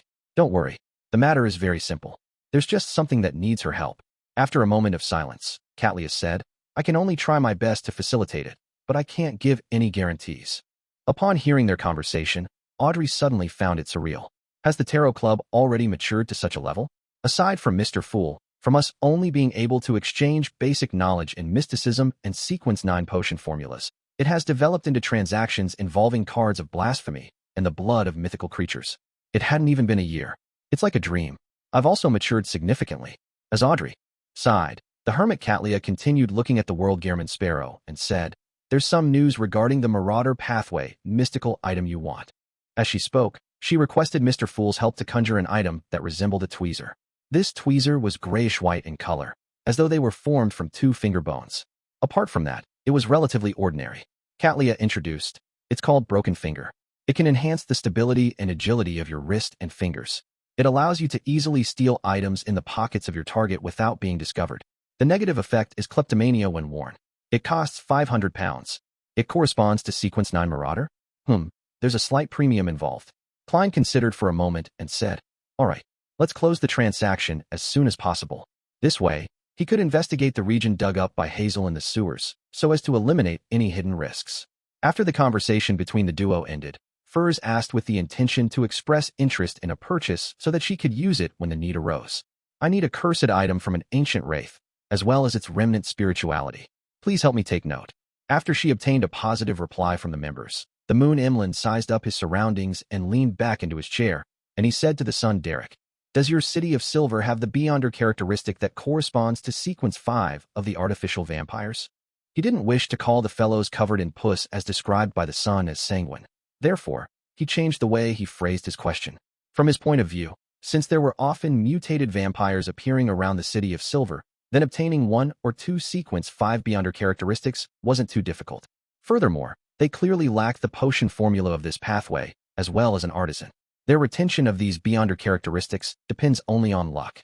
Time needs to pass to determine if they would corrupt the items surrounding them. transforming into sealed artifacts. Emlyn convinced himself that he was helping the City of Silver instead of asking for the sun's help. Derek was stunned as he answered in complete honesty. Yes. But Mr. Moon, do you wish to be covered in pus? Oh. Emlyn's expression froze as he was momentarily unsure if the sun was mocking him or warning him. Upon seeing this, Derek hurriedly added, many of them have serious levels of mental corruption, and without the potion formula, our City of Silver wouldn't waste the effort to cleanse such problems. Is that so? This will be troublesome. Emlyn nodded slightly and said, got it. He didn't involve himself in possible transactions, preparing to seek advice from the upper echelons of the Sanguine to figure out the matter regarding the mental corruption of Beyonder characteristics. With the transaction segment coming to an end, the Tarot Club's members began their free exchange segment. Audrey looked straight at Gehrman Sparrow and said with some hesitation, I would like to know where the Mentor of Confusion characteristic came from. If it involves certain secrets, you can choose not to answer. She was making the preparations to convince her father, Earl Hall. It was also to avoid any unnecessary troubles. After all, Beyonders from the Black Emperor pathway might have certain connections with the military and royal family. Klein secretly laughed as he made the world answer. It comes from a curly-haired baboon. Chapter 824, Conflict. It comes from a curly-haired baboon. Audrey was momentarily unsure if Mr. World was referring to a real curly-haired baboon or someone who couldn't be considered human. In the Lone Kingdom, curly-haired baboons were a common term used to mock others, often used as a joke for low intelligence. From the looks of it, Mr. World doesn't wish to provide any further explanation. All right then, I'll just treat its origins as that of a real curly-haired baboon. Audrey didn't ask further as she said, didn't I visit a place that had the tradition of worshipping dragons while seeking out the traces of a mind dragon? But didn't you discover that the mind dragon lived in the sea of collective subconscious in the local residents? And to ensure your safety, you chose to leave? Cattleya replied. You went back. Furs asked with a guess. Audrey shook her head. No, I've long left the area. I've only heard of a rumor recently. An archaeological team entered one of the villages in that area. A member suddenly went mad at night, and the mental illness seemed contagious. The other members went mad in turn as they killed each other or themselves. Eventually, not a single member survived. Alger was just about to say something when Cattleya said, this matches the traits of a mind dragon. I have no doubts about that. I'm just curious if the mind dragon will remain in that region. Audrey expressed her thoughts. No. Alger and Cattleya replied in unison. Sitting at the long mottled table, the fool Klein made a connection to something else. The anchor of the deities. He suspected that the region's tradition of dragon worship was an anchor to stabilize the mind dragon's state. Before such traditions ceased its practice, that mind dragon likely doesn't need to worry about the problem of an anchor. Therefore, after it leaves, it can hide in a new region's sea of collective subconscious. It doesn't need to take risks to enter the different dreams to create faith. This way, the three churches will lack clues to finding it. After all, they aren't experts in this domain. Even with the corresponding sealed artifacts, they will, at best, only be capable of entering the sea of collective subconscious or force the mind dragon out. Instead, the psychology alchemists might be able to figure something out. As Klein thought casually, he made the world say, the tradition of dragon worship is very beneficial in stabilizing the mind dragon's condition. You can get people to take note of such matters. If large-scale changes occur, then it means that the mind dragon is creating similar traditions in other places. He originally wanted to mention that he suspected the mind dragon to be an angel, one at sequence 2, but on careful thought, he found it impossible to determine that. Indeed, when humans reach sequence 2 and reach the level of an angel, they will need the anchor of faith to secure themselves to prevent themselves from going mad. But that is a dragon in the true sense of the word, an ancient Beyonder creature. It has the madness inherited from its ancestors, and even if it's cleansed and weakened every generation, it's definitely easier for it to lose itself compared to humans. Therefore, it might be a sequence 3, or even a sequence for that needs an anchor to resist its inclination of losing control. That folk tradition is beneficial in stabilizing the dragon's condition? Audrey asked in doubt and puzzlement. Yes. The world didn't give an explanation aside from providing an affirmative response. Audrey subconsciously turned her head to look at the other end of the long bronze table. She began considering if she needed to consult Mr. Fool and pay the corresponding price. Upon seeing this, the Fool Klein surveyed the area and said with a chuckle, why do you think the various deities want to spread their faith? Isn't it because God loves the world so much? This standard and orthodox answer surfaced in Audrey's mind. Following that, she, Alger, Cattleya, and the other members thought of the second answer. Stabilization of one's condition. No way. At that moment, Furs found her brain lacking. No matter how good she was at coming up with stories, there was no way she could come up with something like that. to think that's the case. No, I can't eliminate the possibility that Mr. Fool is only mentioning one of the possible reasons. He is secretly eroding away the Lord of Storm's authority. This is related to godhood. I should consult Her Majesty about this in the future. Cattleya nudged the heavy glasses on her nose bridge as she made a guess. Alger had previously seen the picture, and when he heard such matters, he no longer had that trembling sense of paralyzing fear. Instead, he began seriously considering why faith could stabilize the conditions of a demigod creature.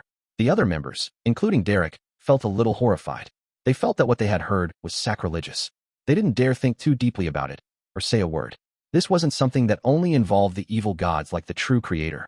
It had an intimate connection to the 7 Orthodox deities and the existence of the City of Silver creator. The fool Klein didn't say anything further as he allowed them to maintain their silence while he appeared extremely relaxed. After about 10 seconds, Audrey forced a smile and said, "That's all I've encountered recently." What she meant was that was all from her, and it was the others' turn. Furs and Emlyn had nothing they encountered that was worth informing to the others. They shook their heads, indicating that they had nothing to say. Of course, the latter actually wished to flaunt his victory of the hunting competition that won in the ring made by the ancestor. Alger thought for a moment and looked at Gehrman Sparrow. Can that picture be shared with everyone? He believed that the picture was directly connected with certain matters that happened in Afternoon Town in the Giant King's court.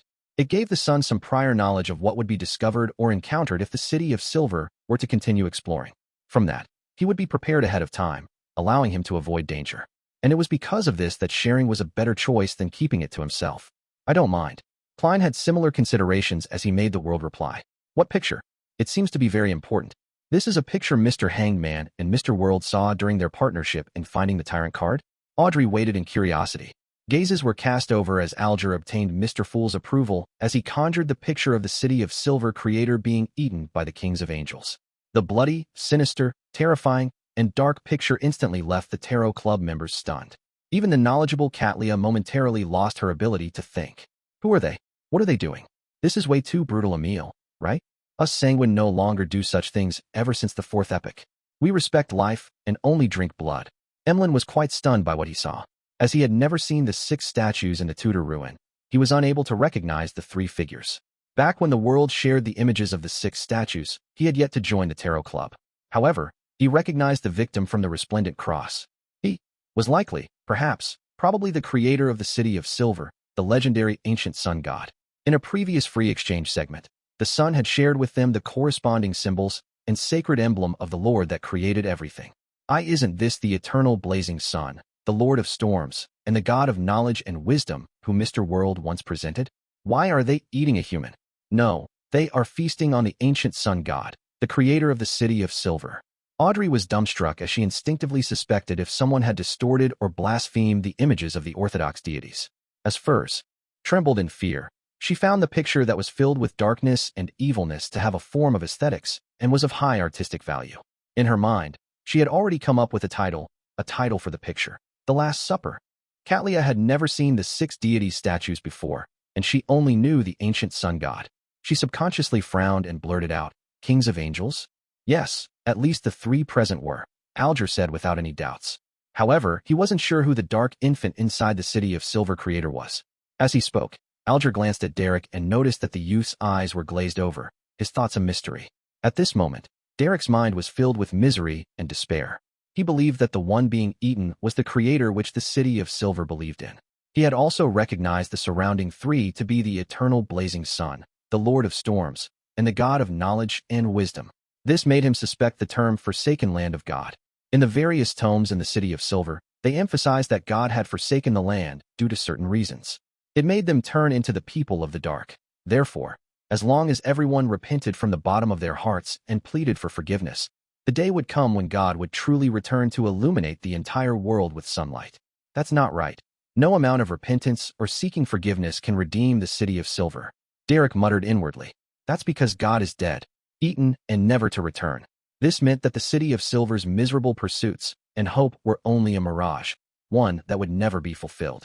After a long silence, Audrey said, trying to convince herself, this is a distortion of the legend of how those 3 gods were born from the soul of the creator. 3 gods. Cattleya's and Emlyn's eyes constricted at the same time, having figured out the general meaning of the picture. They knew what alarming matter it represented. Perhaps, but there's no way to explain that infant, Alger replied. He silently glanced at Mr. Fool, and he realized that this impressive existence had no intention of speaking. All he did was watch silently. With Audrey silent, the remaining members of the Tarot Club didn't say a word either. This silence continued until Alger dispersed the picture and turned to ask Derek, "Have you investigated the matter regarding your former chief's mausoleum?" Chapter 8:25, Reservation. Upon hearing Mr. Hangman's question, Derek replied in shame, "No. I've been constantly assigned to patrol missions recently, and I didn't have the time to investigate." Alger wasn't too surprised, but he was puzzled over one thing. Why don't you get the help of a few friends? You don't have to tell them your true motives. Split the task into very minor missions that wouldn't garner much attention. Let them search for information in different areas.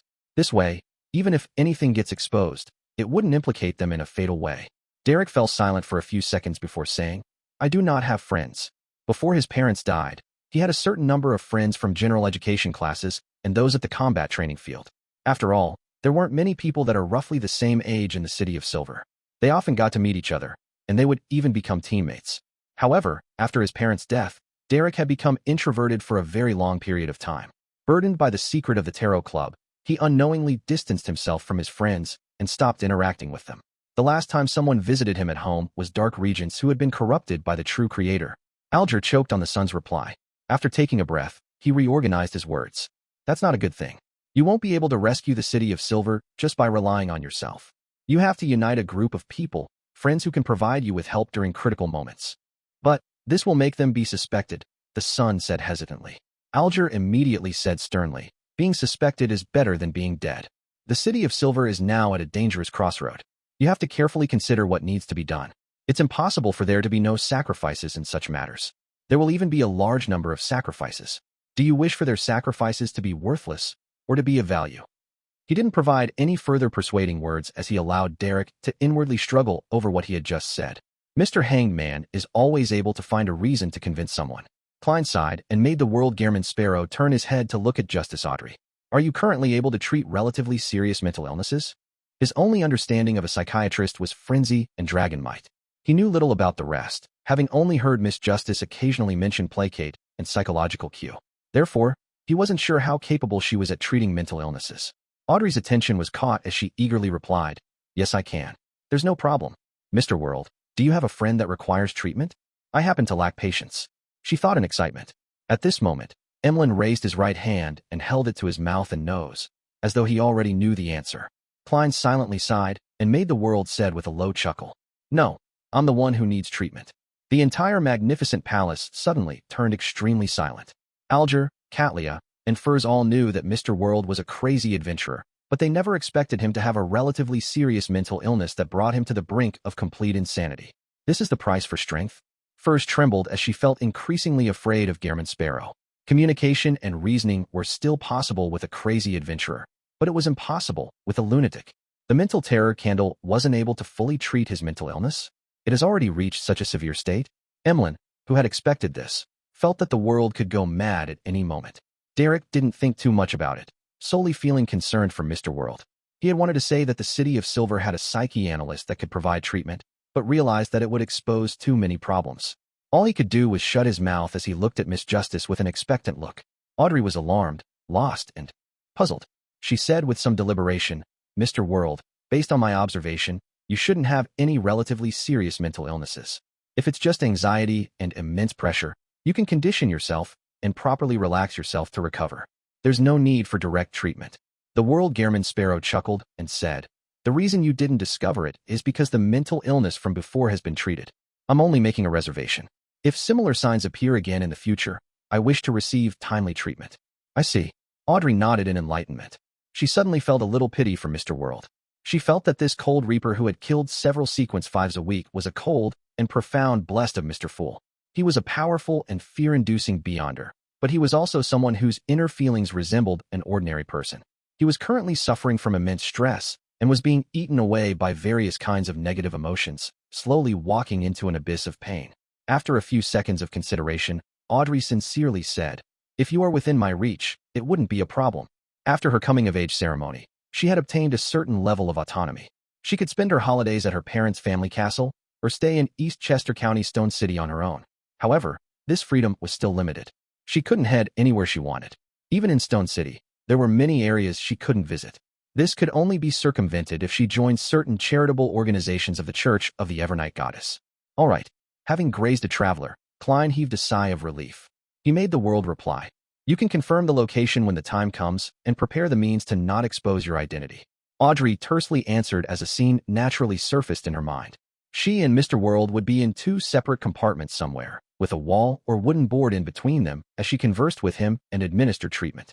In such a situation, Mr. World wouldn't be able to determine that it's me. To him, it doesn't matter as long as he's treated. This also means that if I can't make myself available, I can get Susie to do it. Mr. World definitely wouldn't believe that the one treating him is a dog.